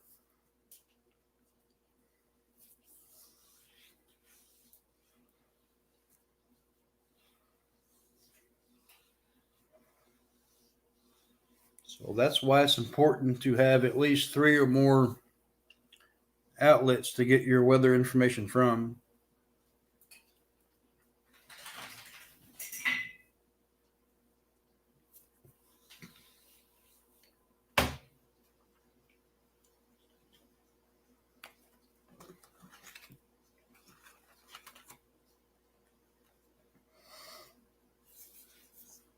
Yeah, Stillwell Queen, how close are you to Kentucky or Southern Illinois?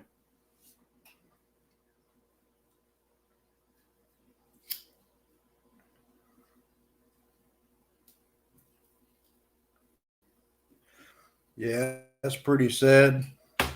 30 miles away. And they were showing what's really the sad part. Of course, the loss of life was very sad. You know, it was in close to 100. But they were showing Christmas tree skirts scattered. Here it was almost Christmas, right? Last Friday. And then now they're finding, there's a Facebook page called Lost and Found from the Mayfield Tornado. People are finding people's yearbooks, family photos, hundreds of miles away.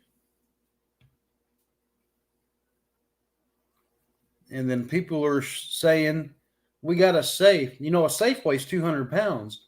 Here we got a safe in our yard. We don't know who it is. Who'd it come from?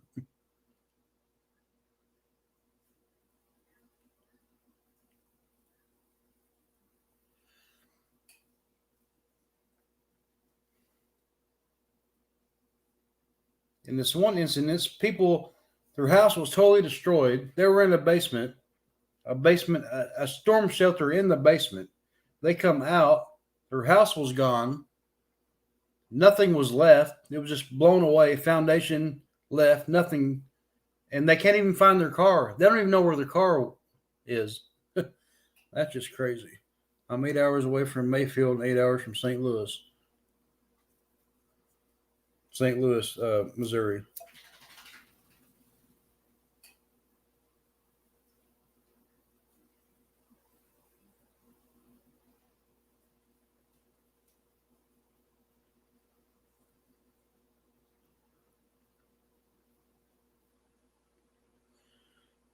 Yeah, when you come out of your storm shelter and you can't find your car, that's pretty bad.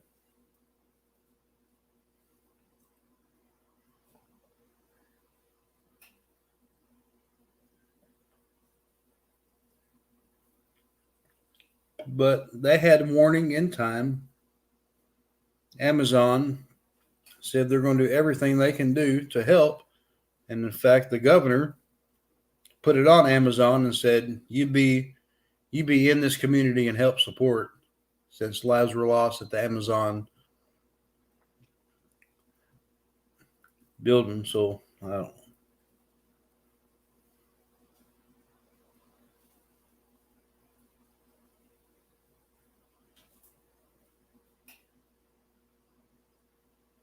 Yeah, it hit home close.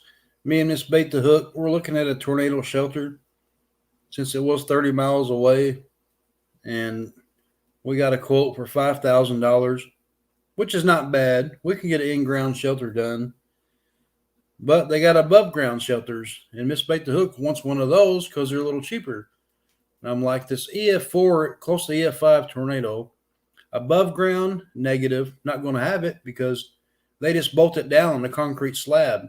Well, this tornado pulled up slabs of concrete, pushed over trains.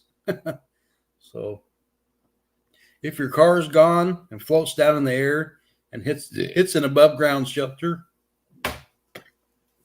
No. Just common sense, below ground is a way to go.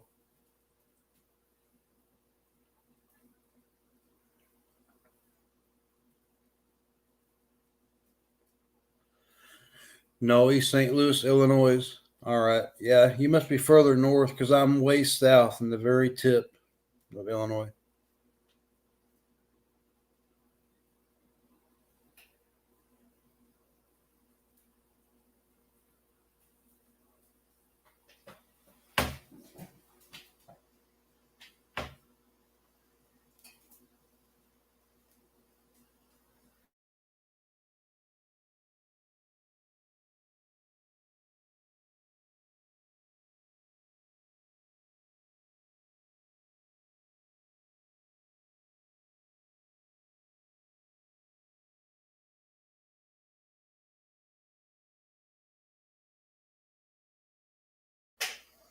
If we don't flip this weather pattern, and this is global warming, it's been political since the 90s.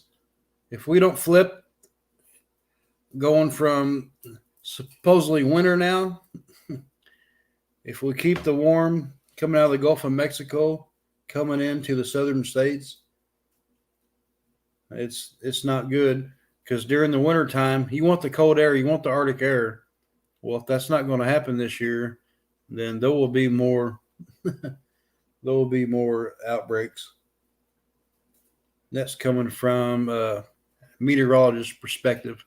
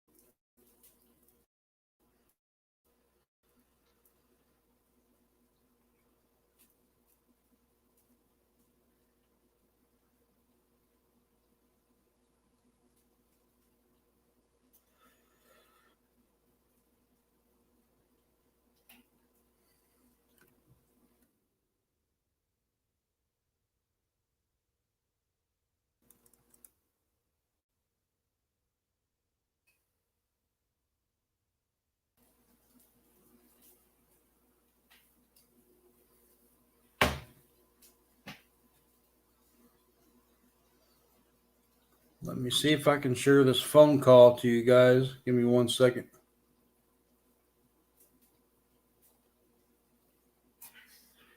This was an interview with our local meteorologist as well.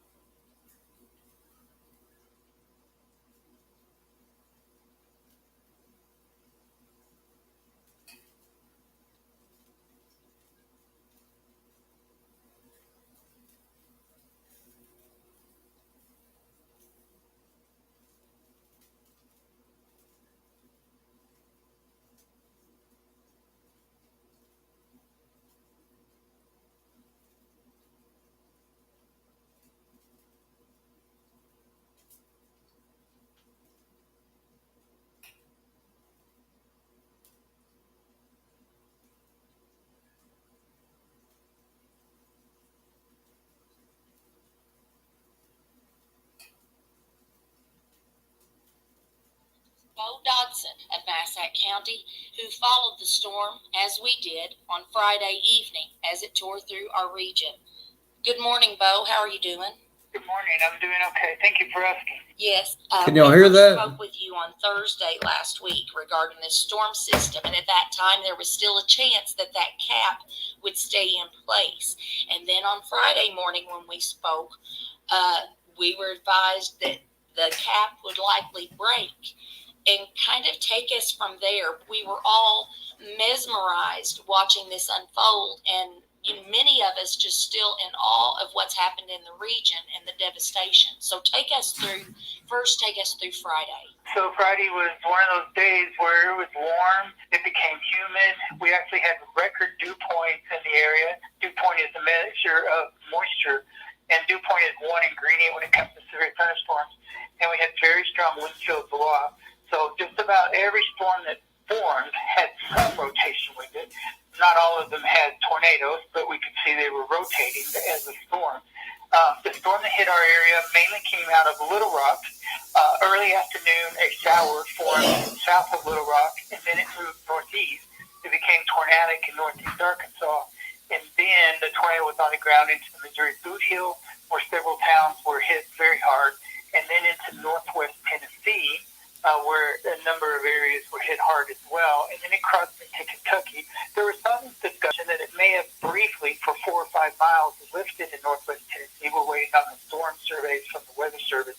But as that storm entered western Kentucky, it intensified into what became, unfortunately, a deadly, destructive tornado. Of my years and decades of watching weather in our region, I have never seen anything like this. The only comparison is the 1925 tri-state tornado that moved through Missouri, Illinois, and Indiana. That killed over 1,000 people. Back then, there weren't any radars. There was not any warning system, and so a lot of people died. Thankfully, this time, we did have an excellent warning process. So, as a matter of fact, Western Kentucky had a special weather statement 2 hours before the tornadoes moved in, saying that tornadoes would be possible shortly. And it wasn't long after that tornado warning after tornado warning after tornado warning was issued. I've never seen a storm on the ground this long. I've never seen the destruction that we're seeing. I mean, Mayfield basically looks like a World War II bombed out city. Numerous other towns, Dawson Springs was nearly or all but destroyed. Very high winds, 190 to 200, perhaps higher than that, mile-per-hour winds in the storm. Some extraordinary stories out of it. Cars were lifted up at the candle factory and thrown on top of the candle factory. I know of one car that was picked up and hit the top of a water tower in western Kentucky and dented it. The steel hatches at the top of that water tower were blown off. The water tower in Mayfield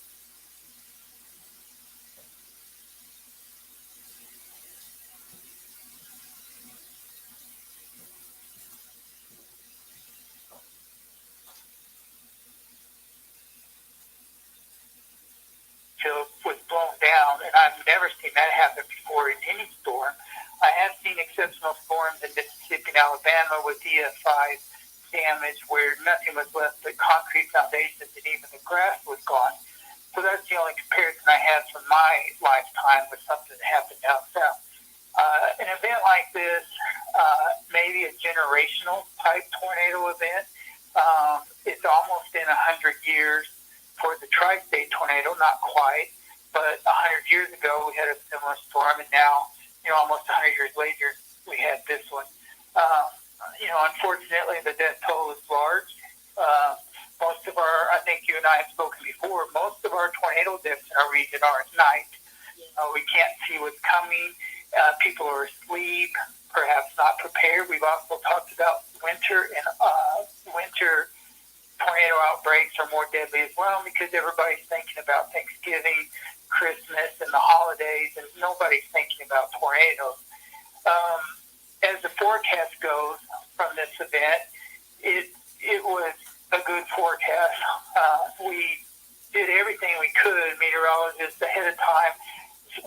Word spread quickly on Thursday and Friday that, hey, you need to pay attention to this. This could be a bad event. So the forecasts were there, and the warning process from the National Weather Service was, I would call it, exceptional. There were tornado emergencies issued. Now, that's very rare. You don't see that every year even. And a tornado emergency is reserved. It's a tier above a tornado warning, and it's reserved for tornadoes that are on the ground moving into metropolitan areas. I believe 8, which is unheard of. 8 tornado emergencies were issued for this storm. One for Dawson Springs, one for Princeton, one for Benton, one for Mayfield. The list goes on. There are so many historical things about this storm. From a meteorological point of view, it's fascinating that nature could do something this destructive over such a large area. I've spoken to many meteorologists, and none of us have worked an event like this in our lifetime. It was the worst event in my lifetime that I've ever had to work. The ice storm, I always said the ice storm was the worst event I ever had to work, but now this one is, much more destructive than that was, and the loss of life, of course, is immense for a tornado event. A lot of tornado outbreaks, you may have a few people die, 1, 2, 3, 4, 5, but this one, killed many people in many communities. It did, and several things you mentioned there I want us to touch on. You mentioned the tornado emergency, and I did notice that as I watched the local coverage on a local NBC affiliate on Friday night. Yeah, that's We are weird, gonna that come back tornado around to that. emergency. I normally don't. Never heard of it, really. Into a coffee break on That this started one, back in the okay, 90s, some I'd say. exceptional work was done there as well. You don't and I see it want us much to talk or hear it about that. much.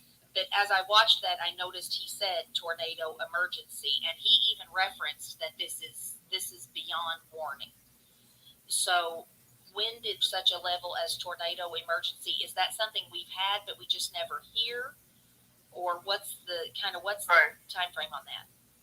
So tornado emergencies began, I want to say 10 to 12 years ago. So in 2000 or so.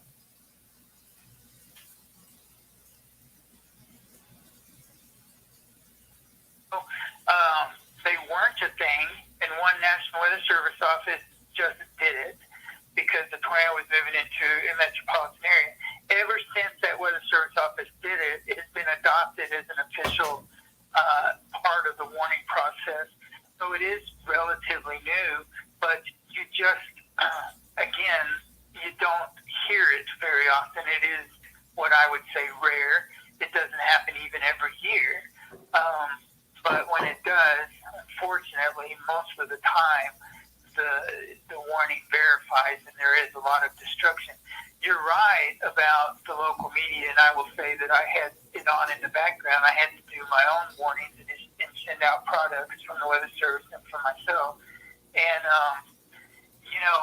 it's unusual for me in my messages to the app. I said repeatedly, turn on the local media. They have wall-to-wall coverage. I can't do everything they can do, and they don't do what I do.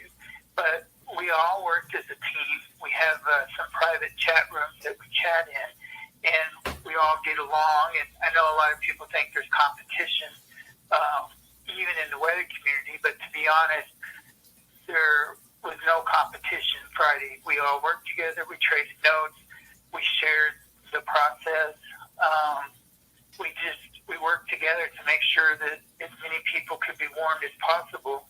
It was some of the strongest wording messages I've ever had to send out, telling people to get under mattresses and so on, that this tornado is on the ground, it's doing destruction, it has a history of damage. Some very strongly worded messages were sent out, including from the National Weather Service. Definitely.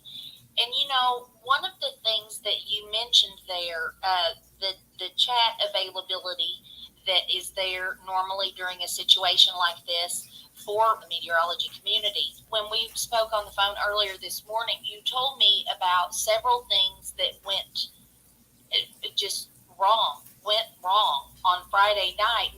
But you always say to us, any technology. So this is your Bo Dawson is going to talk about. Pay attention. On Friday night, talk to us about the things that happened that you had to be thinking, oh my gosh, is this really happening tonight? Yeah. Right. It made our jobs exceedingly difficult. We lost National Weather Service chat, and we all, emergency management and local forecasters, we have a chat room that's a program, and it got overwhelmed and went down. That chat room is vital during severe weather for us to receive storm reports, talk to the Weather Service, them talk to us to tell us what they're going to do next. We lost that. We lost data from 3 radars. Now, the Weather Service still was able to get that data, but a lot of us. Well, they do still, Old Queen. It failed. Then the But it National Weather failed. Service apparently was struck by lightning or something, and they went dark in Paducah, and their backup generator failed. So they had to hand off to the Springfield National Weather Service office, and the National Weather Service office in Springfield had to start issuing warnings. Well, we could barely communicate with them as well. They did start a Google Hangout, but it was sort of difficult to use that. It wasn't as good as National Weather Service chat.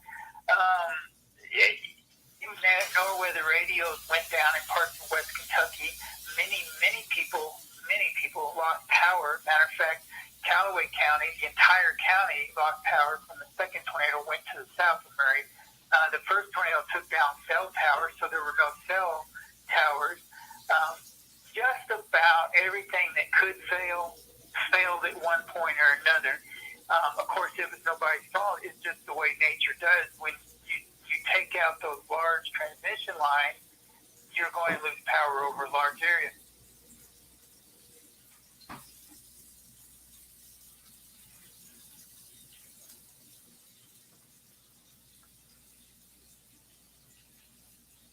So I've always, every single time you and I talk about weather, I always say have 3 or more ways of receiving information because everything can and will fail at one time. This was a perfect example of what can go wrong and what can fail. Even local media at times had power outages in their studios and lost data as well. It made our job extremely difficult. And thank goodness, Kim, thank goodness we didn't have a tornado outbreak where we had 15 or 20 tornadoes, because normally under circumstances like this with the atmosphere, you would have multiple long-track supercells with multiple tornadoes.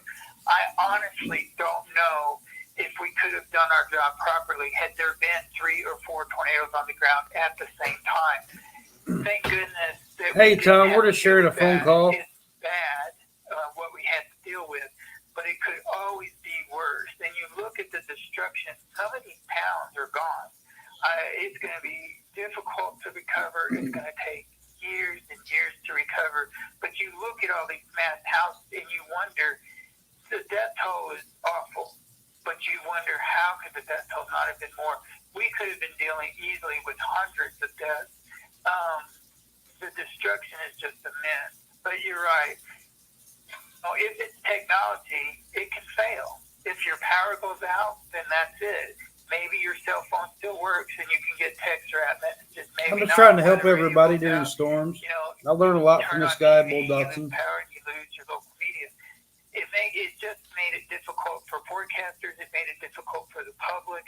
But I feel like, based on what conversations I've had with people and interviews that I've seen, that people knew the storm was coming. Even if their power failed, they knew before it failed that something really bad is about to happen. And you could tell by the voice of the local media on air, you could tell they were worried. It was sober. It was strong language telling people, look, we see a debris ball on radar. And when we see a debris ball on radar, that's people's houses and livelihood and businesses, trees up in the air. As a matter of fact, the radar showed debris in the air in Mayfield up to 30,000 feet. That's airplane level. There was debris up in the air. Debris fell 100 miles away in some of these storms. Stuff from Mayfield and Dawson Springs is being found 100 miles away. Checks, photographs, and stuff like that. There's even a Facebook page, I forget the name of it, but it's lost and found from the tornado.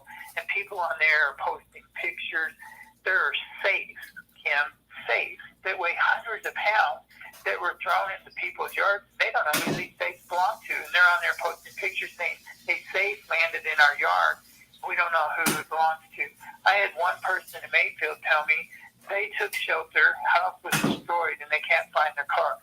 They don't know where the car is. This was an exceptional tornado. It's very rare. And, you and I talked earlier, I'm worried about how we message severe weather from here on out as forecasters, because after the ice storm, ice was a cuss word. You just have to be very, very careful and explain to people, look, we've got ice in the forecast, a quarter of an inch, and I've even Yeah, looked 100 at photos. miles. This is what a quarter of an inch looks like. Hey, Not a Buffin. lot. Maybe a couple of small branches will break. But every time we said ice, immediately people would post, is this going to be like 2009? Is this going to be like 2009? Well, that made our job difficult to message because we had to explain constantly, this is not 2009. Here's a date we could compare it to. Here's a storm we could compare it to. I don't know how we're going to handle the next significant or maybe not even significant severe weather event because tens of thousands of people in our area now have PTSD and have been traumatized by this storm. The number of people, let me give you an example. I had somebody text me probably 30 times in the last 3 days saying, I'm sick to my stomach. I see thunderstorms in the forecast. Are we going to have severe weather? I'm so worried. I'm sick to my stomach. This is going to be children. I know that there's been a significant loss of life among children in this tornado. I don't know how we're going to handle this. We're going to have to come up with a better way to message from here on out because every storm will be compared to this one. And, you know, the fear of storms is a real thing. It is a phobia. And so now you're going to have a generation of people that are just scared of when it thunders. There'll be a response to that in their body. They're going to be worried. So we're going to have to figure this out. One of the things I'm doing, I've got 2 PDFs that I'm sending out to whoever requests them. I put it on there for teachers to try to get it out to the schools that contain a large amount of information on how to talk to kids after a storm. One of them is created by Sesame Street. The other one is from a book from a psychologist that's about maybe 7 to 10 pages. It goes into great detail about how to handle phobias of storms, how to talk to kids after a tragedy like this. And I've had a large response from teachers from many districts that it's been sent out to. And, you know, anybody that wants that can get it from me at bodotson at usawx.com. Maybe you can put that on the website, and I will send it to them just as soon as I can. I'm a steady stream of people requesting it, so we'll get that out to them. But this is just, you know, there's many aspects to this storm that maybe some people haven't thought about yet, and that's going to be one of them is how we message severe weather from here on out. We're going to have to be careful not to create panic and to go into great detail about what type of severe weather. And, you know, the unfortunate part of that, and you and I talked about this, is we want everybody to take every tornado warning seriously, even if it's just radar indicated. Maybe we don't have confirmation. A lot of our tornado warnings are radar indicated. We can see rotations, but we don't know what's happening under there until we get reports. We want everybody to take tornado warnings seriously. So that kind of complicates it too, because I can't message and say this tornado isn't going to be like Mayfield. Right. Just if a tornado hits your house, it can destroy it.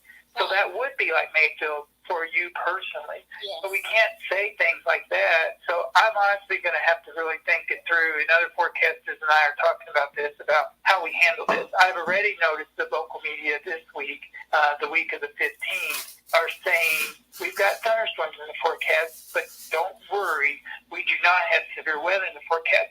You know, that's new. We get thunderstorms year-round constantly. Yes. Never had to say or go out of our way to say anything more than there's a 30% chance of thunderstorms. Well, we can't do that now.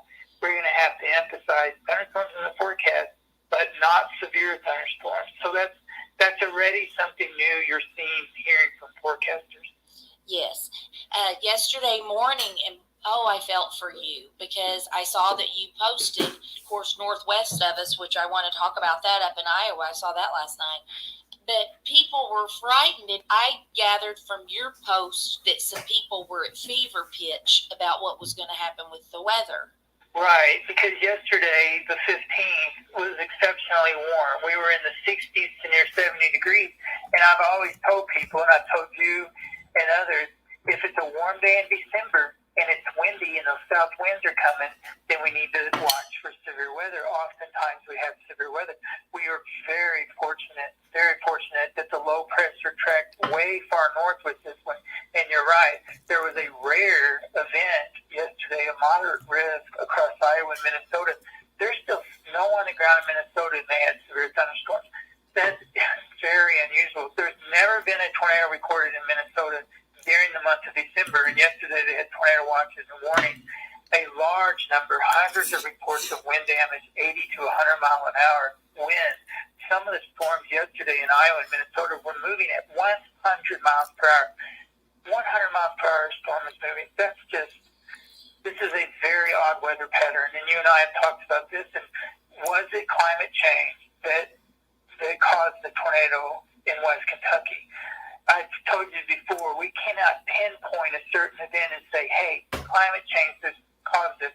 What we can, however, do is say it was enhanced by climate change. And let me explain that. The Gulf of Mexico is very warm right now. Our moisture comes from the Gulf of Mexico. The warmer the Gulf of Mexico is,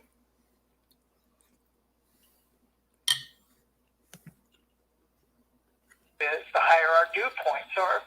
So we had record dew points during this tornado event, and that is climate enhanced because the Gulf of Mexico is so warm.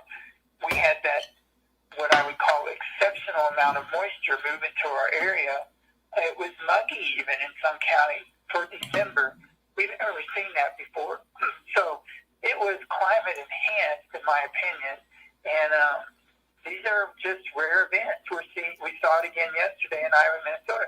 This is very unusual. The anomalies that are occurring are off the charts, and you just can't explain that away. You can explain away one event. For example, the Dust Bowl was a very localized, it was over large areas of the U.S., but it was very localized. It wasn't a worldwide event. We're having worldwide exceptional weather. We're having worldwide disasters that can't be explained. You can always explain one, like the 1925 tornado.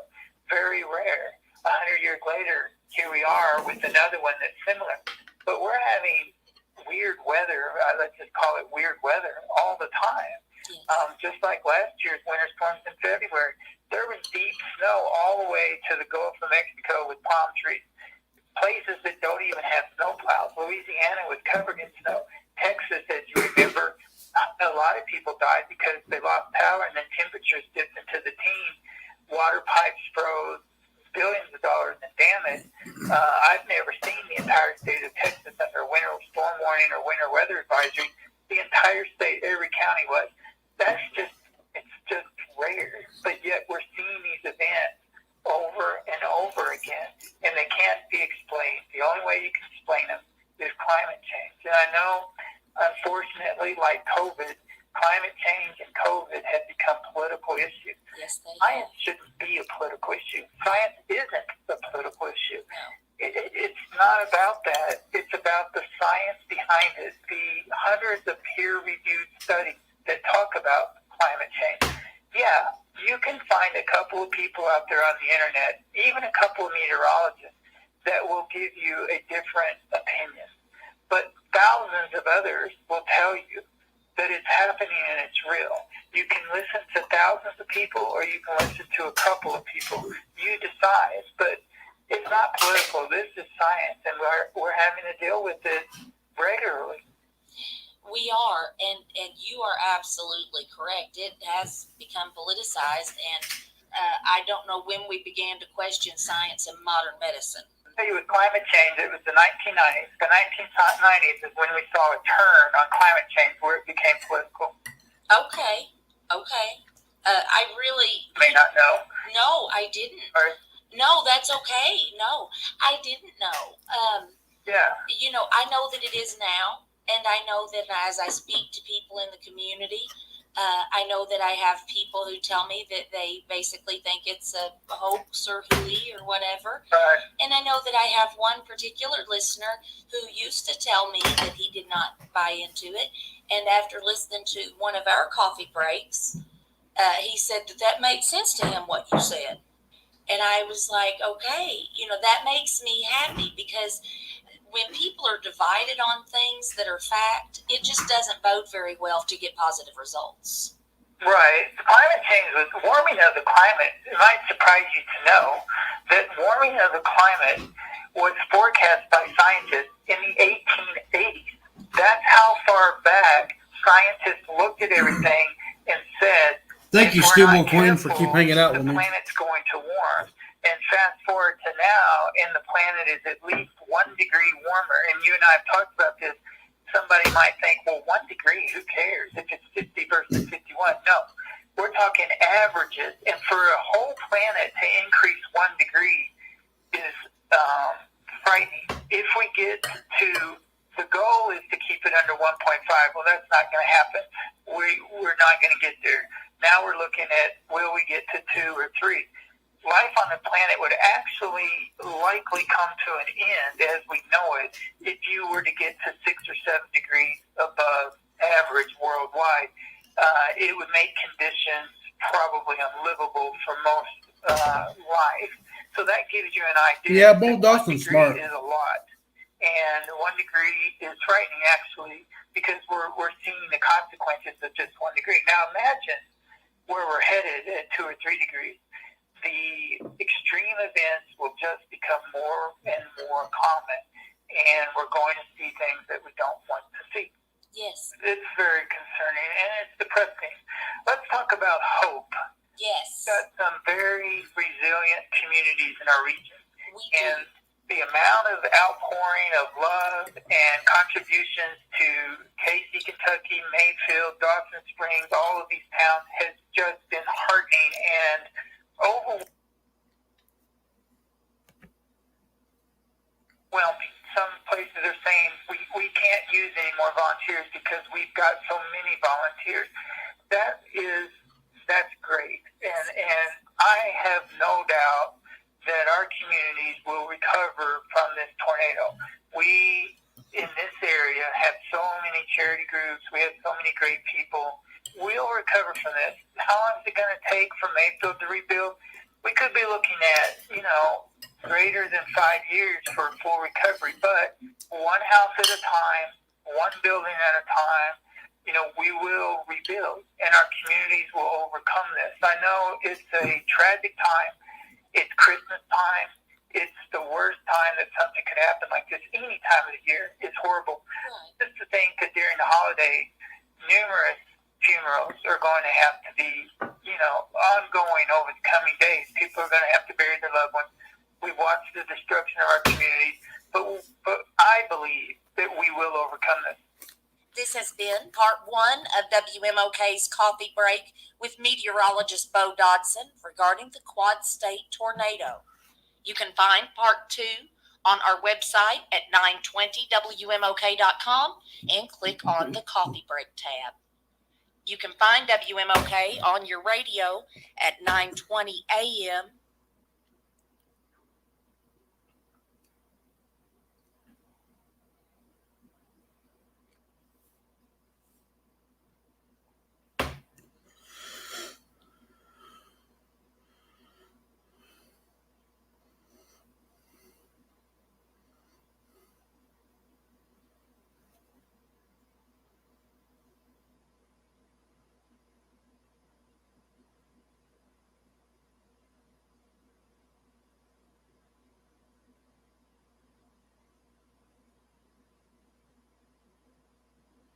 All right, pull up part 2 here.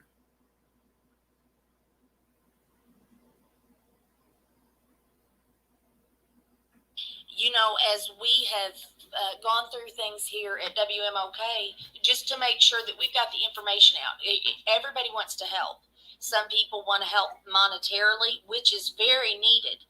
These places are gathering up a lot of supplies, but there are a lot of expenses ahead for these people, and a lot of things that need to be purchased with cash money. So the monetary, we're switching in kind of to a phase where the monetary donations are going to be very important. But we've been trying to compile how folks can help. The Robinson Transportation System down here at the end of our Fairgrounds Road, they started to stuff the bus on Monday, and by Tuesday morning, they had already left here to go down with the bus load. The Metropolis Fire Department is collecting. Rivers Edge Veterinary is collecting pet supplies. The Greater Metropolis Convention and Visitors Bureau has done something which I thought was fantastic and brilliant. They have started a GoFundMe so that folks can donate to pay for bills of hotel when people come here, they are displaced and they come to Metropolis. There are many ways to help. Can you give us feedback? Because one of our challenges here, we're trying to go, which mainly we focused on Mayfield after everything. But now today we have broken out a list of cities. We're making a list of cities and towns that were affected. We're trying to go through that list and go find if there's a sheriff's office page or such as that.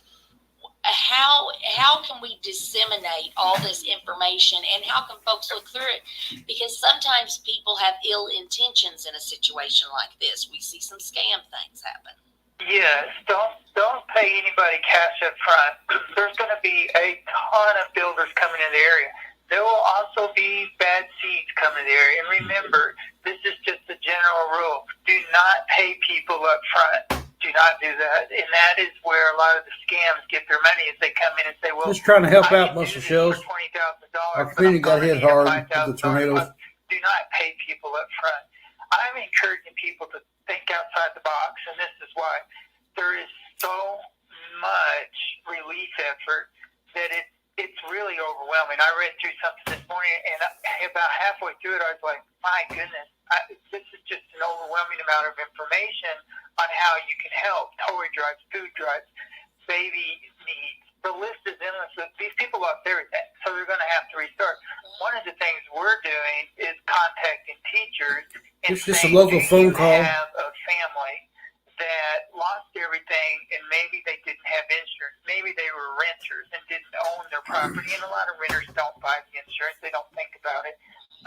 But do you have a family that we could help from your classroom and then take them shopping? That's one of the ideas. I would encourage mental health workers, psychiatrists, psychologists in the area to please consider donating your time when schools do return in these damaged communities, to go in and talk to the staff.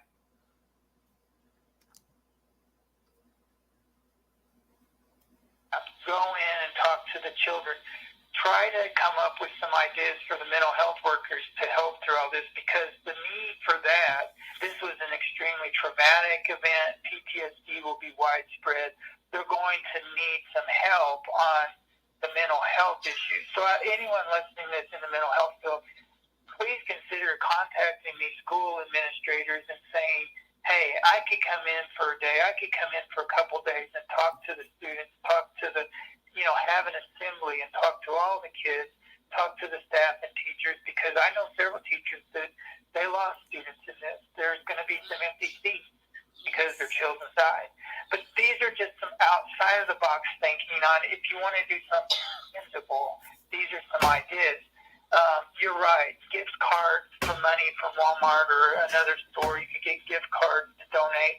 Donating money is a great idea. They probably got plenty of clothes. I know that many of the organizations says we don't need any more clothes right now. Some might still need some. Mayfield's overwhelmed, as you said earlier. Mayfield's overwhelmed with help, but some of these other communities, Dresden, Tennessee, Casey, Kentucky, the Missouri Boot Hill, Dawson Springs, Princeton, some of these areas need help as well. And you're right, it is overwhelmed. The amount of help, it's great. It's just great. It is. It really is. We got to think, what do we need? I noticed that, like, from the Mayfield Fairgrounds yesterday, they posted and said we need extension cords and we need oil for generators.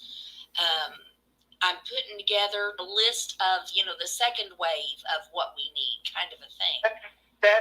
I'm glad you brought that up, Kim. Another thing that's going to be needed are gloves, winter hats, toboggans, brand new coats for kids. Yes. Those are some things that are going to be needed. I'm glad you brought this up. A lot of times during the disaster, the relief effort is overwhelming at the beginning of it. But we've all watched news media, stories fade. This is a top story for now, but 2 or 3 weeks from now, there'll be a new top story. What we need to do, this is a marathon.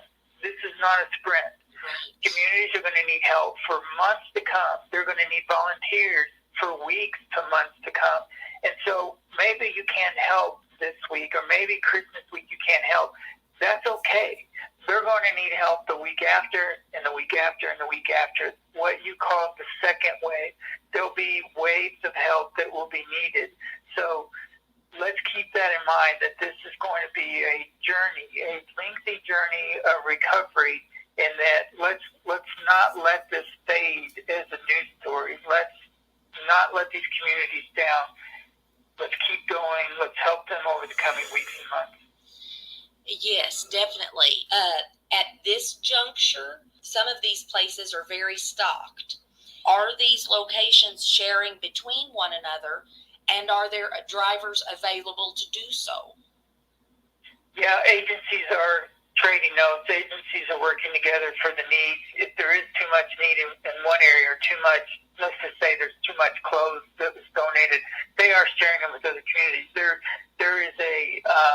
There's a lot of effort, interagency efforts, to make sure nobody's left behind here. All the agencies are overwhelmed, Right. but they are communicating their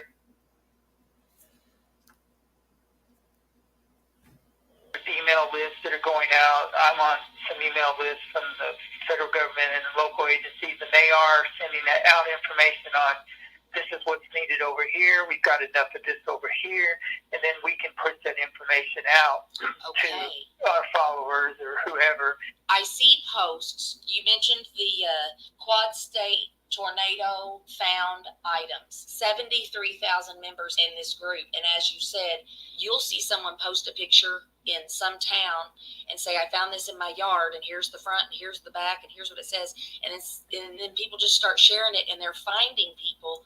They are. Gosh, I have seen 2 or 3 in the last 2 days. One was a woman and a little boy, and a man posted and said, I'm the little boy in that picture, and we lost my mother in the tornado. Your heart just absolutely lurches, and you don't even know these people, but we're seeing this. Hey guys in and a gals, social thanks for media coming in. aspect. I'm just sharing We're some seeing local this media play out in coverage real time. for my local meteorologist It's interview. really something.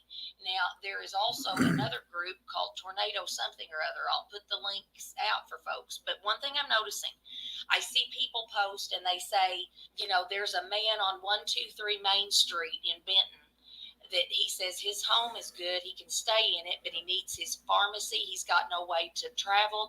He needs to go get some supplies. Are there groups of people helping, like 2 individual locations, to transport and help? Yes, that's going on in these towns. There's buses running in some of the towns. FEMA's going door to door now, and there's no cell phones in a lot of the areas, so they can't use their tablets. So what they're doing is using old school pen and paper, and they're going door to door asking people, what do you need? This is what we can offer. There are transportation outlets in some of these communities that are helping move people around. I'm sure the pharmacies have an emergency plan that during the disaster on how to get the meds out. So that is something that's going on as well. So to answer your question, yes, there are people volunteering to transport people from point A to B. There are food locations in many of these communities, so you can come and get a hot meal. That's ongoing.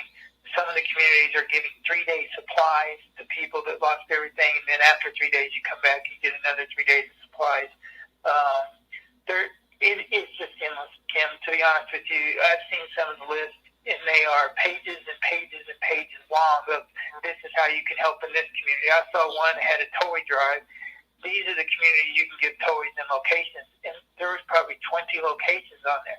There's a lot of things that I've personally never seen from an event like this, but I've never seen such an overwhelming amount of help either. It's encouraging.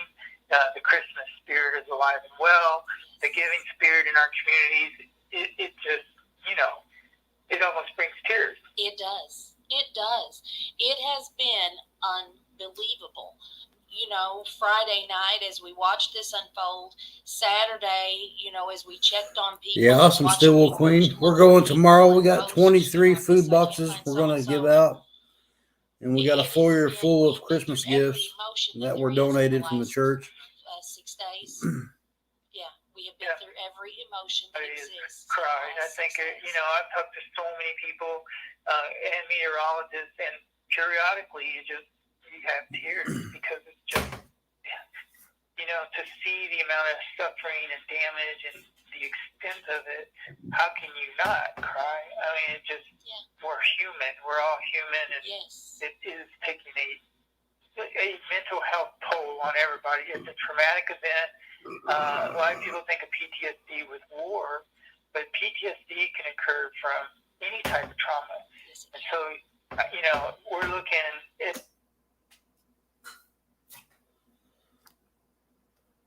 as you said earlier, tens of thousands of people that are going to have some mental health issues because of this, and that's because we're just human. We're not made to compute the amount of damage in Mayfield. Our minds just, it's something you've never seen before. It's kind of like 9/11, and I compared the candle plant when I saw the overview of it from drone, and I saw these tractors picking away, literally just picking away like pickup sticks, one small piece of metal at a time. And from the air, the only thing I could compare it to mentally was 9/11, where a building collapsed and all that's left is just rubble and metal. Well, that takes a mental health toll on everybody. Not to mention, for example, I have a large following on my weather page, but on my personal Facebook page, because there used to not be Facebook pages, so a lot of people followed me early on for weather on my personal page. So I maxed out the number of quote-unquote friends. I don't have 5,000 friends, but they followed me for weather. Right. Let me tell you, the days after the tornado, unfortunately, my feed was nothing but filled with one post after another saying, my brother lost everything. Can you help? My family lost a loved one, died.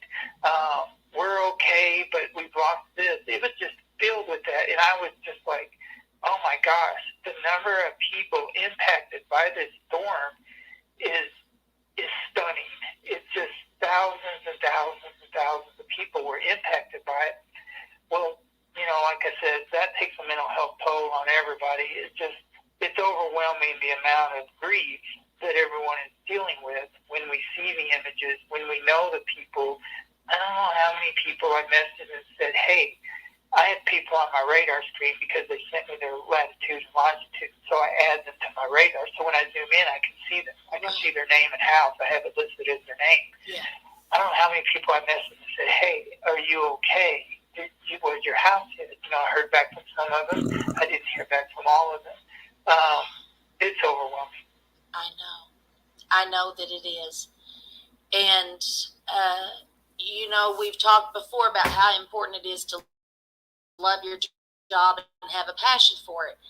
And with that comes a great deal of pain sometimes.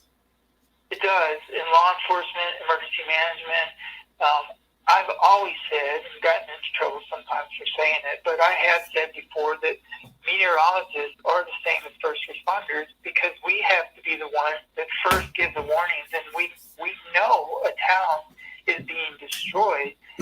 Yeah, I told you earlier that when I had to send out the message about Mayfield, Yes. I couldn't help it. I had tears in my eyes because I knew we're about to lose the center part of Mayfield. It's going to go right through downtown. Yeah. When you see that on radar, the amount of emotion is the same emotion that a fireman has when he has to pull out, somebody who perished in a fire, or police have to work a wreck where multiple people die. The emotions are the same. Yes. So, I've had a passion for weather since I was a child. Yes. And, I've always told you that if you study volcanoes, you want to see a volcano. Right. Even though that's a little weird. No, but I dig what you're You saying. want to see that, yeah. And it used to not bother me to work severe weather events, but now I just dread them. I hate them. I have for years because I've seen so much as I got older. Yeah. As I grew older, I went to all these towns. I've seen the damage. I've seen the suffering. So it changed, my perspective on working severe weather. Now, I dread it. And I'm not alone. A lot of meteorologists are fascinated by severe weather, yes, because that's what we study. But when we know a big event is coming, you just get that sick feeling in the pit of your stomach. You worry just like everyone else, and you wonder. I've told you before, tornadoes in our area are like Russian roulette. You know it's going to happen.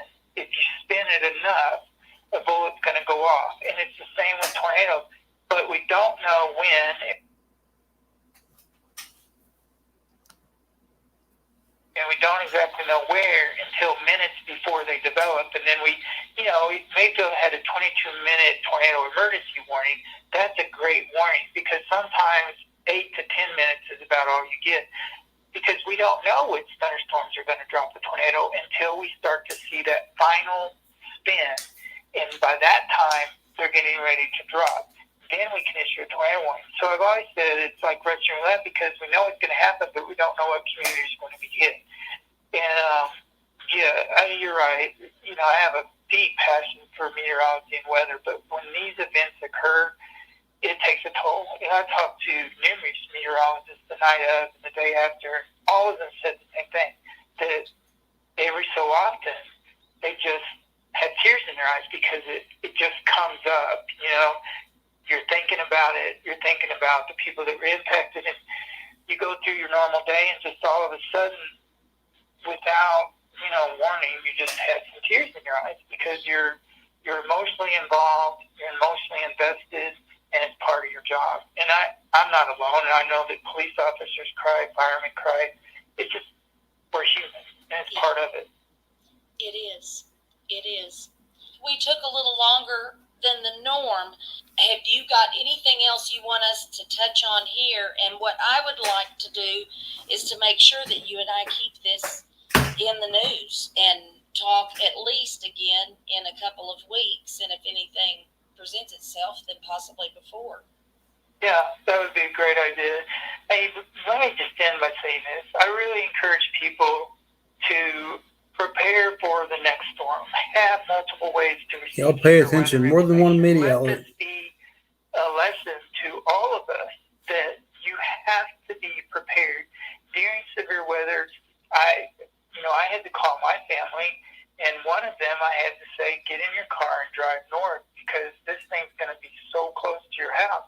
Get on your shoes, put your wallet in your pocket, grab your keys, and anything that's vital, keep it by your bed. You and I have talked before. Keep your shoes by your bed on the night of a severe weather event because if you lose your house or there's damage, there's going to be nails everywhere. You're going to have to leave your residence. So keep all the important things by your bed that night. Car key, cell phone charger.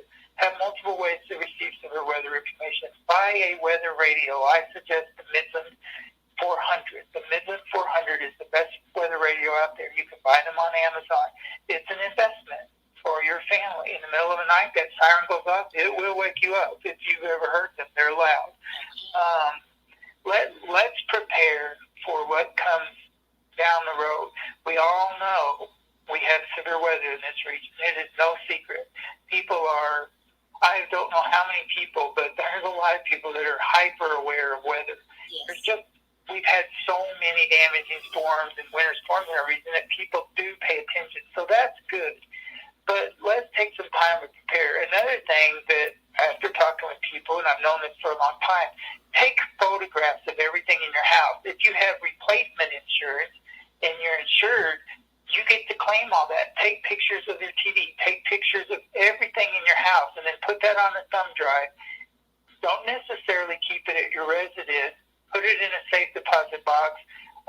Give it to a family member and swap them out and say, if something ever happens, here's the thumb drive of everything I own. I can tell you that the Cone family, after the 2003 tornado that ripped through Massac County, she had replacement insurance. It took her months to make a list of everything they had.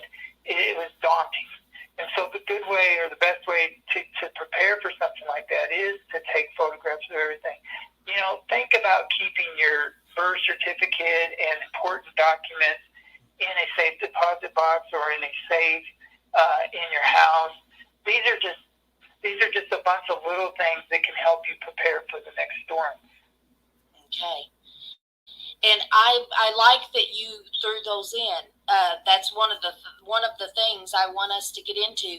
I feel like, and you and I have talked about it before. You've said half a dozen times, it's going to strike somewhere. You just don't know where, and the chance that it hits you is small, but it's going to hit somebody. And I think that this is an opportunity for people to think about what their home would look like right now if that went through here, and to prepare for it, whatever that means. That may, some of that may be an investment. Some people may decide on a storm shelter or something underground. But as these weather events become more common, it would behoove us all to increase our awareness of it and our preparedness of it. Yes, that's what we need to do, is prepare for the next storm. I've always said education and preparation goes a long way in relieving stress and anxiety. If you prepared for it and you've educated yourself on how to read radar, how to interpret the warnings, know where you're located in the county. Does your kid know you live in northern Massachusetts County, or can he point at it on a map? You and I have talked about this before. A lot of people, including a lot of adults, they don't know exactly where they're located in the county. That's something that you can teach your kids and educate yourself about. I encourage parents to talk to their kids about the safety plan. What's our tornado safety plan in the house? We practice fire drills. You should practice in your house a tornado drill, because you and I have talked about deer in the headlights is a real thing for human beings. Yes. When a tornado is coming at you, you can freeze. I know people that have told me stories about they just froze and didn't know what to do. The reason we practice drills is so that our body has an immediate memory response, and then you just know what to do. You go do it. Another thing that I encourage people to have, going back to things that we can do to prepare, Yes. are helmets. Most of the deaths in tornadoes are from head trauma, and I know it feels silly to wear a 4-wheeler helmet or motorcycle helmet in your house, or a bike helmet, but if a tornado hits your house, you do increase your chances of surviving and your children surviving if you have helmets. I've got them. I live in Massachusetts County, and I also stay in Murray some. I've got a great tornado shelter in Massachusetts County, so I'm not concerned. But in Murray, I don't. And so I have helmets, motorcycle helmets, just in case something happens and maybe we can't get out quick enough. We've at least got an added layer of protection. Folks should put that on their list to make sure that they've got those, one for each person, in their safe space. Yes. As far as tornado safety rules, if you have a basement, that's best. If you have a small room in the basement, that's even better. If you live in a house that does not have a basement, you want to put as many walls between you and the tornado as you can. One of the men in Marshall County, and I saw his house yesterday, Kim, the only thing standing is the middle room of their house. All 4 walls are standing. The rest of the house is 100% gone. And he had gone into this small room, like a closet, and he covered up, and the tornado hit his house, took everything but the middle room. That's just a great example. The more walls between you and the tornado, the better. The smaller the room, the better, because you're going to have those 2x4s in that small room that can help protect you. You can go online and type in tornado safety rules, and there's just 100 websites that come up, and you can review those and see what's best for your location. People in mobile homes, some people in Mayfield abandoned their mobile homes, and that was a good. That was good. And they went to another house, and I know people that said, knocked on doors. Maybe they didn't even know people, and said, "It's coming. Can I get in your basement?" I think one basement had 12 people in it. A car drove up, just perfect stranger drove up and knocked on the door and said, "Can I come in? We don't have anywhere else to go. We're in our car. Can we come in your basement?" Of course, people Here comes the damn trolls. And they all survived. I think it was 12 people in the basement. So review those tornado safety rules. I do worry, and I had told a couple of radio stations in November and October, I said, I'm concerned about the potential for severe weather this winter because we're seeing the Gulf of Mexico so warm, and these low pressure systems are tracking through Missouri and Illinois, it sets us up for severe weather. I am concerned about January and February. We absolutely have to get this weather pattern to flip. If we do not flip to, let's say, cold Arctic air, where we have some cold blasts and some winter storms, which is normal around here for winter, if we keep up with these warm temperatures in January and February, then we are not done with severe weather.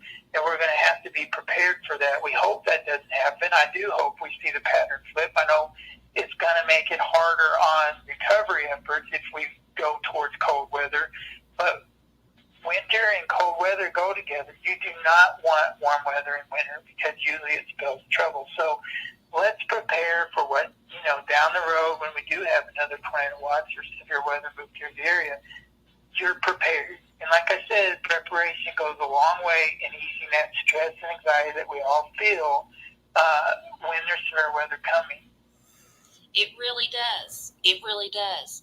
We'll have several pieces to come out from this interview with you this morning, and I greatly thank you for this. You have been on my mind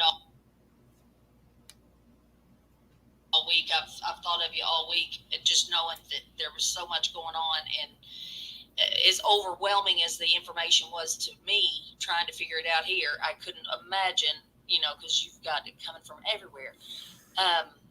But I do want us to stay in touch, and I do want us to continue to remind folks we must be ready if something like this happens. And, Friday we were at home like everybody else was, thinking, okay, we got to be ready to move. I mean, I took my shoes and brought them in there and set them by the couch while we sat there and watched TV. And then, of course, later in the night, we wound up watching coverage on TV. But we must be prepared, and we must take it seriously. And that doesn't mean you have to panic, but it does mean that as you said, if you're prepared, you can be a whole lot more calm.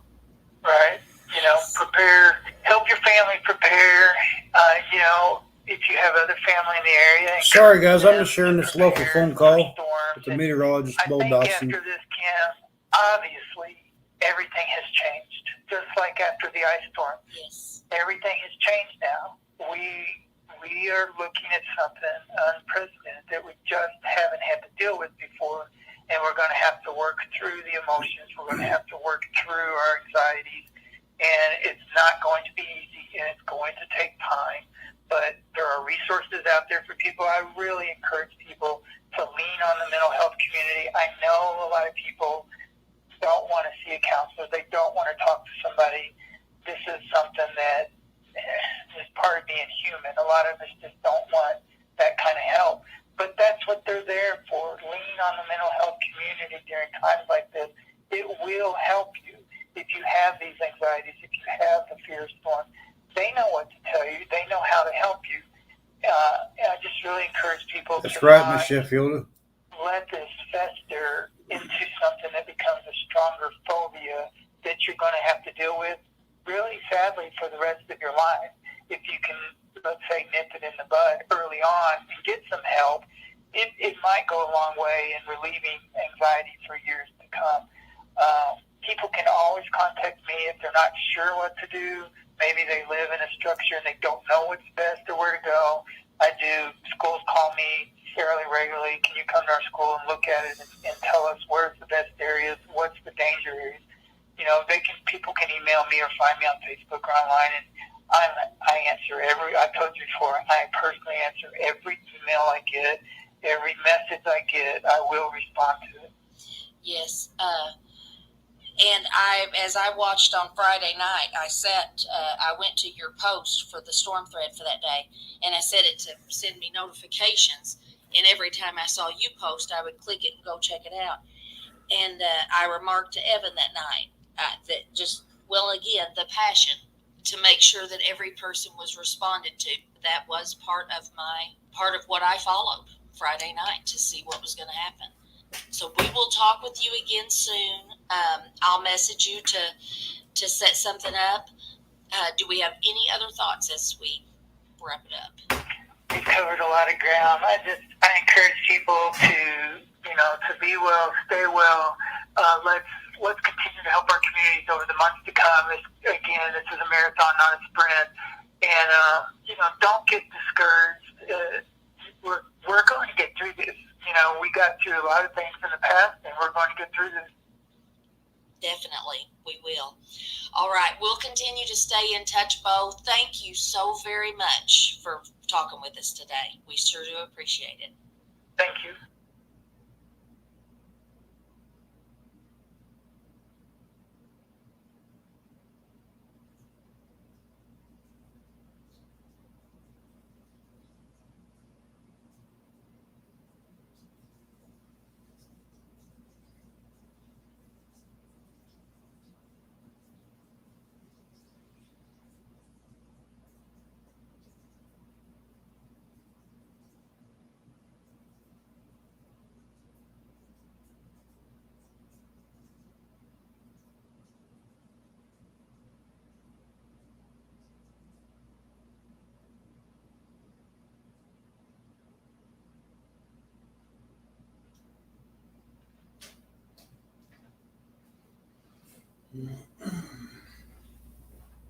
All right, guys and gals, thanks for listening. I think I'm going to leave the chat open if y'all want to talk and hang out. But myself, I'm going to go to bed. We got a big day tomorrow, handing out food boxes and Angel Tree. If y'all want to hang out in the chat, I will leave the live stream going. And with that being said, be blessed, be a blessing, and y'all have a good night.